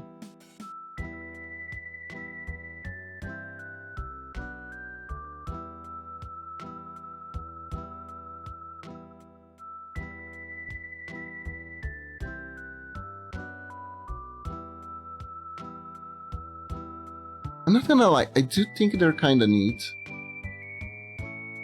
I do also think that people really go a little bit too hard on these, on womb tattoos. I remember when they originally came out, there was almost like a horoscope that was like, these are the womb tattoos, this is what each of them do. I have considered giving the player 3 blaze classes, and only based on the skill you select to become... And based on the skill select, you become one of the main classes. Ah, I see. Like... I didn't know they meant different things. Yeah, like, originally... It was like a magic system. It was almost... if Brandon Sanderson had written it, because it was a very intricate magical system. Like, there are womb tattoos that increase fertility, there are womb tattoos that decrease fertility, there are womb tattoos that would give, like, extra hyper lust. I think there is one that gives you super speed and super strength too, I'm not entirely sure.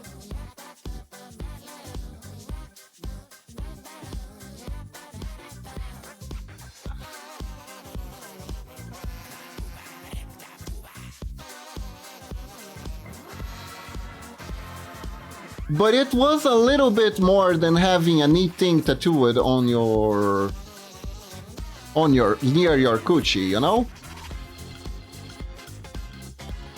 Whether that was just conjured up from someone's mind or it had like some actual significance and to someone somewhere in the world, I do not know. But I know that chart used it to exist.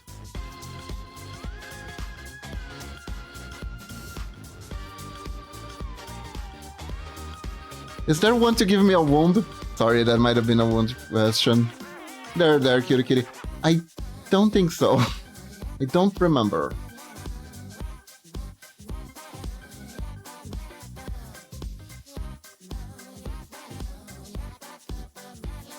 Bobby Candy is sneezing somewhere.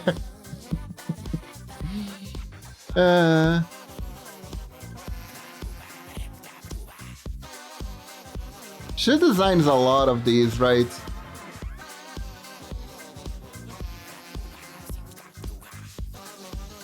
It's funny, when it started out, there were only these specific ones. I think there were like 10 in total.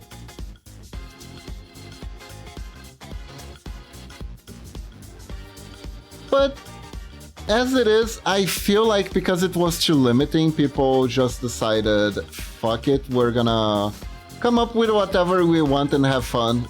This doesn't have to be a Bible. And honestly, good on them. Good on them.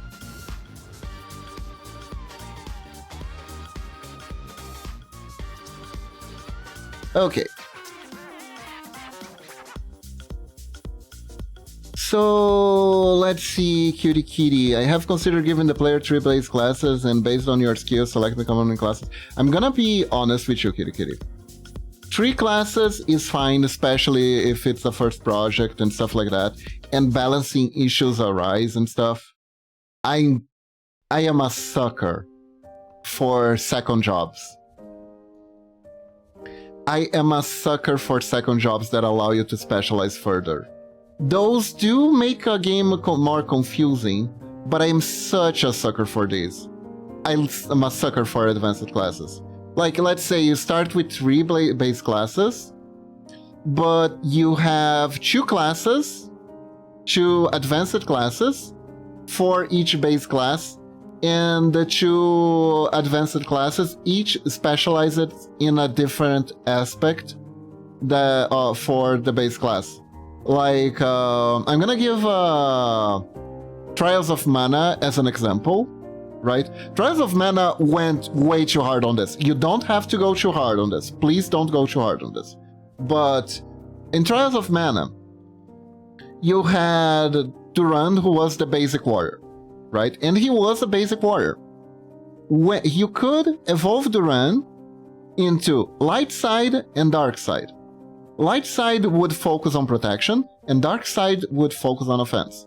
So if you evolved Duran to light side, instead of a warrior, he was now a paladin, so he could equip shields, and he gained the ability to heal. So basically, he had higher defense, he had evasion rate, which was something that wasn't available unless you could equip a shield, and he was the only character who could equip a shield, very important. And he had healing, which meant he could protect his friends as well, while also pummeling. So he didn't lose any power as a warrior, right? He remained with the power of a warrior, but he gained these offensive options. If you went dark side, it went offensive, he would become a gladiator. So he would forego the ability to equip shields, he would start equipping 2-handed weapons instead, and he would have access to elemental magic that would give his regular strikes magical properties. So he could use Fire Saber, Dark Saber. No, Dark Saber I think was advanced. He could use Fire Saber, Ice Saber, Wind Saber, and Earth Saber. So he gained those elemental properties, and I think he also got a chance to cause negative stats based on the elements. So you could freeze with the Ice Saber, you could shock with the with the Wind Saber.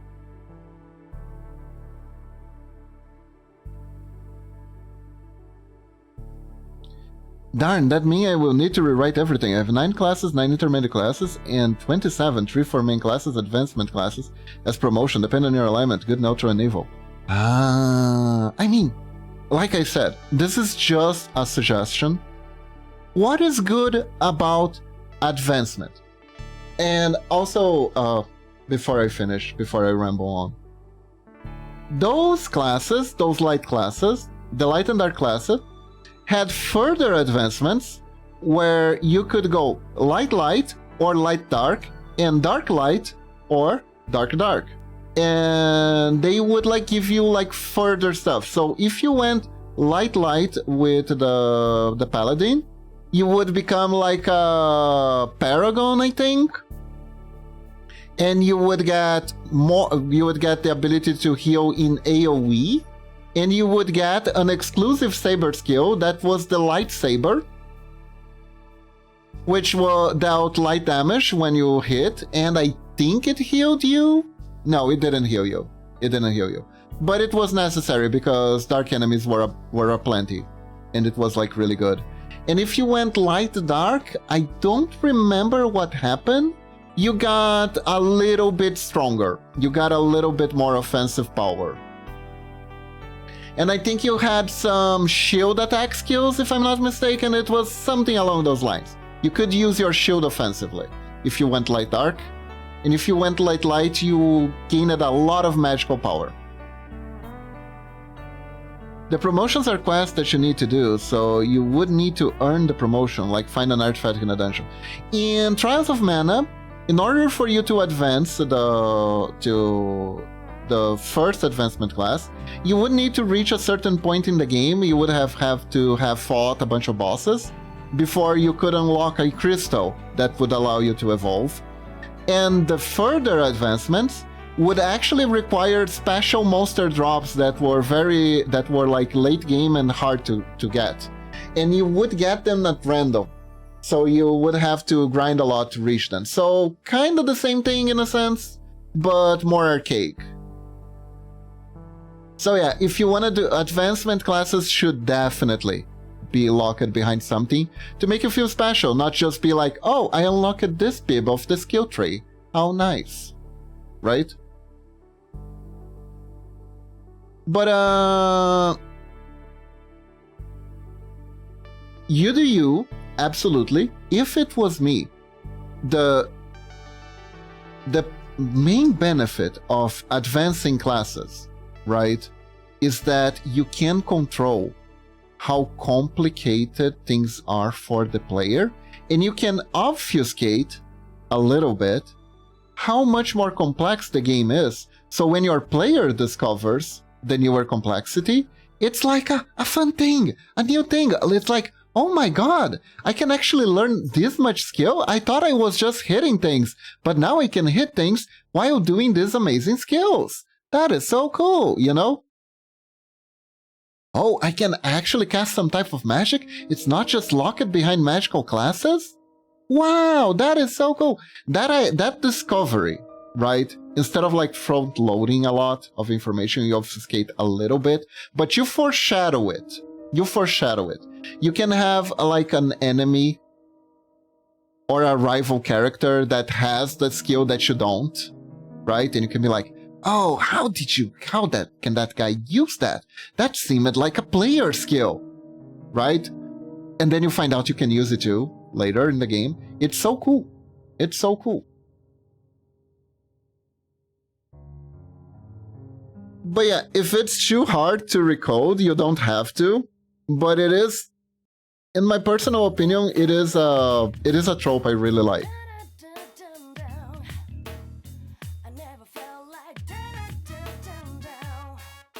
Oh my god, Lunatic is looking so cool. Lunatic is looking so cool. Okay, with that said, everyone, that's all the time I have for today. So, thank you all for joining me very much. We are gonna rate someone now. I actually streamed it a lot more today. That's because the first like 1 hour of the stream was pure scuff, but so I feel like I should have. So let's find someone to raid, shall we? Who do we raid today? Oceanex is doing things. Milia is around playing Witcher. Witcher is fun.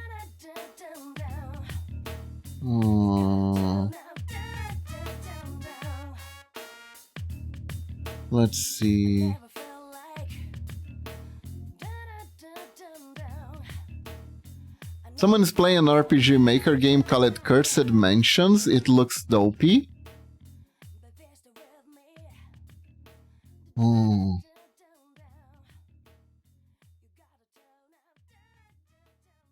You know what? Let's go to Oceanex. Oceanex is also doing art.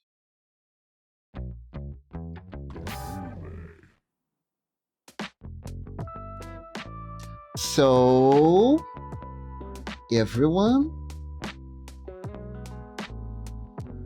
thank you all very much for joining me today. I hope you all have a wonderful day or night.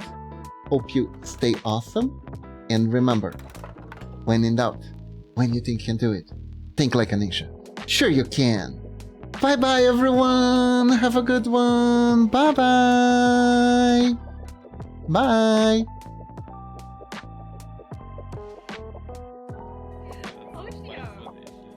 Yeah, so there's blood and there's a key. So I drew Sora